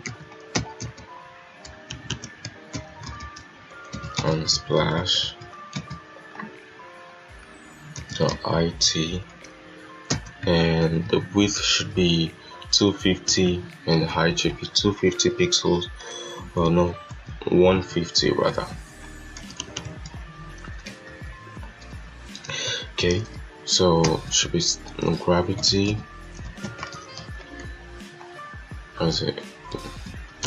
gravity equals center. So save this, and let's see what we have. Okay, so you can see the image we just sourced right now. Okay, so now the next thing we're going to do is to create the video description, which you usually have in YouTube. Okay, so say div video, let's say div YouTube video, since we started with YouTube video bottom section. So that one was the top section, and this is the bottom section. So we're going to have an anchor tag, and we don't want this to go anywhere, so we're going to set this to hash. And also we're going to have the image. Okay, let's give this image a class of thumbnail image, or thumbnail img, whatever suits you.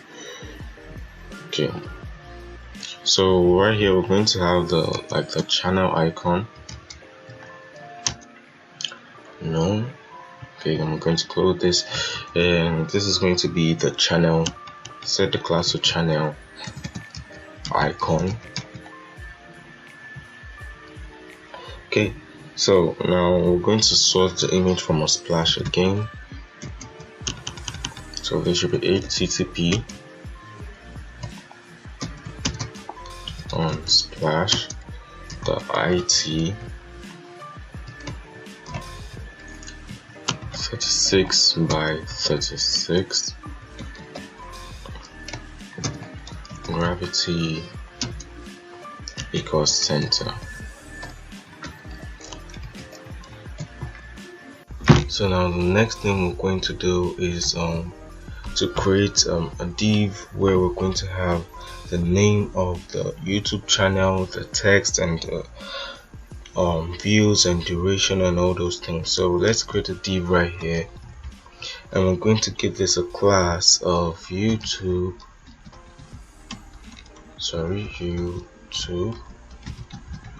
video details.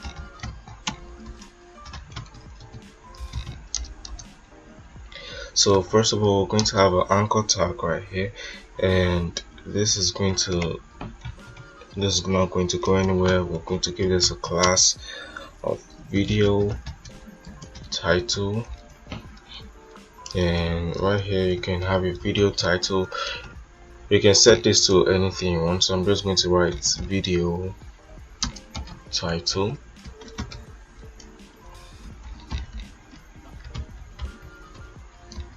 Video title.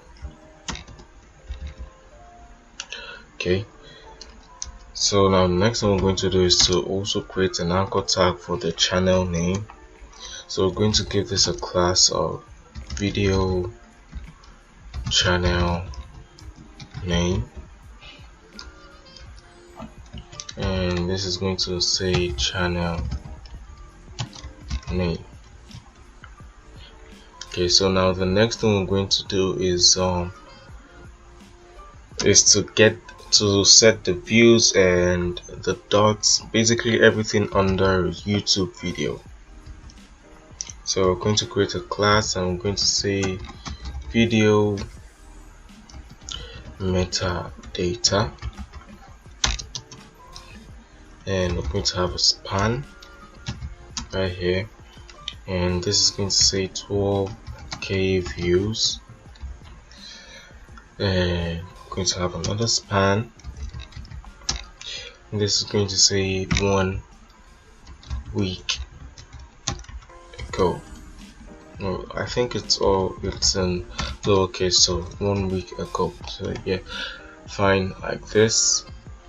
Okay, so now you can see the thumbnail, the channel image, and the links right here. So now let's check the YouTube itself. So over here you can see what we're going for. So you can see this dot right here, so I'm just going to try to select this. So we're going to select it carefully. Whoops. So I'm going to go back and try to select the dots. I think I'm just going to copy from the project I already made. So I'm just going to make this appear right here, and this is the finished product. So I'm just going to copy this dot because we need this. So I'm just going to copy it and paste it in our HTML. So Ctrl C. This is going to be available for you. I'm going to host this, so in case you need to grab this certain dot. Okay, so I've copied it and I'm going to paste it in my HTML. So head over to your HTML, and I'm going to scroll right here and paste this, and we can close this because we don't need it for now. Okay, so now you can see the dot and it's looking nice. So now let's style. Yeah, without further ado, let's style this. Okay, so head over to your CSS. So now we're going to grab the YouTube video section. So we're going to grab this class. So copy this class here and paste right here. Yeah, paste it right here. What just happened? Oh, okay. So make sure you copy properly and paste right here. Okay, so now we're going to use grid for this. So I'm going to be using CSS grid. So set this to display grid, and we're going to set the grid template columns to repeat, autofill, and we're going to use the min max 250 pixels, comma 1 fr. Okay, so if you don't know what this means, it's you can get my course and you'll learn everything about CSS Flexbox and CSS Gradient and so much more. So I advise you grab the course while this sale is on, while the discount is still on. So apply the gap here. We're going to set this gap to 3 rem and 1 rem. So now next thing we're going to do is to add some padding. I'm going to add some padding to this. So set this to 3 rem top and bottom, 0 left and right, and we're going to add the margin to this 0, 1.5 rem. Okay, so now the last thing we're going to do is to add a border top. So say border top, and this is going to be 4 pixels solid ccc. Okay, so now we want to use the pseudo element to get rid of the border top for the first child. So we're going to use a pseudo element for that. So set the border top to 0.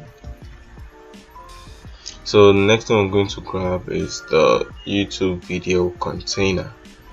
So copy this class and paste right here.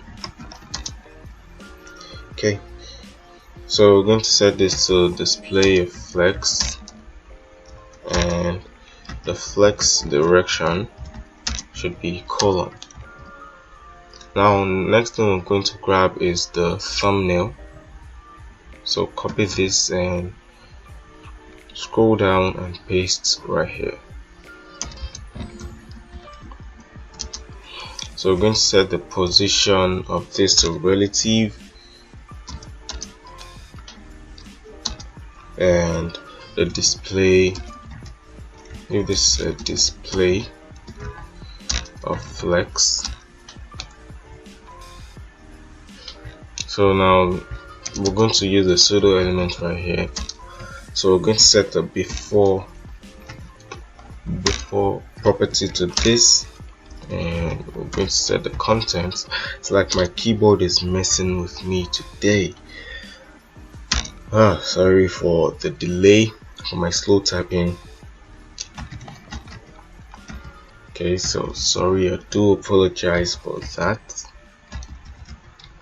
My keyboard has been messing with me today. I think I should get a mechanical keyboard. So set the position of this to absolute, and the background color, so background color RGBA 0,0,0,0,0.85, and I'm going to set the color of this to white, and I'm going to set the right of 5 pixels and a bottom of 5 pixels, and let's add some padding to this, 0.1 rem, and sorry I typed and 0.3 em, so this should be em. Okay, so save this. So we're also going to add some border to this, border radius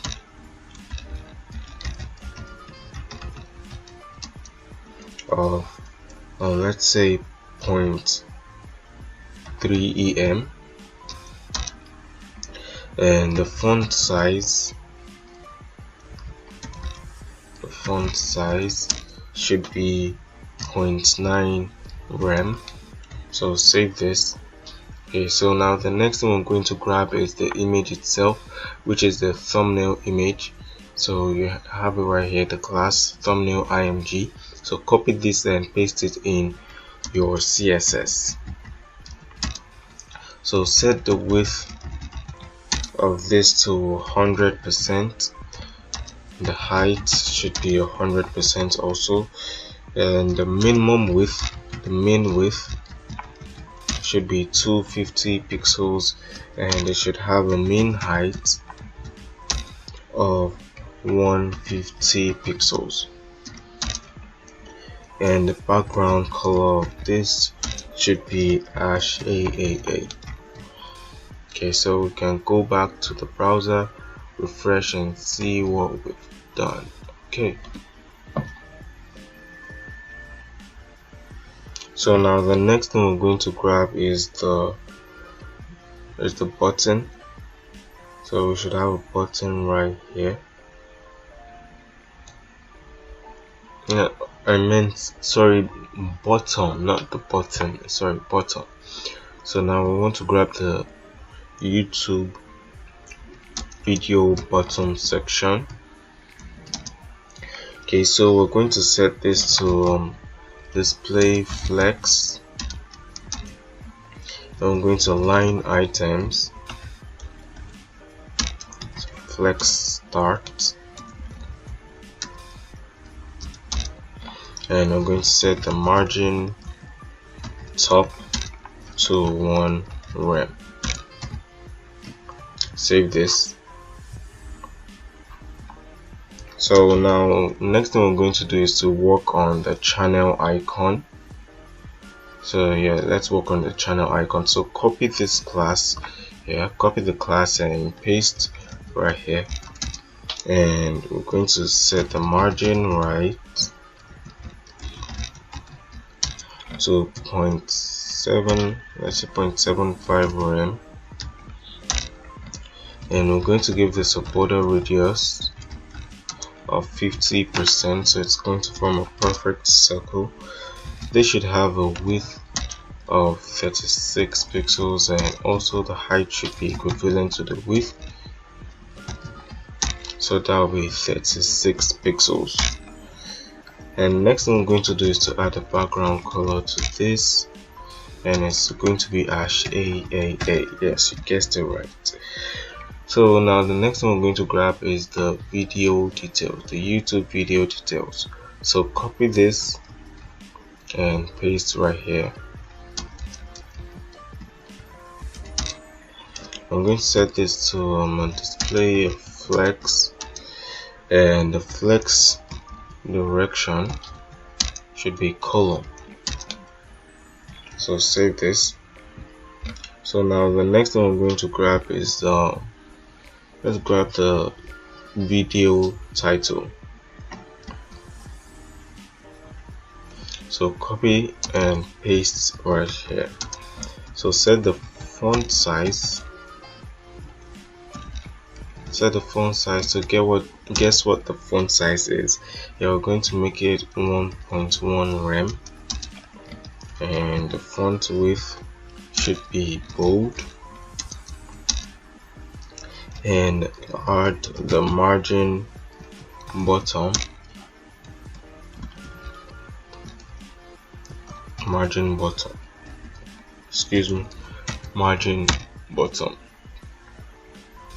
I told you my keyboard is messing with me. Margin, I can't even type margin properly. Margin bottom. Comments, let me know in the comment section if this has ever happened to you. I guess it's because I've not been on my laptop for a while. So set the text decoration to none to get rid of those lines, and the color, the text color should be black. So now the next one I'm going to grab is the channel name. So copy this and we're going to paste right here. Set the margin bottom of this to 0.1 rem, and the text decoration, let's get rid of any text decoration, and we're also going to add transition to this, and we want the color to change on hover, and this should have a duration of 150 millisecond.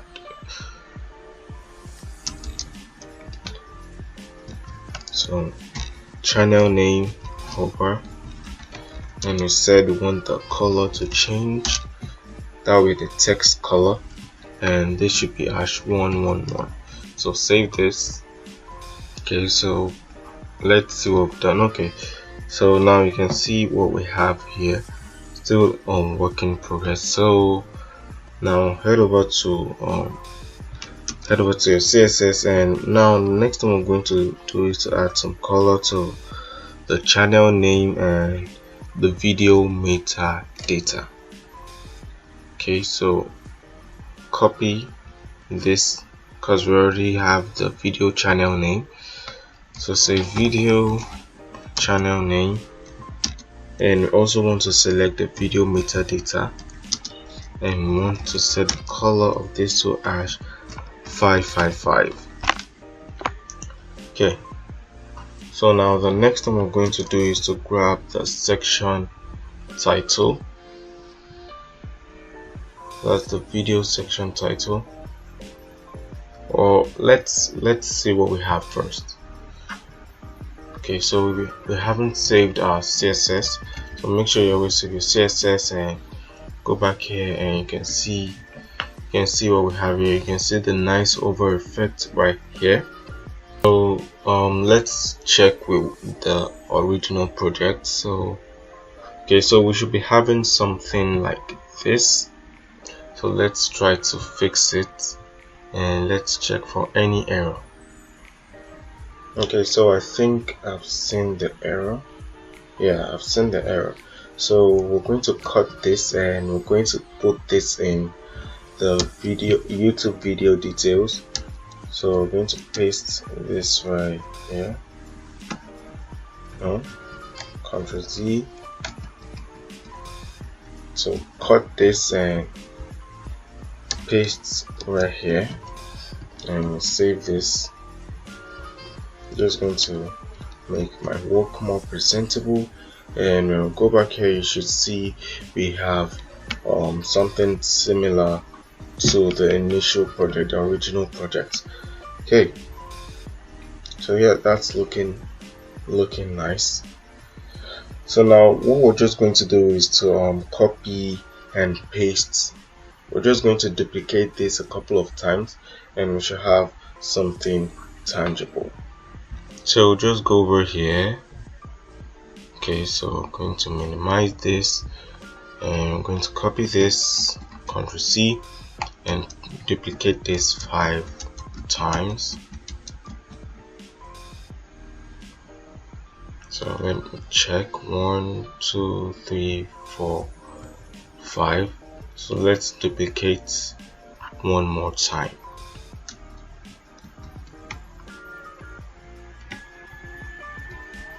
So I think we made a mistake. So I'm just going to paste this properly again. So I'm going to copy.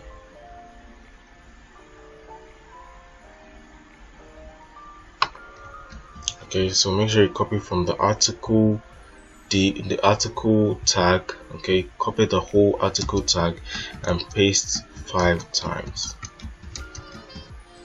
So save this and head over to your browser. Okay, yeah. So now we have something really nice. So you can see what we have here. Okay, so I'm just going to do this properly. Don't know why I'm making so much errors today. Okay, so I'm just going to copy the article tag.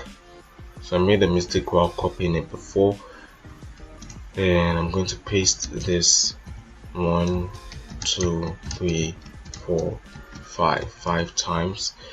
So that should be 6 in total, and yeah, so this is what we're going for. Yeah, so this is looking really nice. So now the next thing to do is just to duplicate this section. Yeah, I'm going to duplicate this section 2 times. So I'm going to copy this and paste once, and yeah, twice. So now I've duplicated it 3 times. So now we should have it looking like this. So this looks exactly like YouTube. Yeah, there's some modifications of which you can make yourself. So yeah, that should be a challenge for you.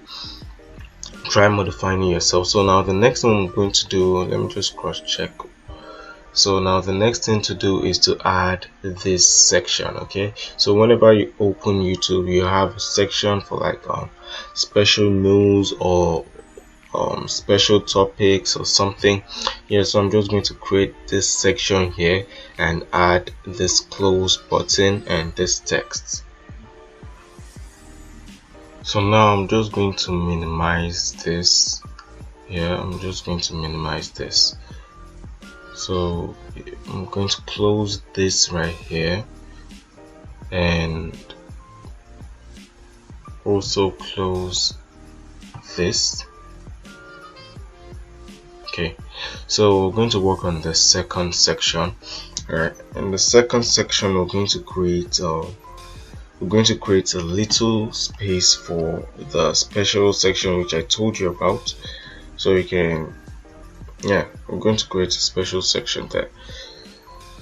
Okay, so go over here. I'm going to have a h2. Okay, and we're going to give this a class of let's say YouTube video section title, and this right here is going to say special section. So you can make this whatever you want. You can make a special section, you can make it special news or sports or anything. It could be your channel name, anything. So next thing I'm going to do is to create a button, and I'm going to give this button a class of video section title close btn. Yeah, I know the class name is very long, but you can use whatever class name you like. Now next thing I'm going to do is to try to add that cross, that X. So you can simply do that by using a HTML trick, and that's by typing in add times. Yeah, so when you type this, yeah, this is a neat HTML trick. So when you go back to the original project, you should see something here. You should see this button with the X. So now we're going to position this properly. So head over to your CSS. Okay, so scroll down, and we're going to grab the class, this class right here, YouTube video section title. I'm going to grab the class and I'm going to paste right here. Okay, so now I'm going to use grid for this. So say grid column 1 and -1.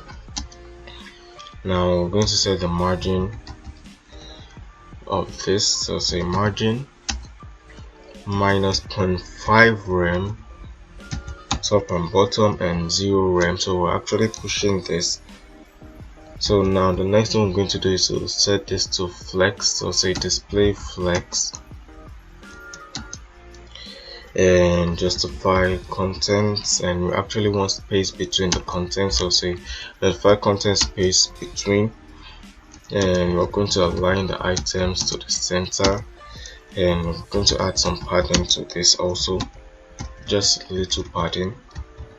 Now the next thing we're going to work on is the close button.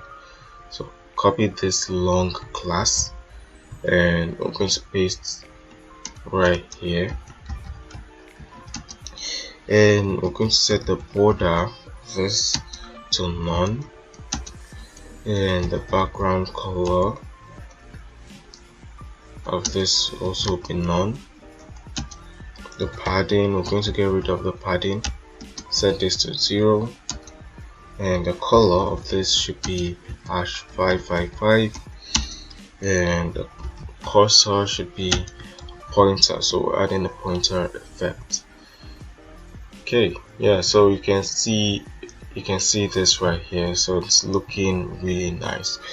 So now we are almost done. Now the next thing I'm going to do is to change the background color of this video section, the whole video section.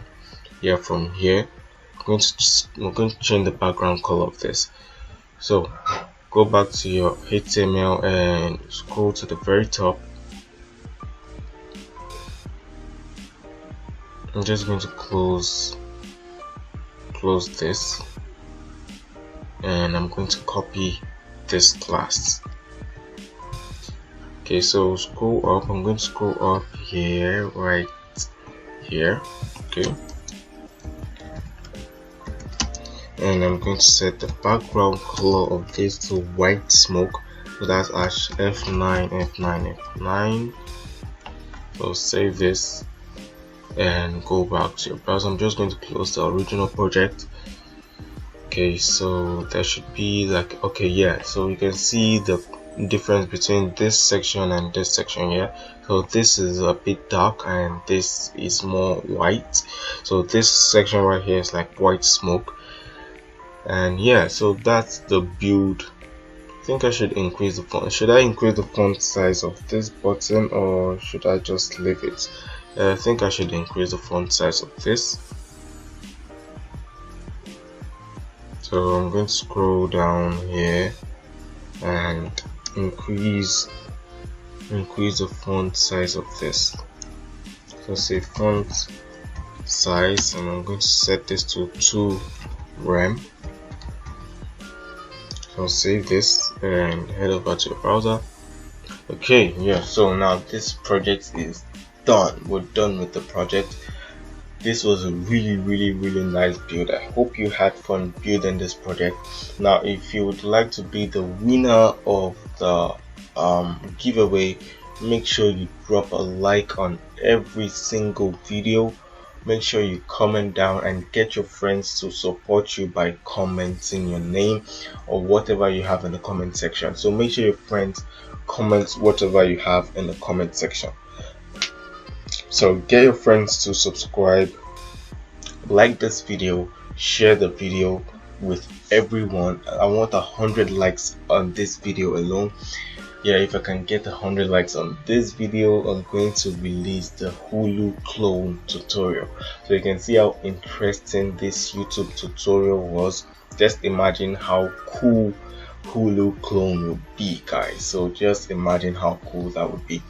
So if you did enjoy this tutorial, make sure you smash the like button and let me know in the comment section. And for this tutorial, we are definitely going to need some of the icons. So just click the link in the description, the GitHub link, and you'll be directed to my GitHub repository where you can download all these files. Okay, so you can download all the images you would need, and you can also get the source code. So yeah, that would be all for this tutorial. If you would like me to host this project, that won't be a problem. Yeah, I should have hosted it. Yeah, the link is also going to be in the description below. Just check the description, read through the description for all the links you need. Yeah, that'll be all for this tutorial, guys. Thank you for tuning in, and I'll see you in the next video.